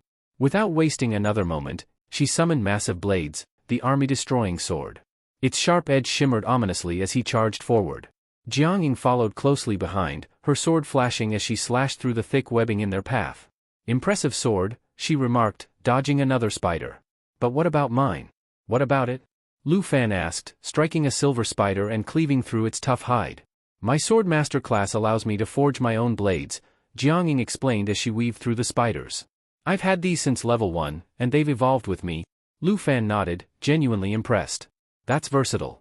It's almost like your class enhances multiple weapons, while mine focuses on dragons. Focus on fighting, not talking, she quipped. Just as she said that, another spider lunged at her from behind. Lu Fan reacted instantly, stepping in and summoning Xiao Fei's emerald light. The shimmering green barrier enveloped her, blocking the attack. Jiang Ying didn't waste the opportunity. With precision, she swung her blade and struck the spider's vulnerable underside, killing it in one decisive blow. She glanced at Lu Fan and gave a rare smile. That 30% attribute boost really came in handy. Thanks. Lu Fan smirked. You're welcome. Your class is incredible. I can't believe how adaptable it is. Before she could respond, a sudden scream pierced the air. Lu Fan's face darkened. The others are in trouble, he said. I'll handle the black web spider, Jiang Ying replied, already moving toward the nest. Be careful, he called after her. The rest of the group was in the middle of a chaotic battle. Yen and the others were throwing every skill they had, while Xiao Fei provided support with barriers and enhancements. Lu Fan joined the fray, his blade carving through spiders as if they were paper. Jiang Ying, meanwhile, reached the nest, her focus sharp. As she advanced, a spider lunged at her from behind. She barely managed to block the attack with her sword, but the impact sent her staggering. Another trio of spiders pounced, but her defensive skill activated just in time, shielding her from harm. Her breathing quickened, and she realized she was getting too far from the group. She turned to retreat but winced, feeling the sting of her earlier injury. Lu Fan's voice echoed in her mind. Don't push too far with that injury, he had warned. She clenched her teeth, tightening her grip on her sword. I don't have time to worry about that, she muttered, charging forward once more. The other girls, noticing they were managing well with the buffs provided by Aunt Han, urged Lu Fan to go and assist Jian Ying. We've got this under control, one of them said. Go make sure she's okay. Nodding, Lu Fan glanced back at his aunt. I'm counting on you two to keep Aunt safe, he said before dashing into the forest. As he moved deeper into the thicket, the air grew heavier with the stench of the spiders, and thick webs hung low from the trees, brushing against his shoulders. Passing under one particularly large web, he finally spotted Jian Ying locked in combat with the infamous black web spider. The sight stopped him in his tracks. Jian Ying, the ever-determined swordmaster, was visibly battered. Her usual sharp, precise movements were slower, and exhaustion was evident in her stance. Despite this, she still stood her ground against the menacing spider. Jian Ying. Lu Fan called out as he approached. She turned her head slightly, her voice firm despite her condition. I can handle this. Stay back. But at that very moment, the spider's eyes glinted ominously, and it activated its deadly ability, the web that would ensnare its target, spelling certain death after 60 seconds. Jian Ying's expression faltered for a fraction of a second as the realization hit her. Lu Fan didn't hesitate. With a burst of speed, he surged forward, placing himself between her and the spider. Stop being stubborn and trust me for once, he said, his voice commanding yet reassuring. Taking a deep breath, Lu Fan called upon the power of the dragon claw. His hands began to morph, sharp claws emerging as his transformation skill activated. A faint green aura surrounded him, crackling with energy. Xiao Fei, emerald light, he commanded. A protective barrier shimmered around both him and Jian Ying, neutralizing the spider's oppressive aura. Seizing the moment, Lu Fan lunged at the spider with precision and ferocity. His claws slashed through the air, glowing with draconic energy, before landing a devastating blow. The black web spider screeched in agony as it was sliced cleanly in half, collapsing in a heap. Jian Ying stared in shock. You took it down in one strike, she murmured, her voice filled with disbelief. Lu Fan turned to her with a faint smirk. I couldn't just let it hurt you, he said. Besides, I needed to test the Emerald Dragon's power in a real fight. Her gaze lingered on him, conflicted. While she was undeniably impressed by his strength, his attack rivaled the force of her mountain destroyer skill. It was hard to shake the frustration of having been saved. Lu Fan extended a hand to her. Let's move forward together. It'll be easier to handle what's ahead if we stick together, he said. Meanwhile, Lu Fan's mood had lifted considerably. Not only had they overcome a significant challenge, but Xiao Fei had leveled up to level 3, her aura radiating stronger than ever. However, Jian Ying's mood took a downturn. She couldn't help but feel a pang of disappointment in herself for needing his help. She clutched her swords tightly, silently vowing to grow stronger. Just as the tension between them lingered, voices called out from the distance. Hey! We took care of the silver spiders. Aunt Han Qi and the others emerged from the trees, waving them over. Relieved, Lu Fan smiled and gestured for Jian Ying to follow. Come on. It's not over yet, he said. Jian Ying glanced at him, her resolve hardening. I'll catch up, she muttered, determination gleaming in her eyes. Lu Fan turned to Jian Ying with a calm yet determined expression. You're strong, he said, his tone steady. But no matter how strong someone is, allies don't let each other fight alone. Jian Ying blinked, momentarily stunned by his words. The sincerity in his voice left her speechless, and before she could respond, she felt the gentle warmth of healing energy washing over her wounds. Once again, this guy managed to throw her off guard. Just then, the rest of the group approached, curious about what had happened. One of the girls pointed at the faint glow surrounding Jianing. "Wait, can your dragon heal?" she asked, surprised. Lu Fan nodded with a slight smile. "Of course," he said, activating Xiao Fei's life fountain skill. A shimmering circle of light formed around the group, spreading a gentle regenerative aura that started mending everyone's minor injuries and restoring their stamina. The sight left Jianing deep in thought. She hadn't expected much when she stumbled upon this group, but now she found herself rethinking her initial judgment. Maybe this team wasn't so bad after all. Time passed as they continued their trek through the dungeon. Despite their progress, they found themselves wandering aimlessly, struggling to locate the exit. Confusion set in, and the girls began murmuring among themselves. "This feels like the end of the dungeon," one of them said, "but we haven't found anything." Lu Fan remained quiet, his sharp gaze scanning the area. Suddenly, Qin Kuei approached him, curious about what he was seeing. "What's wrong?" she asked. Lu Fan didn't reply immediately, his expression hardening as he pointed toward a nearby clearing. When the group followed his gaze, they froze in place. Before them lay a massive crater teeming with spiders. Hundreds of them crawled over one another, creating a grotesque, writhing mass. At the center of the pit loomed an enormous, menacing spider, the secret boss of the dungeon. Qin Kuei's breath caught in her throat. That's horrifying," she stammered. Lu Fan's eyes narrowed as he analyzed the situation. "This boss has two major abilities, mass absorption and madness amplification," he explained. "It can absorb life from the smaller spiders to heal itself and boost their stats to dangerous levels. If we don't deal with the smaller ones first, we'll be overwhelmed." The girls exchanged uneasy glances before turning to Aunt Han. "You're new to dungeons, right? Maybe you shouldn't look," one of them suggested. Aunt Yen scoffed, puffing out her chest. "I'm not that fragile. I can handle a little." Her words were cut off as she peeked over the edge. A second later, she turned pale, stumbling toward a nearby tree to empty the contents of her stomach. "Okay, that's too disgusting," she admitted weakly. Jianing sighed, her focus returning to the task at hand. "Whatever we decide to do, we need to deal with the smaller spiders first," she said. Xiaoman nodded in agreement. Other teams usually split their group. Some lure the smaller spiders away, while the rest handle the boss, she explained. "The only problem is that strategy takes days, and we definitely don't have enough supplies for that." Aunt Han groaned, clutching her stomach.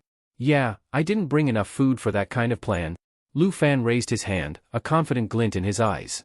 "There's no need to follow their strategy," he said firmly. The girls turned to him, curious and slightly wary. "What do you mean?" one of them asked. "What's your plan?" Lu Fan's smirk widened as he took a step forward. Without another word, he shouted, "Xiao Yi, assume your destroyer form."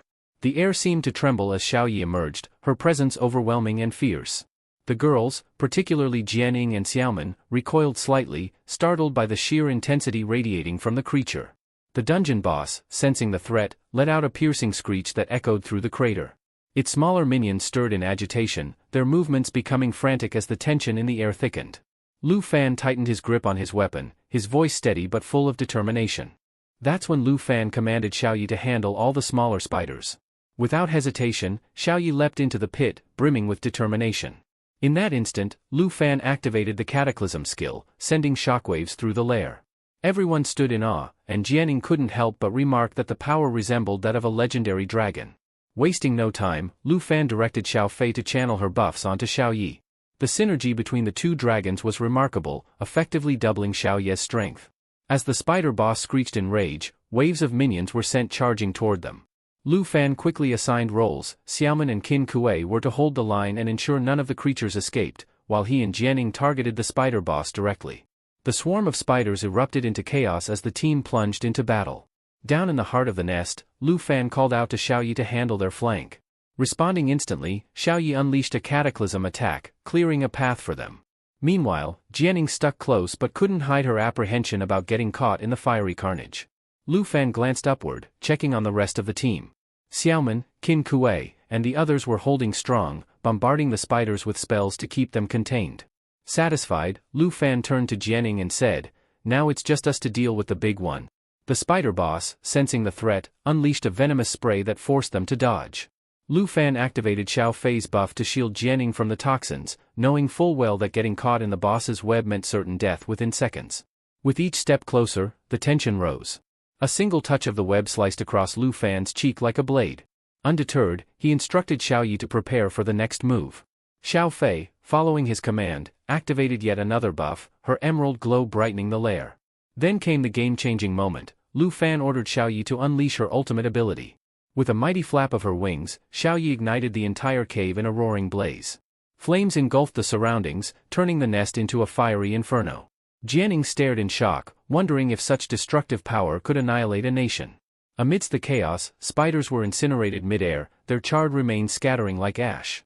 Lu Fan used the opportunity to clear the remaining webs, walking steadily toward the boss with a calm determination.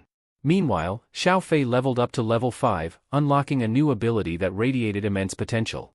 And then, the moment everyone had been waiting for arrived, the little green healing dragon began its evolution, marking yet another leap forward in their extraordinary journey. The little green dragon girl began to radiate a brilliant emerald light, glowing from what seemed to be her core. Just as the radiance filled the cave, the spider boss lashed out, its massive claw swinging dangerously close to Jianing. She narrowly dodged, the attack brushing past her. The emerald blessing from Xiao Fei enveloped Jianing at that moment, amplifying her power and granting her 3 powerful attack buffs. With renewed strength, she commanded her swords to attack the boss directly.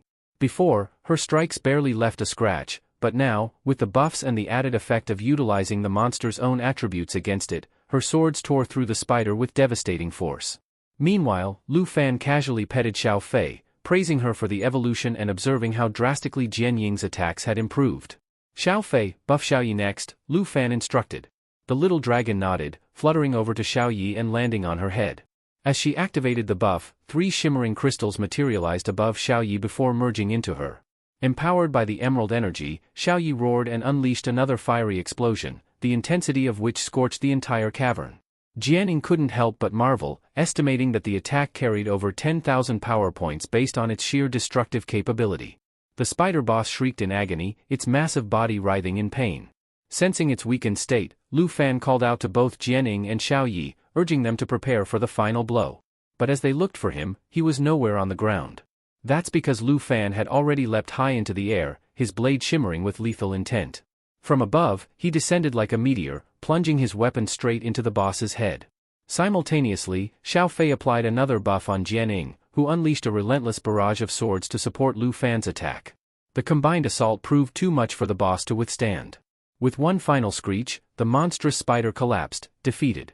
The cavern was silent except for the echoes of their victorious breaths. A notification chimed, everyone had leveled up, and the 2 dragons reverted to their smaller forms. Jianing, catching her breath, glanced at Lu Fan. "How many points did you manage to earn from that?" He grinned. "About 1.3 million. Her brows furrowed. "With that kind of power, shouldn't it have been much higher?" Lu Fan shrugged nonchalantly. "That's the limit for nightmare difficulty. No matter what we do, we can't surpass it."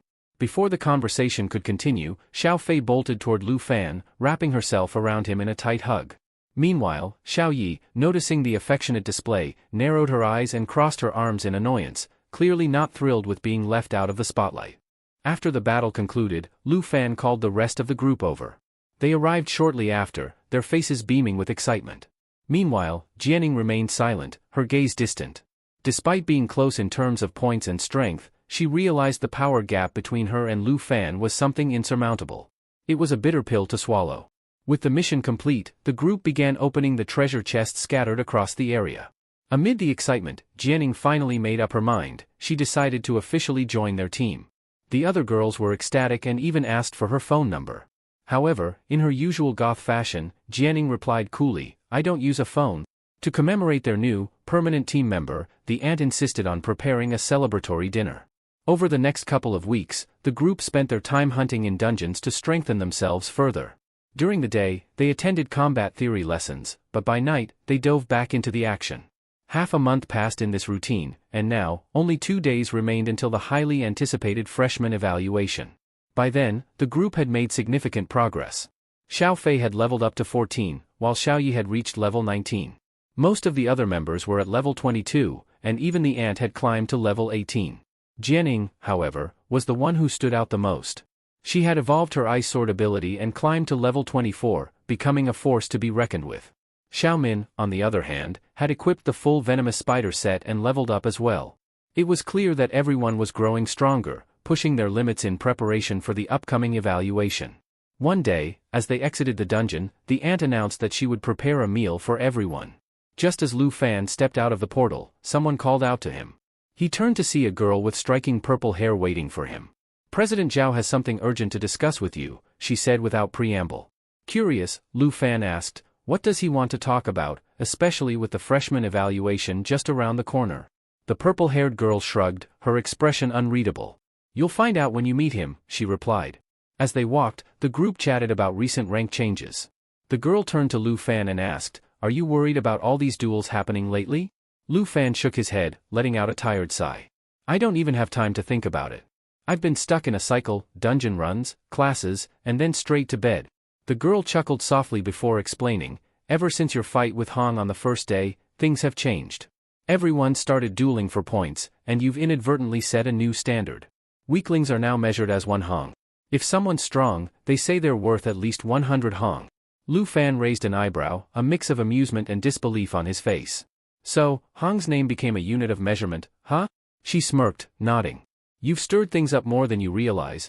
As they approached the president's office, Lu Fan couldn't help but wonder what could be so important.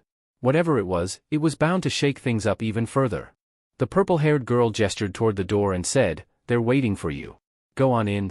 As Lu Fan pushed the door open, the president, sitting at his desk, glanced up and motioned for him to enter. Come in, we have something important to discuss, he began, his tone serious. Without wasting any time, he revealed the news. The national test, which Lu Fan had been promised a chance to participate in, had been rescheduled. It was originally planned for 5 months from now, the president explained, but it's been moved up. It's happening in just 2 months. The sudden announcement made Lu Fan pause, his mind racing. Why the change? He asked. The president leaned back in his chair and sighed. Jin Chenghan is close to reaching level 60 and undergoing his 3rd transformation. It seems this schedule adjustment is designed to give him an edge over everyone else. Lu Fan quickly pieced it together. So they're putting people in their 2nd transformation up against him? That'll just make it easier for him to dominate. The president nodded grimly. Exactly. It's a stacked deck. Pitting 2nd transformation participants against a level 60 expert is practically handing him the victory. And if you're not careful, it could get you killed. He stood and crossed his arms, his gaze steady. I won't sugarcoat this, it's unfair, and the risks are high. If you still want to take part, you won't have much time to prepare. Are you sure about this? Lu Fan's expression hardened, and he met the president's eyes without hesitation. This is my chance to climb the expert rankings. I'm not backing down. Besides, I plan to win. A smile tugged at the president's lips. I expected nothing less. He nodded approvingly. If that's the case, I'll ensure you receive the resources you need. For now, focus on performing well in the freshman evaluation. Use it as a stepping stone. On the day of the evaluation, the president addressed the gathered students, outlining the rules. The exam will consist of a 2 versus 2 arena format. First place will earn 5,000 points for each participant. Murmurs of confusion rippled through the crowd. Many students were uneasy with the pairing system, especially since they hadn't necessarily formed teams or close bonds. For Lu Fan, however, the arrangement worked perfectly. With his aunt and the rest of their group, they had just enough people to form 2 solid teams. As they prepared, they ran into Jianing outside the arena. Before they could exchange greetings, a confident-looking guy approached Jianing, his posture oozing arrogance. He introduced himself with a smug grin, clearly expecting to impress her. Jianing didn't even let him finish. With a sharp glare and a dismissive tone, she cut him off. Not interested. The rejection hit the guy like a brick wall, leaving him stunned and speechless.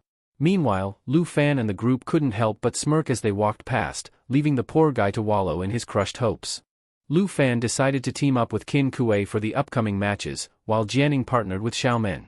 By the 2nd day, the arena was alive with action as the first battles unfolded. In one corner, a hulking stone beast hurled a contestant into the air, while a sleek, deadly creature with a golden sheen, called the Deep Web Gold, darted forward and slashed at another competitor. Watching the chaos unfold was Tianzi. Beside him, the princess praised his skills, exclaiming that they were quickly advancing to the top 16. Tianzi smirked and confidently responded, soon, we'll be up against the number 1 team. Meanwhile, the princess in the stands made a quiet comment about her brother, Jin Chenjian, soon arriving in the city. Jin Chenjian, the level 60 powerhouse who had manipulated the national competition to gain an unfair edge, loomed as a constant reminder of the challenges ahead. The next match was announced, and the audience turned their attention to the field. Lu Fan was paired with Jianing this time, both fully prepared for combat. Lu Fan, with his weapons ready, looked composed and confident, while Jianing exuded her usual fierce aura, clad in her battle gear. Their opponents, a pair of nervous-looking rookies, already seemed defeated at the sight of them standing together. Earlier, when Lu Fan had suggested teaming up with Qin Kuei, she had laughed it off, saying it wasn't necessary. You and Jianing should aim for first place, she had said confidently. Xiaomen and I will handle second. Trusting her words, Lu Fan had agreed, and now Qin Kuei and Xiaomen were cheering for them from the stands. Before entering the arena, Lu Fan asked Jianing if she was determined to take first place. With her signature confidence, she responded, of course. In the preparation area, Lu Fan had taken some time to check his inventory. Using stored treasures, he synthesized several maps, hoping for a lucky result. His gamble paid off. He managed to improve their quality and gain access to a map for the Flying Dragon Cemetery, a high-level zone for adventurers between levels 45 and 60. This discovery only added to his excitement for the upcoming match. As the match began, Jianing turned to Lu Fan with a sly smile. Are you confident about facing another dragon tamer? She asked, referencing Tianzi, who was their opponent. Lu Fan shrugged casually. Confident enough to bet we won't need any summons to win and I can beat both of them alone. She raised an eyebrow. No summons? Really? He nodded. I've been fighting alongside you for a while now. I've realized we're more alike than I thought. Let's handle this together. And if we win, you can finally tell me more about your swordmaster class. The signal for the battle echoed through the arena, and the crowd roared. Tianzi, visibly angry, wasted no time charging at them.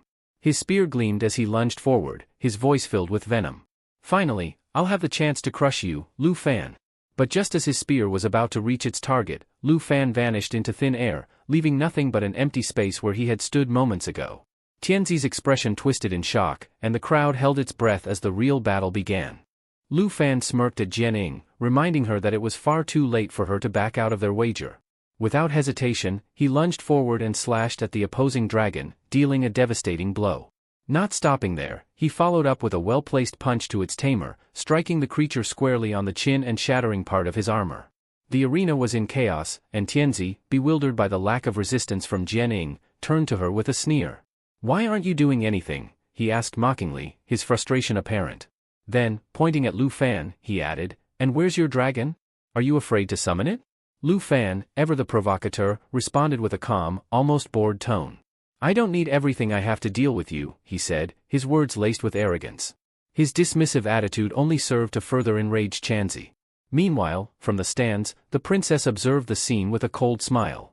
Finally, my chance has come, she murmured to herself, her voice dripping with malice. She seemed eager to humiliate Lu Fan again, but this time, she had underestimated her target. Tianzi, unwilling to let the situation slide, ordered his armored dragon to attack. The massive beast surged forward, its heavy footsteps shaking the arena. Lu Fan glanced at it with a wry grin and quipped, without that tooth, it's looking a bit lopsided. Let me fix that for you. As the dragon lunged, Lu Fan launched himself into the air with shocking agility. The creature locked eyes with him for a moment, its instincts sensing danger. But before it could react, Lu Fan delivered a thunderous punch, landing squarely on its snout. The impact sent the dragon crashing to the ground. The crowd gasped in disbelief. He had taken down a dragon with a single blow. The princess, her composure slipping, turned to Tianzi with urgency. What are you doing? Finish him off now, she demanded, her voice sharp and commanding. Tianzi obeyed without question, leaping toward Lu Fan with newfound determination. I'll show you, he growled, ordering his dragon to execute a powerful tail strike. The coordinated attack left little room for evasion, with blows coming from both sides. Tianzi was confident this would corner his opponent. But when the dust settled, the attacks had struck only the ground. Lu Fan was nowhere to be seen. The crowd murmured in confusion, scanning the arena for him. Then, with an almost theatrical nonchalance, he revealed himself. He was seated casually atop the remains of the dragon's earlier prey, leaning back as if this was nothing more than a casual outing. Is that really all you've got? Lu Fan asked, his voice carrying a mixture of mockery and disappointment. The tension in the air grew thick as everyone realized, this is not a fair fight. Tianzi knew full well the sheer power of his earth dragon, a beast many times stronger than others of the same level. Yet, despite its overwhelming strength, Lu Fan didn't seem fazed in the slightest, handling the fight as if it were nothing more than a casual spar. Frustrated by the turn of events, the princess's voice rang out, sharp and commanding. Tianzi! Get out of the way, she yelled, her gaze narrowing in frustration. How are you struggling this much? He hasn't even summoned his dragon yet. Her irritation grew. This was supposed to be an easy win, but now she couldn't recommend Tianzi to her brother or send him off to the Tai Chi kingdom as she had planned. Taking matters into her own hands, she activated her unique ability, channeling her magic into the Earth Dragon. Seems like I'll have to fix this mess myself, she muttered. Lu Fan recognized the ominous shift immediately. He'd seen this ability before, one that transformed creatures into monsters. The Earth Dragon's body contorted grotesquely as a dark purple aura enveloped it. Its once proud form now resembled something straight out of a nightmare. It let out a bone-chilling roar, shaking the arena and silencing the crowd. Spectators murmured in awe and fear, commenting on how the creature now resembled a demon from the depths of hell. Even Jianing, usually composed, was visibly rattled as she began preparing her swords for combat. Hold on, Lu Fan said firmly, raising a hand to stop her. Don't forget about the bet. Let me handle this. His confidence left her momentarily stunned. The princess, however, was far from amused. Tianzi, attack him now. Take advantage of the buff I just gave you, she ordered, her voice dripping with venom. The princess's mind churned with schemes. If she couldn't win outright, she'd at least steal Lu Fan's black dragon and humiliate him in the process. Where are those incredible attributes you were bragging about, Lu Fan? She sneered. In response, Lu Fan smirked. Without a word, he activated his Ice Dragon's Fury ability. Instantly, the battlefield transformed. A wave of frost swept over the arena, immobilizing the Earth Dragon completely. Tianzi and the princess were caught in the icy blast as well, their movements slowing as the freezing energy took hold. Your black magic might have turned that creature into a monster, Lu Fan said, his voice cold and cutting, but raw attributes alone won't beat me. Without hesitation, he charged forward. You want my black dragon so badly? He taunted, his tone laced with disdain. You're not worthy. He launched an attack aimed directly at the princess, but before it could land, Tianzi stepped in, intercepting the blow to protect her. At that moment, the Earth Dragon broke free of its icy chains, roaring in fury as it lunged toward Lu Fan. With perfect timing, Lu Fan teleported to the dragon's back, a confident grin on his face. Channeling his magic, he unleashed another ability, Blue Dragon's Roar. The arena trembled under the sheer force of the attack, a deafening sound that echoed for miles. The crowd was in shock. Spectators murmured in disbelief, unable to comprehend how someone could possess such overwhelming physical strength and magical prowess simultaneously. Lu Fan stood tall atop the dragon, his presence dominating the battlefield, leaving no doubt as to who truly reigned supreme. Tianzi stood on the sidelines, disbelief etched across his face. They were both dragon tamers, yet the gap between him and Lu Fan seemed insurmountable. It gnawed at him. You're both dragon tamers, Tianzi muttered, so why are we so different? Lu Fan turned to him, calm but firm. Why do you stick to such basic spear strikes? Why not incorporate dragon techniques, like a dragon claw strike, for instance? Tianzi blinked, confused by the suggestion. Dragon claw strike? What are you even talking about? Lu Fan smirked knowingly. I see. You've never even heard of those abilities. That makes sense, considering that you never had them to begin with. The word stung, and Tianzi's frustration boiled over. Shut up, he shouted. But Lu Fan wasn't finished. You're wasting your time. We're not the same, Tianzi. We're completely different types of tamers. You should just give up. Tianzi clenched his fists, anger clouding his judgment. You're so full of yourself. Stop lecturing me like you're some kind of saint. Lu Fan's expression didn't waver. Then stop selling your dignity, Tianzi. Stop being her puppet. She doesn't care about you. Enough. Tianzi barked, his voice trembling with rage. You know nothing about me. I'm not doing this because of her, it's because I lost my place as the strongest tamer. Do you even understand what that feels like? With his pride in shambles, Tianzi glanced at the princess. His voice softened, almost pleading. Use your magic on me. I'm willing to risk my life for this. The princess's lips curled into a cold smile. Oh? Is that so? Very well, Tianzi. Let me grant your wish. She waved her hand, and a dark energy surged from her, enveloping Tianzi. His body tensed as the power took hold. This is your last chance, she said, her voice devoid of emotion. Lu Fan watched, his gaze steady. Why are you so loyal to someone like her? You know what she's really like. Tianzi gritted his teeth, his voice cracking as he answered. Because when I was nothing, she was the one who lifted me up. She gave me a chance to rise, to be someone important. I owe her everything. For her, I'd do anything. With newfound energy coursing through him, Tianzi charged forward, activating a powerful dragon spear strike. The arena seemed to hold its breath as he closed in on Lu Fan. But Lu Fan didn't flinch. Instead, he sighed. I don't hate you, Tianzi. If anything, I pity you. With that, he activated his extra agility ability, his movements becoming a blur. Calling forth the storm dragon, he unleashed a devastating dragon fang strike. The force of the attack sent Tianzi reeling, his transformation undone in an instant. Smoke rose from Tianzi as he collapsed to the ground, his energy spent. Lu Fan offered no further words, only a quiet apology for what had to be done. The princess, now pale and trembling, realized she was next. She stumbled backward, desperation etched across her face. If you touch me, she stammered, my brother will come after you. He'll destroy you. Lu Fan approached her calmly, his expression unreadable. Without hesitation, he raised his hand and delivered a sharp slap across her face. The crowd gasped, stunned by his audacity. Tell your brother, Lu Fan said, his voice steady and cold, that I'll be waiting. He owes me something.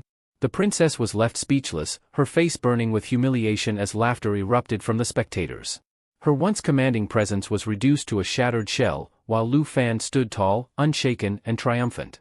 The president stood and raised his hand, silencing the room. The match is officially over, he declared. The victory goes to Lu Fan and Jianying. While the crowd cheered, some murmured about Jianying's lack of involvement in the fight. She had spent most of the battle watching from the sidelines. Did she even lift a finger? Someone whispered in disbelief. The president ignored the chatter and turned to one of his staff members. Escort Lu Fan to my office immediately, he instructed. A short while later, Lu Fan found himself sitting across from the president in his lavish office. The air was heavy with unspoken tension. The president leaned forward. I've heard about your connection to Princess Jinju, he began.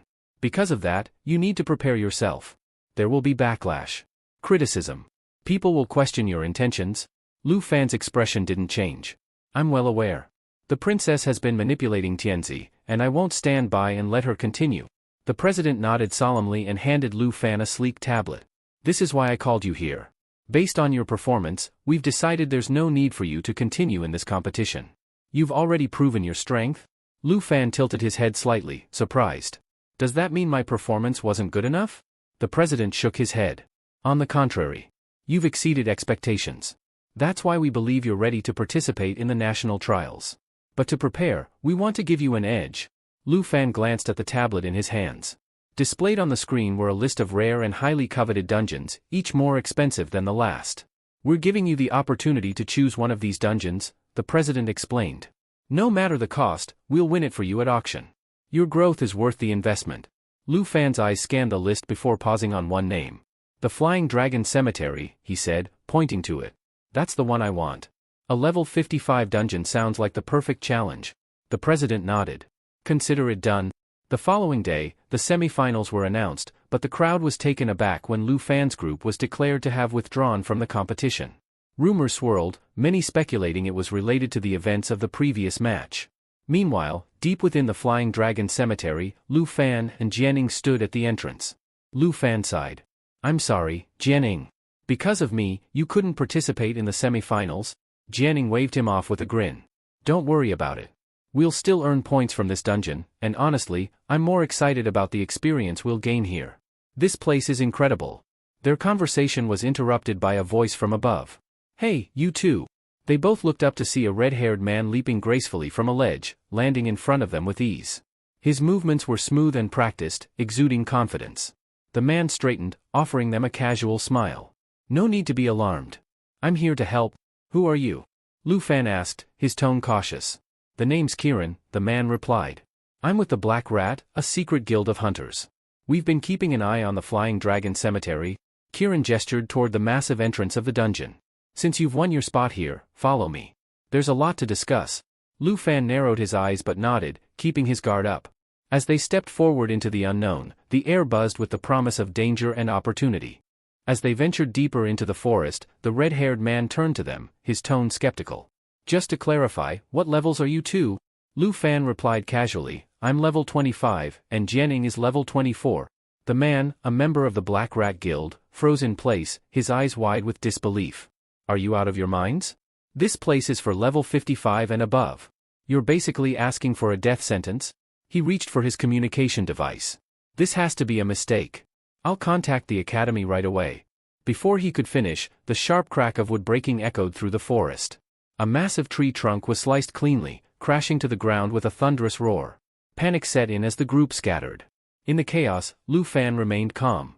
Activating the blue dragon's ability, he unleashed a surge of lightning that struck a massive flying beast descending toward them.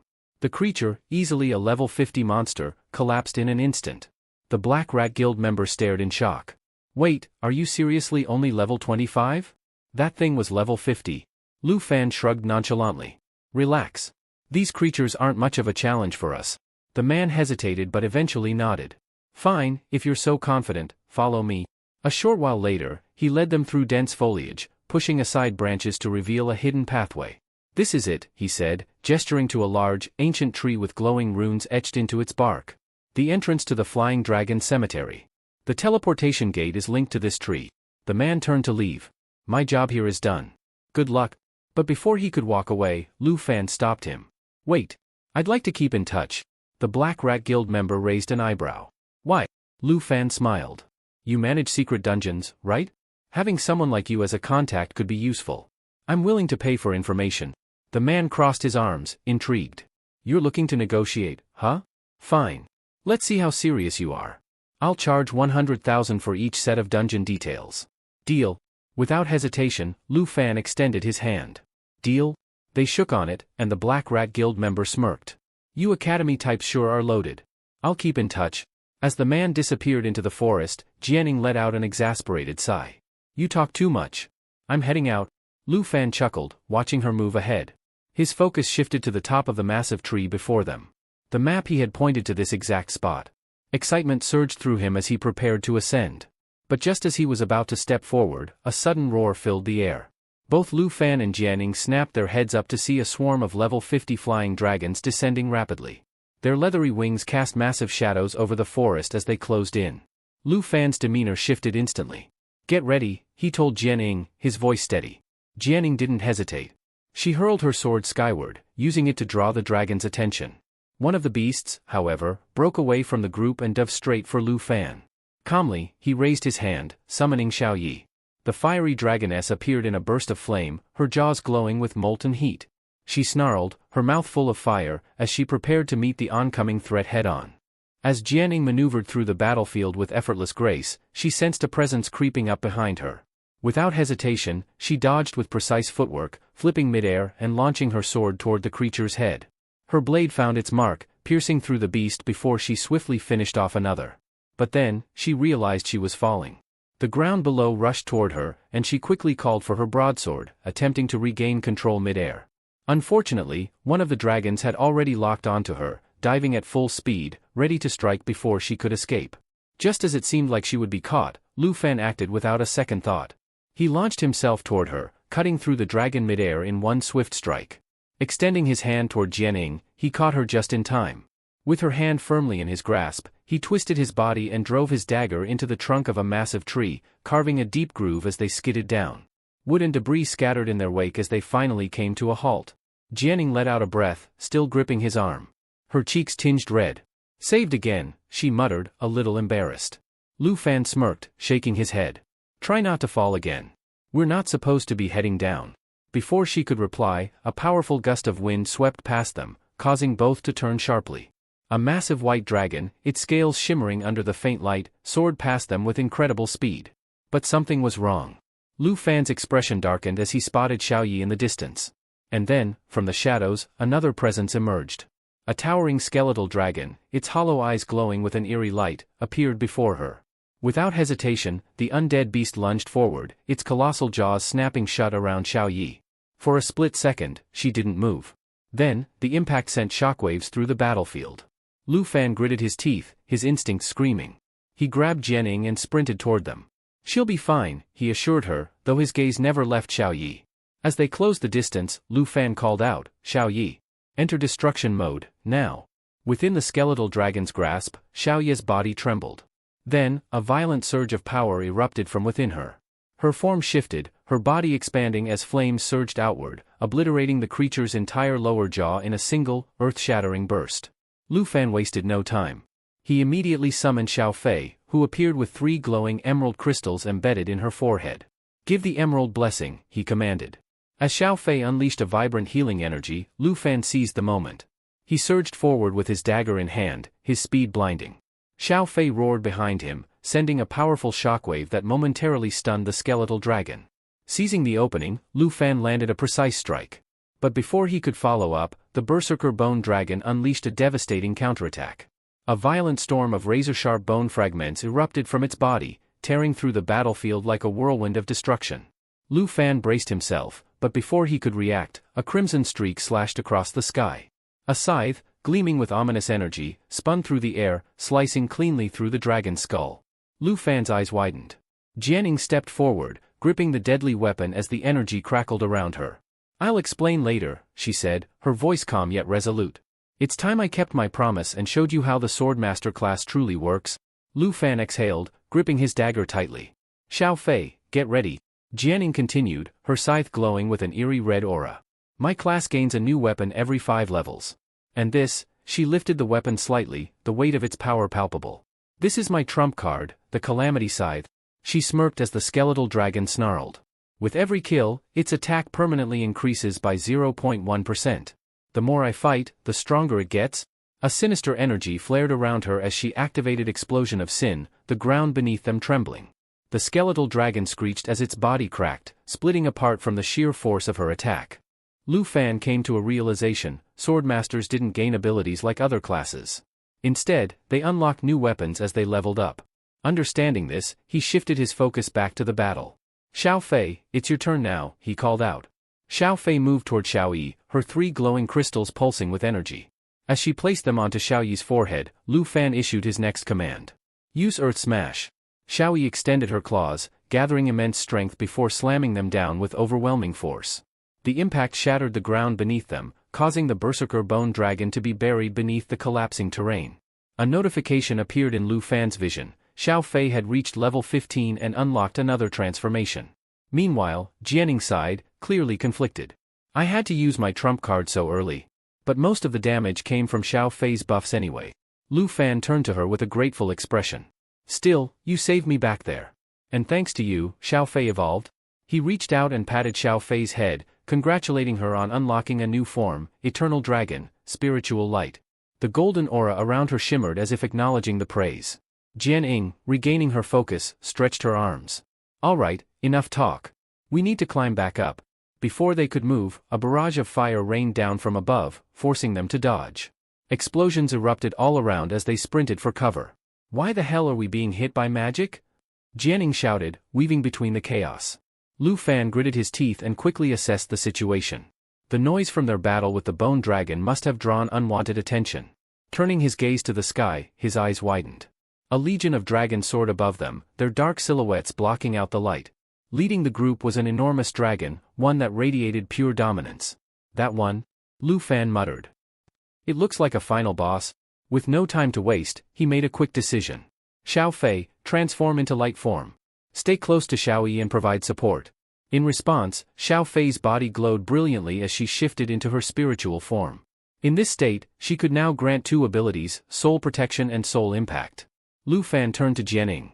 "We're heading straight to the top. Follow me." As he dashed forward, both Xiao Yi and Xiao Fei underwent another transformation. Soul Protection activated, instantly boosting their attributes by 200% while granting damage absorption. The only drawback was that Xiao Fei wouldn't be able to do anything else during the duration. Jianing, witnessing the sheer power-up, was stunned. Xiao Yi's strength just jumped to 26,000. "What kind of buffs are these?" Lu Fan smirked. "Xiao Fei's support skills are even stronger when used on dragons. That's why she's so valuable in fights like this." Just as he finished explaining, a new threat emerged.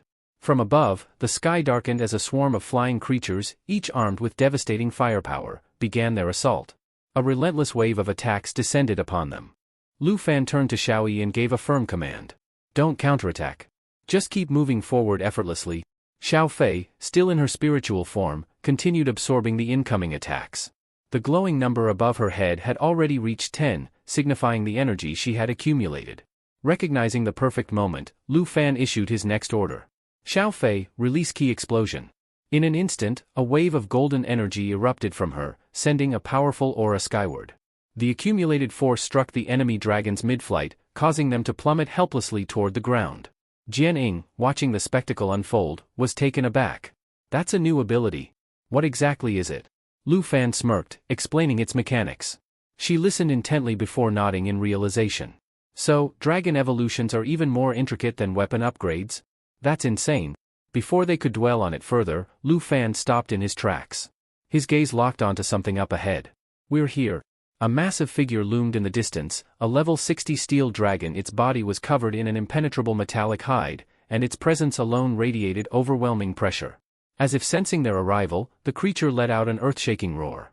Without warning, it launched forward with steel charge, a devastating attack that annihilated anything with less than 10,000 defense points. Jian-ing tensed. Lu Fan, be careful. That thing is? He cut her off with a confident grin. I know. But don't worry. Without hesitation, he called out to Xiao Fei. Activate Soul Impact. A surge of vibrant green energy surrounded Xiao Yi, enhancing her strength exponentially. Lu Fan's eyes gleamed as he prepared the final push. All right, Xiao Yi. This one's yours. He activated Dragon's Inspiration, further amplifying her stats. Her strength soared, surpassing 34,000 in an instant. Wasting no time, Xiao Yi lunged forward, slamming her paw into the steel dragon's thick neck with a force so immense that the battlefield trembled. At the same time, Xiao Fei unleashed a searing laser beam, striking the beast's leg with pinpoint precision. A sickening crack echoed through the air. The steel dragon's front limb was completely severed. But instead of collapsing, the monster turned its crimson eyes toward them, fury blazing within. It let out a deep, guttural growl and prepared to retaliate. Jian-ing immediately activated her ability, shadows swirling around her. We need to retreat, now. Hoping to create an opening, she unleashed Explosion of Sin, her most powerful strike, aiming directly for the steel dragon's throat. The impact landed perfectly, but the dragon barely flinched. The attack had done almost nothing. Jian-ying's face twisted in frustration. Damn it. I can't even scratch it. Lu Fan, however, remained unfazed. He gave her a reassuring glance. It's fine. I get it, you want to contribute. But leave this one to me. Without another word, he extended his dagger, calling out to Xiao Fei. Link with me. The dragon's next attack came crashing down, but Lu Fan braced himself, intercepting it head-on with his blade. At that very moment, Xiao Fei struck from above, her assault colliding directly with the steel dragon's skull. A final, deafening roar echoed through the battlefield as the monstrous creature collapsed. The fight was over. A wave of relief washed over them as the realization set in, they had defeated the boss. Jian-ing exhaled, still processing the sheer intensity of the battle. Xiao Yi and Xiao Fei let out victorious cries, while Lu Fan simply smiled, satisfied with their performance. The group burst into celebration. After the battle, Xiao Fei let out a low growl, her aura flaring up momentarily. Lu Fan raised a brow in interest. Looks like she just unlocked a new intimidation ability, he noted. Jian-ing, still catching her breath from the intense fight, suddenly felt a surge of energy wash over her. A notification popped up, she had leveled up to 25. Not bad, Lu Fan remarked, glancing at her. You've been talking a lot more lately. Guess spending time with me is starting to rub off on you. She blinked, caught off guard by his observation. The first time I heard your voice, I thought it was kind of adorable, he added casually. Jian-ying's face immediately turned red. Adorable? What do you mean by that? Lu Fan simply smirked, enjoying her flustered reaction as they continued walking through the dense forest. Meanwhile, Xiao Yi and Xiao Fei were playfully snapping at each other, their sharp teeth clashing in mock battle. Above them, perched high among a cluster of cocoons, sat a single blue dragon egg. The sight of it made Lu Fan pause for a moment before shaking his head and moving on. Curious, he turned to Jian-ing. Since you hit level 25, did you unlock a new weapon? She nodded, unsheathing a sleek new sword. Yeah. This one's pretty interesting, it has an agility boost and an effect that lets it split into thousands of blade fragments. Each fragment deals 10% of the weapon's original damage. Lu Fan examined the weapon with interest. That's solid. Once you level it up, it'll be a real powerhouse. Jian-ing, however, couldn't shake the lingering doubt in her mind. Even with new weapons and abilities, she felt like she was constantly falling behind. Compared to his dragons, her attacks still seemed weak. The realization weighed on her, but she kept it to herself. Just then, Lu Fan gestured ahead. Come on. Looks like we're almost there. But before they could take another step, Xiao Yi and Xiao Fei suddenly stopped, growling at something up ahead. The two dragons had discovered something, a lifeless body surrounded by scattered belongings. Jian-ying's eyes darkened. Looks like an old group of adventurers made it here before us, and didn't make it out. Lu Fan crouched down, scanning the remains with narrowed eyes. Something felt off. Stay alert, he muttered. We're not alone. The moment those words left his mouth, a powerful presence descended from above. A massive, level 60 bronze dragon crashed into the clearing, shaking the ground beneath them. Before they could react, another creature loomed into view, a level 65 elemental three-headed dragon, floating ominously in the sky. A boss. Jianing clenched her fists. This feels like a setup? Before they could strategize, the three-headed dragon began casting a triple-element spell, energy crackling around each of its heads. Xiao Fei wasted no time, she lunged forward and slapped the dragon's face with a powerful blow, disrupting its casting. However, the beast barely flinched, its glowing eyes locking onto her in irritation. Meanwhile, the bronze dragon wasted no time, charging straight for them. Jianing exhaled sharply. Looks like we're handling that one. Lu Fan nodded. Good chance to test your new ability. With that, he surged forward, issuing commands to Xiao Fei and Xiao Yi. Get ready. Xiao Fei, activate Dragon Defense and Soul Impact. As the battle erupted, Xiao Yi skillfully evaded the incoming elemental attacks, her movements precise and fluid. Lu Fan then turned to Xiao Fei with a sharp glint in his eye. Now, use intimidation. As the battle raged on, Xiao Fei took a deep breath, her body shifting as she prepared to strike. Her form shimmered momentarily before she let out a deafening roar, her newly awakened intimidation skill surging outward like a shockwave. The effect was immediate. The three-headed dragon's massive frame trembled violently, its limbs locking in place as fear overtook its instincts. It quivered, paralyzed by the sheer force of Xiao Fei's presence. Unfortunately, the ability wasn't limited to just enemies. Jian Ying, who had been positioned behind them, also felt its effects. A sudden wave of terror swept over her, causing her legs to buckle slightly before she shook it off, realizing what had happened. Lu Fan, unfazed by the momentary chaos, turned his attention back to the bronze dragon. Feeling the surge of power from Xiao Fei's buff, he dashed forward and delivered a devastating strike to its armored hide. Now's your chance, Xiao Fei, he called out. Without hesitation, Xiao Ye lunged forward, seizing the paralyzed three-headed dragon in her powerful grip. With a mighty roar, she lifted the massive beast and slammed it into the ground with earth-shattering force.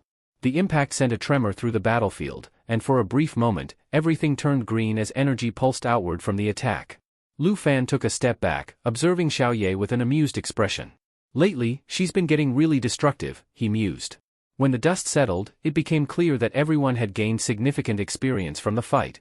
Yet, as always, Jianing stood quietly to the side, a familiar sense of frustration gnawing at her.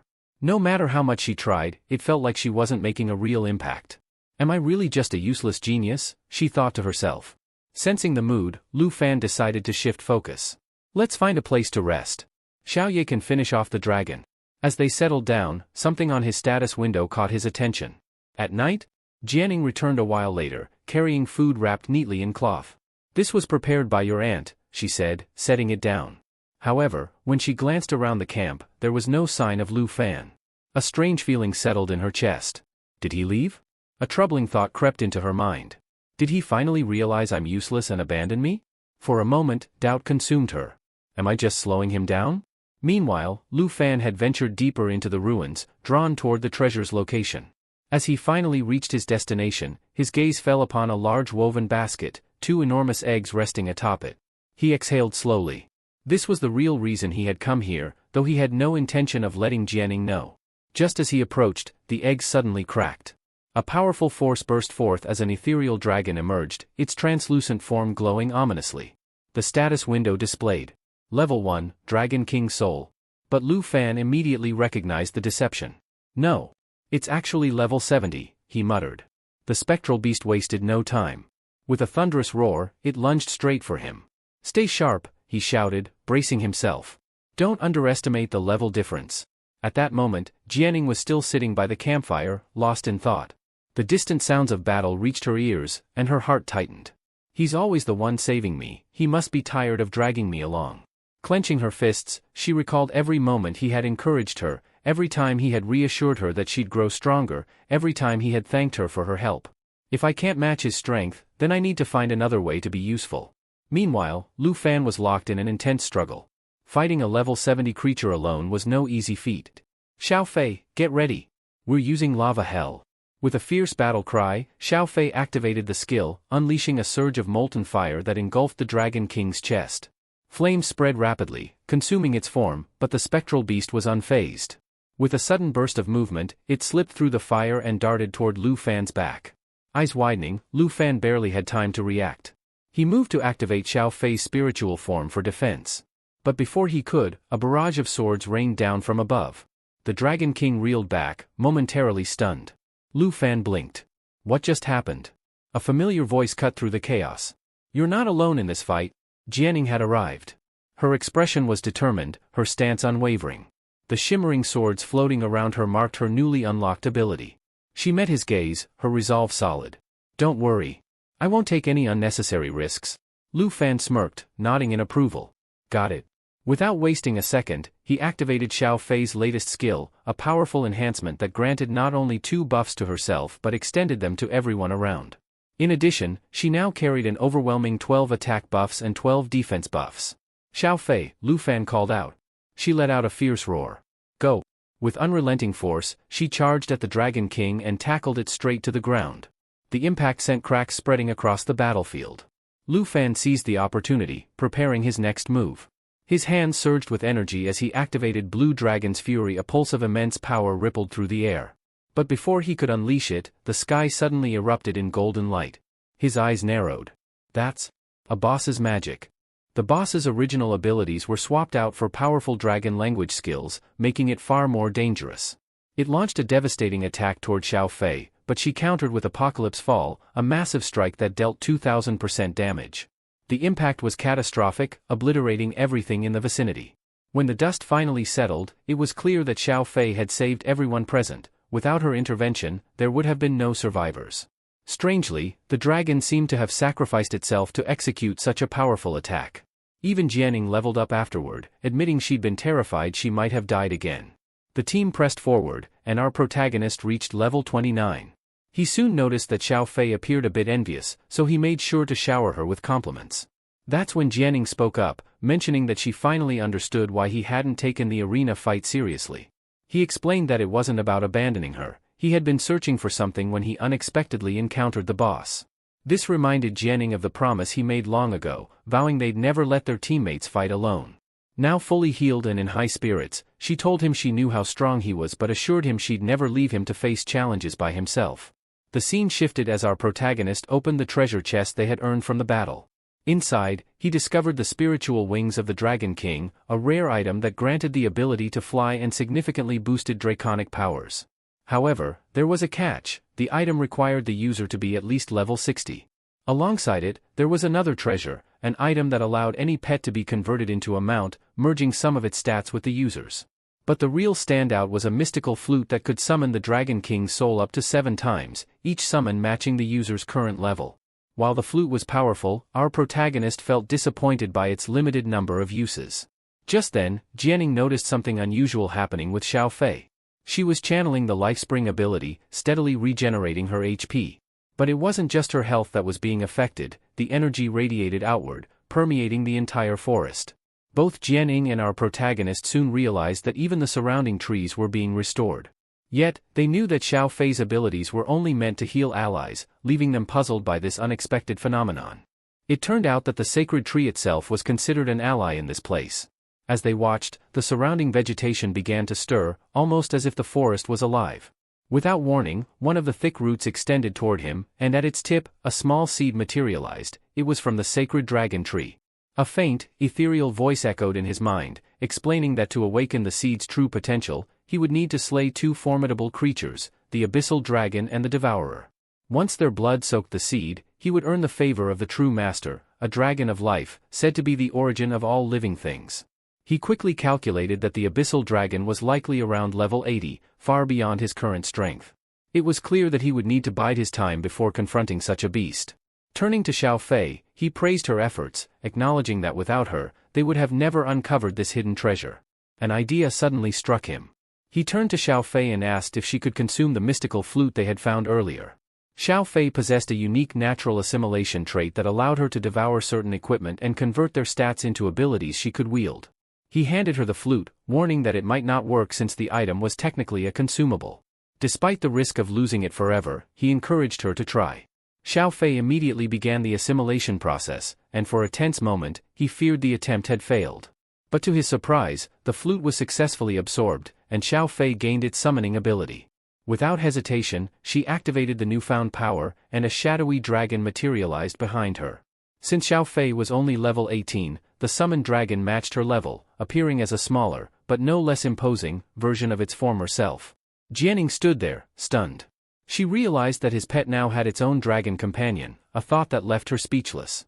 After a brief pause, she suggested they head back since everyone was likely worried about them.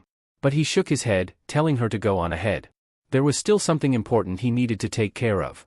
The scene shifted back to the academy. Standing with his arms crossed, he faced his two other pets, both of whom were bickering as usual.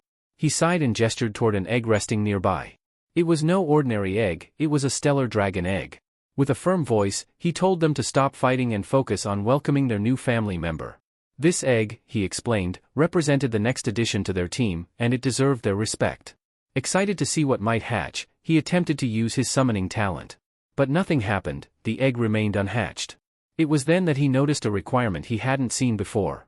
To hatch the stellar dragon egg, he needed to achieve the title of Dragon Master, which required reaching level 30. Since he was already at level 29, it wouldn't be long before he could meet the requirement. Turning back to his pets, he smiled and said, "Tomorrow, we're heading back to the spider forest." The next morning arrived with a knock at Lu Fan's door. Qin Kuei and Xiaoman stood outside, their persistent banging echoing through the hall. Groggy and still half asleep, Lu Fan dragged himself out of bed and opened the door, blinking at his friends. "You need to see this," Xiaoman said, shoving her tablet toward him. Lu Fan squinted at the screen, his confusion deepening. "Did you seriously wake me up for a social media post?" he grumbled, still trying to shake off his sleep. But as his eyes adjusted and the words on the screen came into focus, his irritation faded. The post boldly claimed that Lu Fan had withdrawn from the championship match out of fear of losing. He raised an eyebrow. "Who the hell are these Fengyian Pavilion people, saying I'm scared?" Xiaoman crossed her arms. "They're a pretty big deal. The pavilion has more than 30 members, including the Academy's number 3 and number 6 ranked students." Lu Fan felt a twinge of annoyance. He was the Academy's number 1, yet rumors were flying that he'd backed down out of fear of these guys? Xiaoman, leaning against the doorframe, added, "The pavilion's leader, Jiang Fenju, is the one stirring all this up. He's gunning for your top spot. If he pulls this off, it could even mess with your qualification for the national championship?" Lu Fan's eyes narrowed slightly, but instead of getting angry, he just chuckled. He could see right through Jiang Fenju's tactics. "So that's the game he's playing, huh?" With a smirk, Lu Fan took Xiaoman's tablet. "If they want a response, I'll give them one." The scene shifted to the pavilion's arena. Su Jing, one of the pavilion members, was lounging with his laptop when Lu Fan's reply popped up. His eyes widened, and he immediately called out to Jiang Fenju. "Boss." Lu Fan just responded. Jiang Fenju turned, his interest piqued. Before he could react further, two overconfident pavilion members decided to show off, charging at Fenju. But this side character wasn't as helpless as they thought. With a flick of his wrist, he activated his ability, creating a swarm of clones that surrounded his attackers. The pavilion members barely had time to react before they were overwhelmed and sent sprawling to the ground. The spectators murmured in surprise, impressed by the unexpected strength of someone they'd written off. But that was the end of that little sideshow. Kai Alman showed Jiang Fenju Lu Fan's post. Jiang read it, his face darkening. Lu Fan's response was as bold as it was provocative. "If you really want to know who's number 1, stop hiding behind your little group and face me. Otherwise, you're just trash." Jiang Fenju sneered. "He's got some nerve, challenging the entire pavilion like that." He turned to his members. "Send him a message. Tell him to meet us in the arena after tomorrow's final. Let's see if he's still laughing then." The pavilion quickly mobilized, word spreading like wildfire. Everyone was eager to see Jiang put Lu Fan in his place. Jiang himself was determined to prove once and for all who deserved the top spot. Meanwhile, Xiaoman mentioned that the pavilion had a semi-final match today, suggesting they could watch and scope out the competition. But Lu Fan had other plans. He wasn't interested in wasting time watching them play their little games. "I'm heading to the secret realm," he said casually. "Got some farming to do." And just like that, while the pavilion plotted their public showdown, Lu Fan focused on what really mattered, getting stronger. Before Lu Fan could head off to the secret realm, Xiaoman tugged on his sleeve. "Hey, don't get too cocky out there, alright? Just because you're number 1 doesn't mean you're invincible." But Qin Kuei scoffed from behind her. Come on, Xiaoman. If he doesn't show up to the pavilion's semi-final, people will assume he's scared. You know how rumors fly around here. Aunt Han Ki, ever the schemer, chimed in with a sly grin. Then why not give them a little surprise? Let's disguise you. Before Lu Fan could protest, they were already pulling him into a ridiculous outfit. Moments later, he found himself in the arena, looking anything but inconspicuous. His disguise, a mismatched blend of oversized sunglasses and a floppy hat, stood out more than if he'd just walked in as himself. Still, Han Ki beamed with pride. Trust me, no one will recognize you like this. But the illusion didn't last long. As soon as the announcer's voice echoed through the arena, declaring that the semi-final match was about to begin, Lu Fan stood up from his seat. Where are you going? Xiaoman whispered, eyes darting around nervously.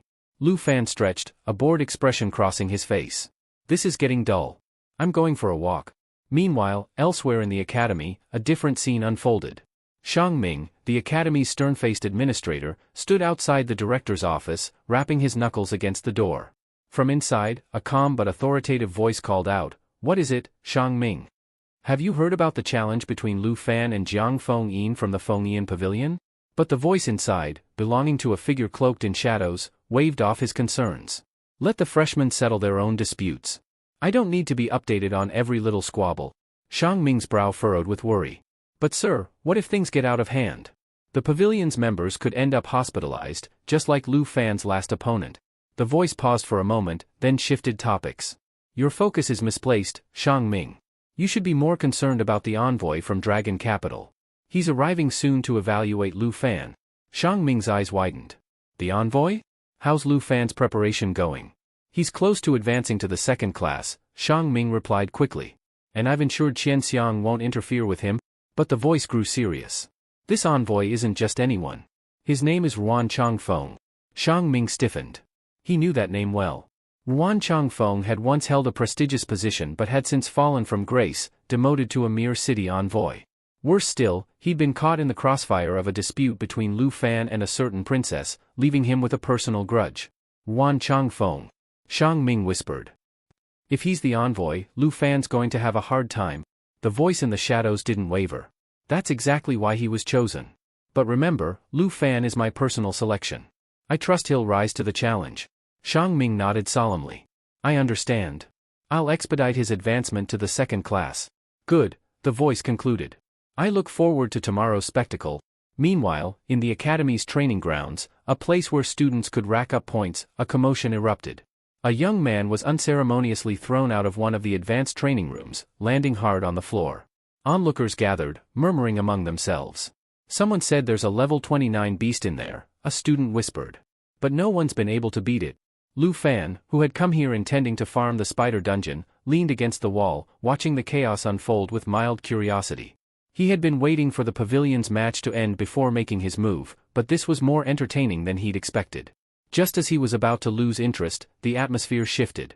A heavy, almost suffocating pressure filled the room. The murmurs died down as another challenger stepped forward.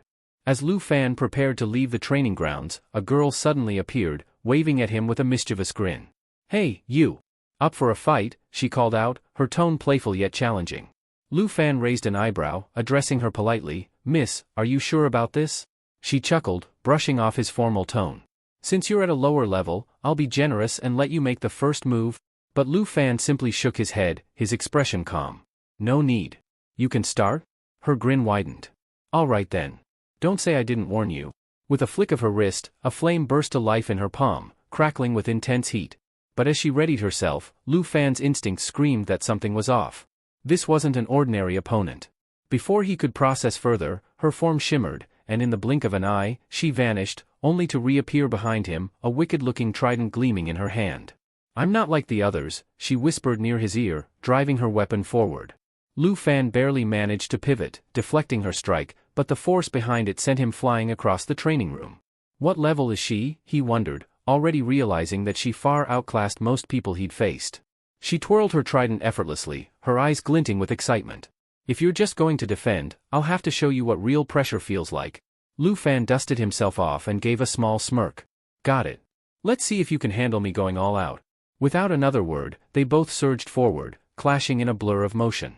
Their weapons met with sharp echoes, the room shaking from the sheer intensity of their duel. Outside, curious students gathered, whispering nervously as the sounds of battle reverberated through the training hall walls. "What the heck is going on in there?" someone murmured. Meanwhile, back in the arena, the pavilion's semi-final match had just concluded. The pavilion team stood victorious, their leader, Jiang Fengjun, raising his hand in triumph. Su Jing leaned over to him, a smug look on his face. "I heard Lu Fan was here to watch us. He must be shaking in his boots now." Fengjun sneered, addressing the crowd. "That arrogant fool's reign ends tomorrow. He won't last a minute against me." The girls in the audience exchanged puzzled glances. "Wait, wasn't Lu Fan here earlier? Where'd he disappear to?" While they speculated, Lu Fan was still embroiled in his far more dangerous duel. The girl moved with a grace and ferocity that kept him on edge, but he was adapting quickly. Noticing his rapid adjustment, she chuckled, lifting his cap to reveal his face. "You're getting used to my moves too fast," she teased, stepping closer. But Lu Fan had already realized something deeper. If she wanted to, she could have ended this ages ago. So why is she holding back? The girl studied him with amusement. "You've got that tired look in your eyes," she teased, "but I'll admit, you've got a handsome face." Even Lu Fan, usually unshakable, felt his cheeks flush slightly at her comment. Thanks, but, I've got to take this call," he stammered, pretending his communicator buzzed. She raised an eyebrow, clearly unconvinced. "Actually," he added, regaining his composure, "before I go, mind giving me your contact info?" She burst into laughter. "Bold of you to ask for a girl's number after getting your butt kicked?" Flustered, he quickly clarified, "I just meant for training purposes." But she waved him off, still grinning. "If you want to see me again, just open another one of these point rooms." As she disappeared into the shadows, Lu Fan was left standing there, bewildered. Was she a teacher, he wondered. There's no way a regular student could be that strong. Despite the intense battle, he glanced at his wristband to see he'd earned 100 points. Shaking his head in disbelief, he sprinted out of the training hall, calling after her, desperate to know her identity. But before he could get far, a familiar voice rang out. "Lu Fan. Where've you been?" He turned to see Aunt Han Qi and her friends approaching, curious expressions on their faces. Exhausted, he trudged over to them. "You won't believe what just happened," he panted, still trying to process the encounter. The next day arrived, and with it, the much-anticipated showdown between Lu Fan and the pavilion. Jiang Fengjun stood at the center of the arena, surrounded by his entire team, a confident smirk plastered on his face. "Where's your precious number one now?" he taunted, his voice echoing through the crowd. The audience buzzed with anticipation, all eyes scanning the area for Lu Fan. Just then, footsteps echoed from the corridor. Someone was running toward the arena. The crowd tensed, the pavilion members straightened, and Jiang Fengjun's grin widened. Let the real fight begin. As Lu Fan finally strolled into the arena, he nonchalantly waved a hand, a piece of bread dangling from his mouth. "Sorry to keep you all waiting," he mumbled around the bread, his tone completely unfazed. With a casual glance at the crowd, he added, "Let's get this over with. I've got better things to do later." The murmuring crowd bristled at his attitude, ready to complain, but Lu Fan cut them off before anyone could speak. "Relax, I'm right on time," he said with a smirk, eyes glinting with confidence. He surveyed the pavilion team lined up before him. "I don't know what levels you guys are at, but why don't we just skip the warm-up and go all out?" A burly, bald guy from the pavilion squad scowled, stepping forward. "You got a death wish or something, punk?" Before tensions could escalate further, Fengjun raised a hand to silence his teammate. "Enough with the trash talk," Fengjun declared, his eyes locked on Lu Fan. "I'm betting 7,000 points on this fight." Lu Fan paused mid-bite, raising an eyebrow. "Oh, I almost forgot about that part," he said with a chuckle. Swallowing the last of his bread, he added smoothly, "I'll put down 17,000 points." The pavilion team exchanged shocked glances. 17,000? Su Jing blurted out, his voice rising with disbelief. "We don't even have that many points." But Fengjun shot him a sharp look. "Shut up, Su Jing." He turned back to Lu Fan, determination burning in his eyes. "If we win, we'll have more than enough. Let's bet everything we've got." The pavilion members nodded, steeling themselves. This was no longer just a match, it was a battle with everything on the line. Lu Fan's grin widened. "All in, huh? I like it. Let's get started, then." Fengjun leaned toward the guy beside him, whispering, "Be ready. He's probably going to summon that dragon girl of his. Stay sharp." As the pavilion members tightened their grips on their weapons, Lu Fan remained perfectly still, an amused expression on his face. Despite his relaxed stance, his opponents were already on edge, their weapons trained on him. Attack! Feng Jun shouted, and in an instant, the arena erupted into chaos. Su Jing slammed his staff into the ground, sending out a burst of magical chains that snaked toward Lu Fan, designed to immobilize him for 5 seconds. The pavilion team surged forward, determined to overwhelm him before he had a chance to summon his dragon companion.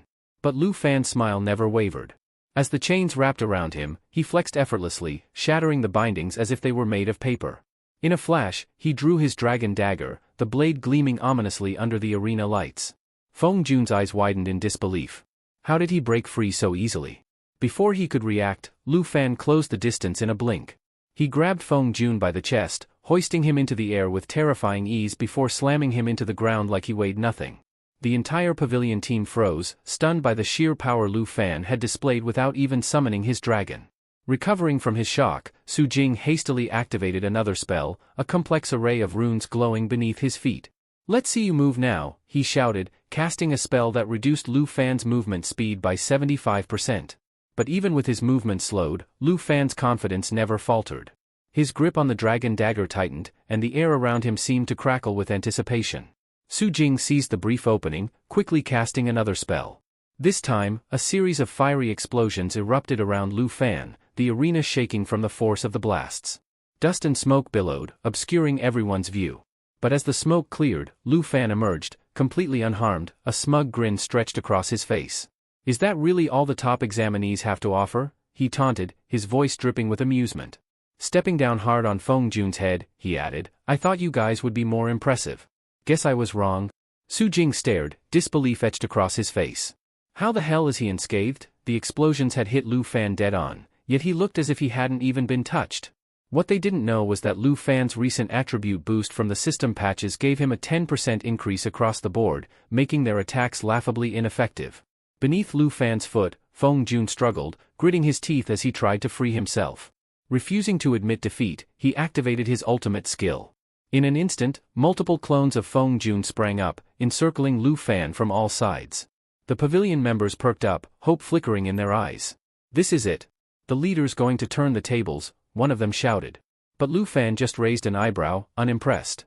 He lifted his hand slightly, his voice calm but carrying a dangerous edge.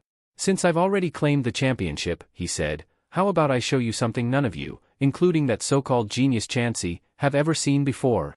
The entire pavilion froze, their confidence evaporating. And then, with a flick of his wrist, Lu Fan summoned Shou-yi. A gust of wind rippled through the arena as Shou-yi appeared, her wings spreading wide. The moment she flapped them, a torrent of flames surged forward, obliterating every one of Feng Jun's clones in seconds. The sheer heat left scorch marks on the arena floor, and the pavilion members could only watch in horror. They collapsed to their knees, staring at Shou-yi in disbelief. "Is that a real dragon?" someone whispered, voice trembling. Even Feng Jun, struggling to lift his head, could only gape in shock. This is nothing like what Tansy summoned," he muttered, his voice barely audible. But Lu Fan wasn't finished. He looked down at Feng Jun, his smile widening. "Don't collapse just yet," he said. Then, his aura flared as he activated his dominance ability. A deafening roar echoed through the arena, the sheer force of it shaking the ground. Pavilion members who had tried to flee suddenly froze in place, their bodies paralyzed by the overwhelming pressure. Feng Jun clawed at the ground, trying to drag himself away, but his limbs felt like lead. His vision blurred as he fought to stay conscious, but it was useless. The oppressive force sapped the very energy from his body. "It's impossible to escape," he thought, his mind slipping into darkness. As the last of the pavilion members crumbled, Lu Fan's interface flashed with a notification, 13,000 points earned. He dusted off his hands, glancing around at the devastated team. "Thanks for the points," he said with a smirk. The once proud pavilion members lay scattered across the arena, crushed in both body and spirit. Their hopes, like their points, were completely wiped out. That's it for today. Thank you so much for watching. If you enjoyed the video, don't forget to hit that like button and subscribe for more. We'll see you in the next one.